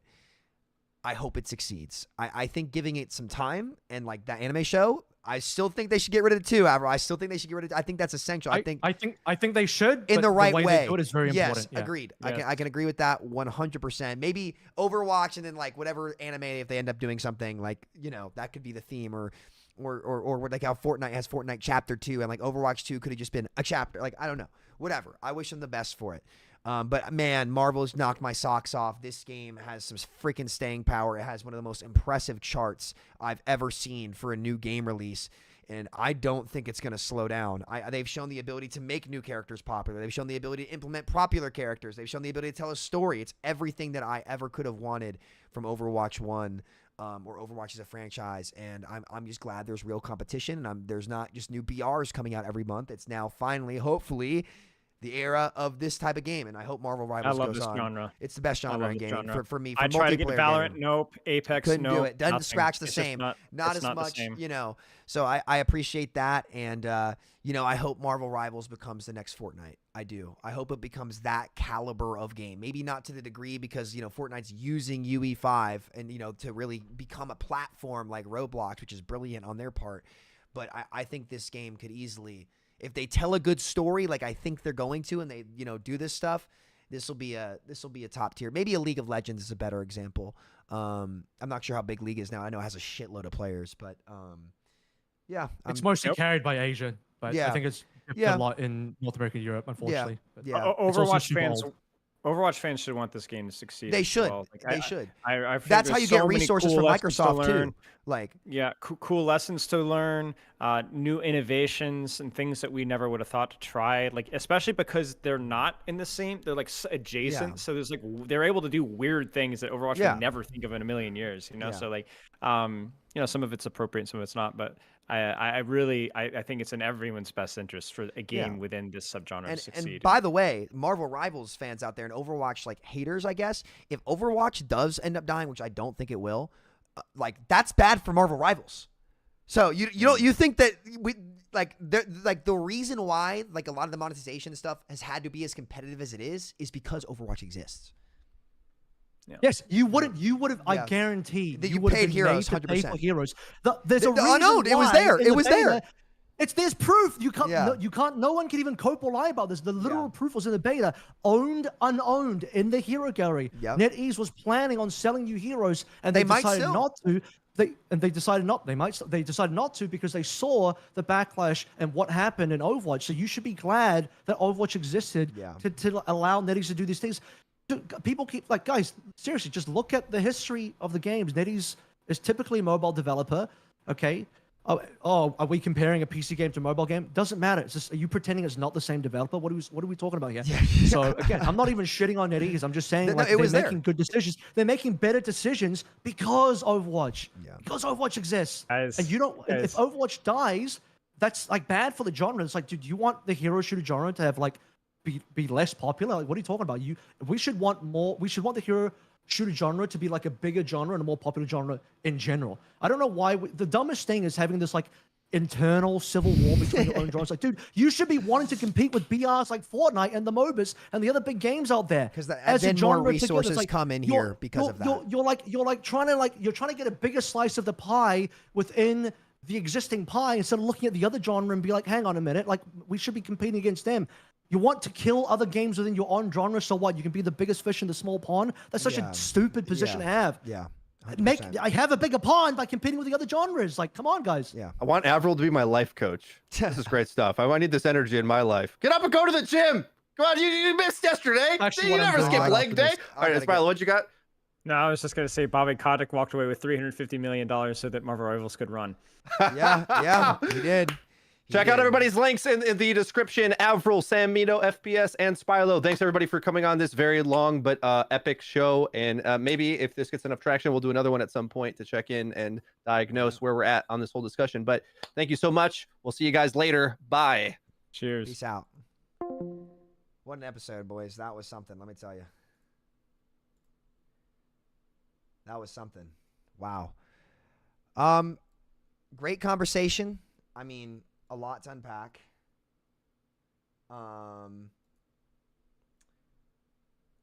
Lot going on. Are the Bengals trolling? Fuck, hopefully the Bengals aren't trolling. I mean, that's a great episode. I mean, I think we covered so much there. I think one thing I don't want to get into it based on the shit chat was saying today. But listen, guys, like for me, like I'm definitely one of the bitter Overwatch people. The game I love got taken from me. The format that I thought was better was gone. My hero identity's like scrapped. My profile, my border, like all the seasons where I was like the number one ranked player and all that shit gone. I can't find it. I can't view it. So like, I'm definitely bitter towards Overwatch. I have no problem admitting that. And I think, most people don't. I think to answer, I guess, Spilo's point too, where, I wanted to wrap up the podcast, so I didn't go in on it. Where I think he's right is like, hey, negative content the game does well, but like people are justifiably mad at Overwatch. And I think the best thing that can happen for everybody is now that there's a new game that's out is that you can just move on, like I'm done, to be honest. Sam, this chat has been at war. I know. And like, I'm okay with you guys having opinions. I find it very interesting.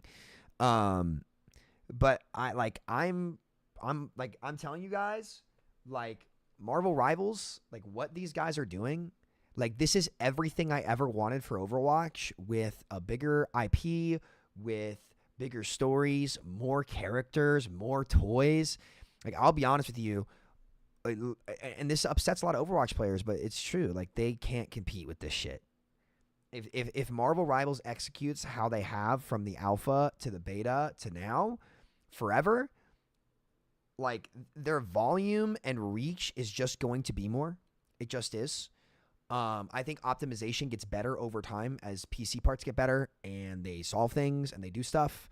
And that's like I think what Overwatch players don't understand about Marvel Rivals is that people aren't playing Marvel Rivals for the perfect FPS, picks down to the pixel, headshot, esport Overwatch, right? Which Overwatch does better than anybody else, which is why it's got its staying power.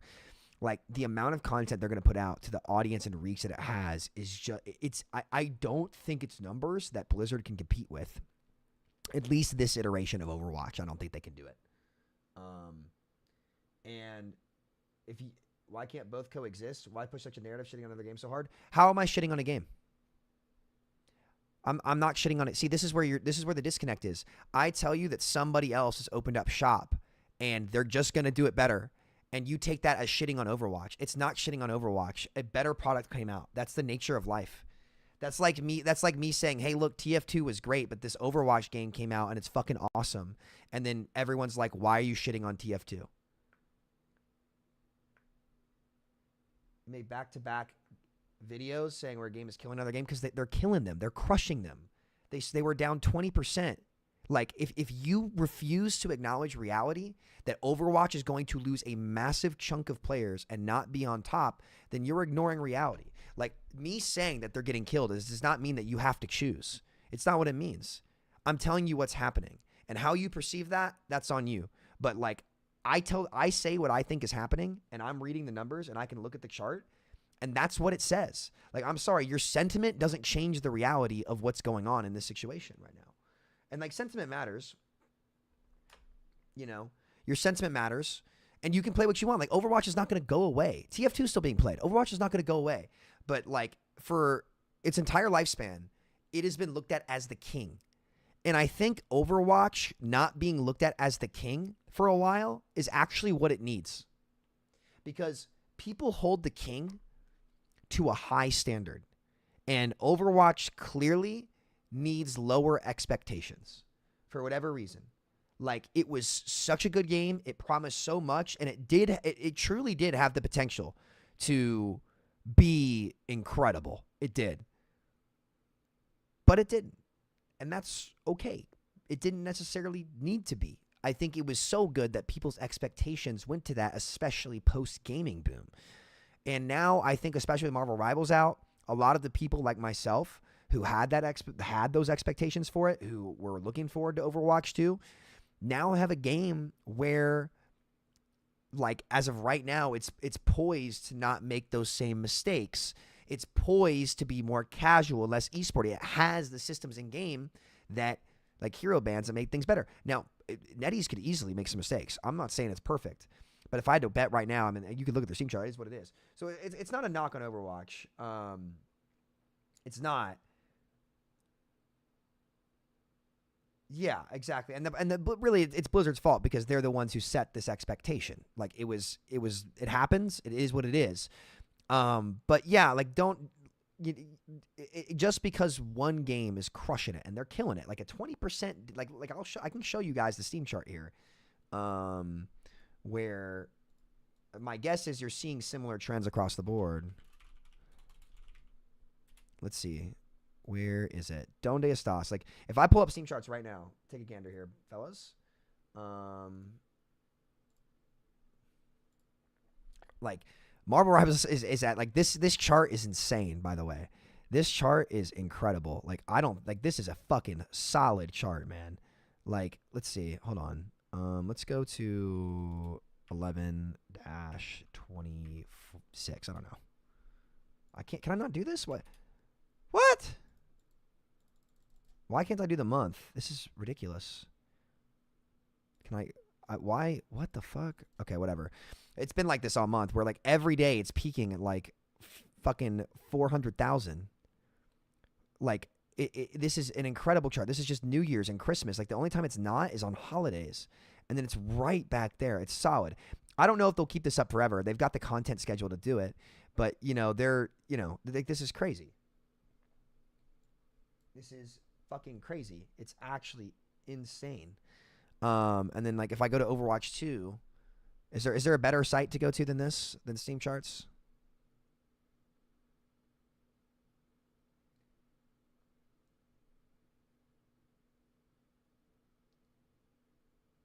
Yeah, I'm sorry, Sleep Life. It's done. Sleep Life, you're wrong, Sleep Life. I'm sorry. But like, we don't owe Overwatch anything. Okay? Overwatch chose to go to 5v5. Overwatch chose to make these design decisions. Overwatch, like, this was their choices. Like, this is where you're wrong. Like, we as a customer don't owe the people selling us something.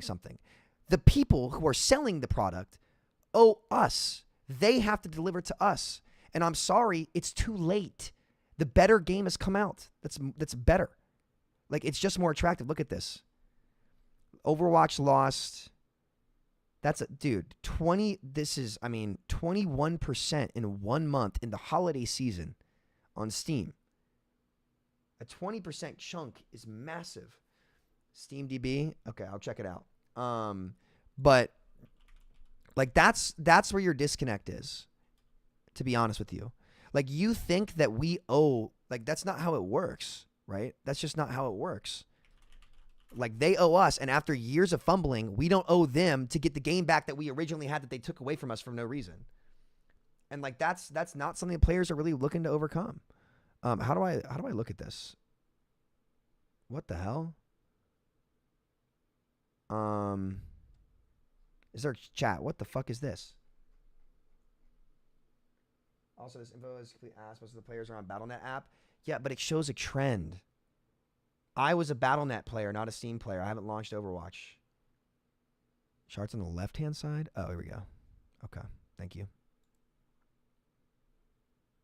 Let's see. Is this peak, or like how do I adjust this? How do I adjust this, chat?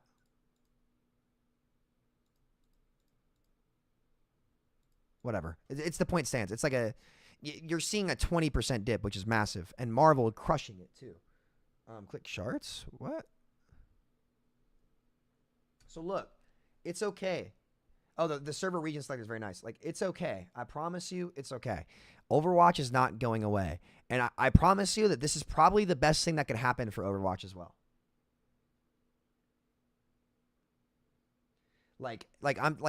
I'm telling you, like, if you saw a 20% dip on Steam, you might have seen more on Battle.net because there were more dedicated Overwatch players on Battle.net that are looking to a new game. We don't know. And it doesn't show console. It doesn't show a lot of stuff. My main problem is just the attempt at pit fighting with the content you've been putting out.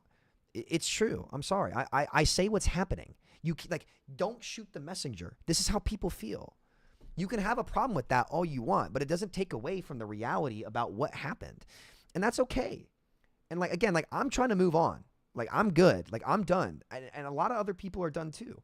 Does it mean forever? No. That's probably good for Overwatch. Like, unfortunately, like, this was due to happen, and it did. And this might mean that Overwatch can actually get in a positive light again. Like, this might be what it takes. You never know. I think everybody needs a break from the game. So, you know, this is where I disagree with people. Like, the reality is there's a reason why there's, like, yes, negative content does well out there. But that doesn't mean that the negative content isn't justified, especially in Blizzard's case. They have a hold and drag the chart. What? I don't want to see peak players. I want to see... What the frick is going on here? What? Is this is peak players? No?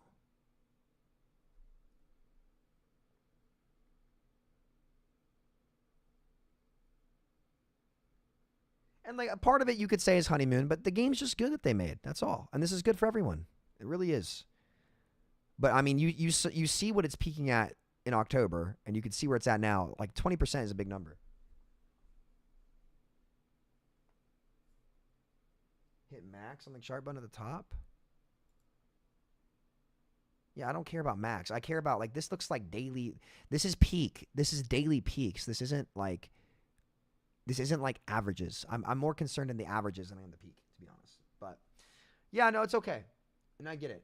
But the reality is, whether we like it or not, you can't talk about Marvel Rivals without talking about Overwatch, because this game is designed to be the next iteration of Overwatch. Oh, wait, look at this. Oh, yeah, it's the same thing. Like, it's since September, this is, I mean, dude, that's what is that move? That's a 30% move down. It's back to where it was around this zone, which was pretty dead before Season 9.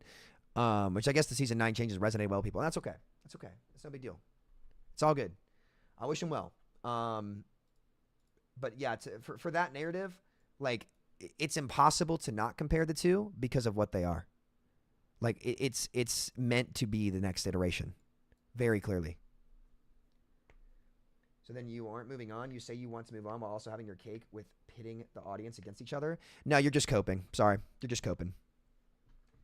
If you think that it's content creators pitting these people against each other and not people who got ripped off, who are pissed off, like, I'm sorry, you're delusional. If you think that it's me doing this, crazy. Crazy.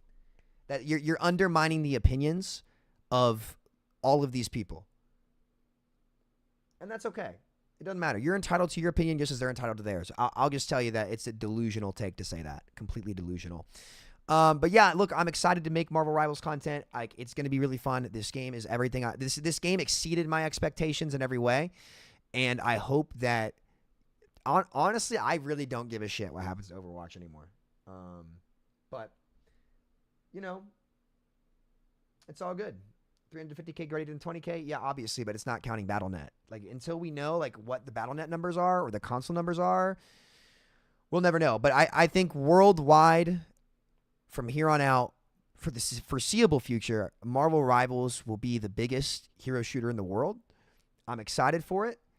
Like, they actually have brought a lot of great things to the table. They're going to tell a great story. I'm excited for you guys to see what's happening in Season 1. And it's going to be a great game to create content on. I'm blessed. I'm very grateful to have all you guys here. Thank you for sticking with me thick and thin, despite, you know, what people on the internet can always fucking say. Yeah, I hope that, you know, I hope that you guys are happy, you know, so this will be good. You know, so I hope everybody wins. I think this is the only way that everybody can win. And, you know, I'm going to make comparisons where I think they're applicable because I make observations. I talk about things that happen. And I saw you freaking donkeys. Listen. After my video the other day where I talked about a lot of the woke stuff, okay? Do not come on my channel and call shit woke. Start fucking flaming each other and not be able to give actual examples of fucking anything. Like, I'm not doing that. We're not doing it. I don't want to do it. Like, if you can't actually sit down and give me a substance example, then shut up, respectfully. I don't care what people's business is in their home lives. I'm just a guy on the internet. I'm a normal fucking dude. You can think and believe whatever the hell you want to think and believe. That's the beauty of having a diverse country, right?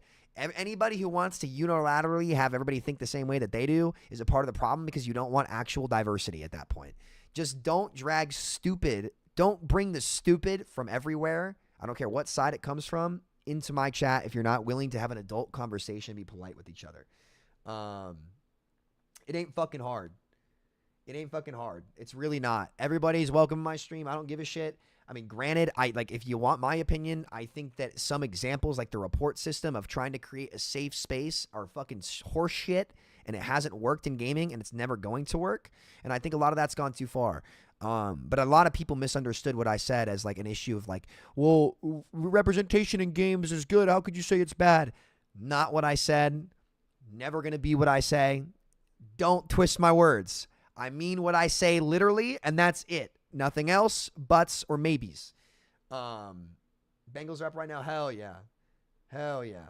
So yeah, I mean, yeah, the server region selector is great in Marvel Rivals. And if you think Overwatch is done, then it's done for you. That's the specification that you have to make. Like, it's done for you, boss. And that's okay. That's great. Move on. I'm moving on. This is good. This is good. This is good. This guy said no diversity, hot men and women only. I know what website you're going on tonight, pal. So yeah, look, all good. Just know at the end of the day, I really fucking appreciate you guys. I love you guys. You all are fucking awesome. And like, I was so burned out on streaming. I have truly been miserable streaming Overwatch. I feel like I don't belong. I feel like they dropped the ball, and I felt like that I don't belong in what the community has become. And you know, I'm so thrilled for Marvel.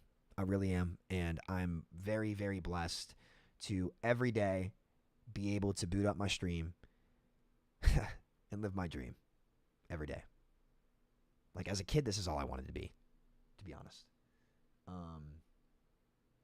And I'm so grateful that, you know, I have so many people from different backgrounds in my chat and in my community that it's not the backgrounds that interest me. It's that you all are willing to come together despite your differences. That's what makes you all special. So many other streamers like try to cater hard to one audience, and that's the easy thing to do. Really, it is. It's so easy to sit there and like be a part of the modern culture war that's out there. The hard thing to do is accept the people that are different from you and love them anyway. Unless they main widow, in which case, suck my ball sack, you fucking shitters. Fuck you.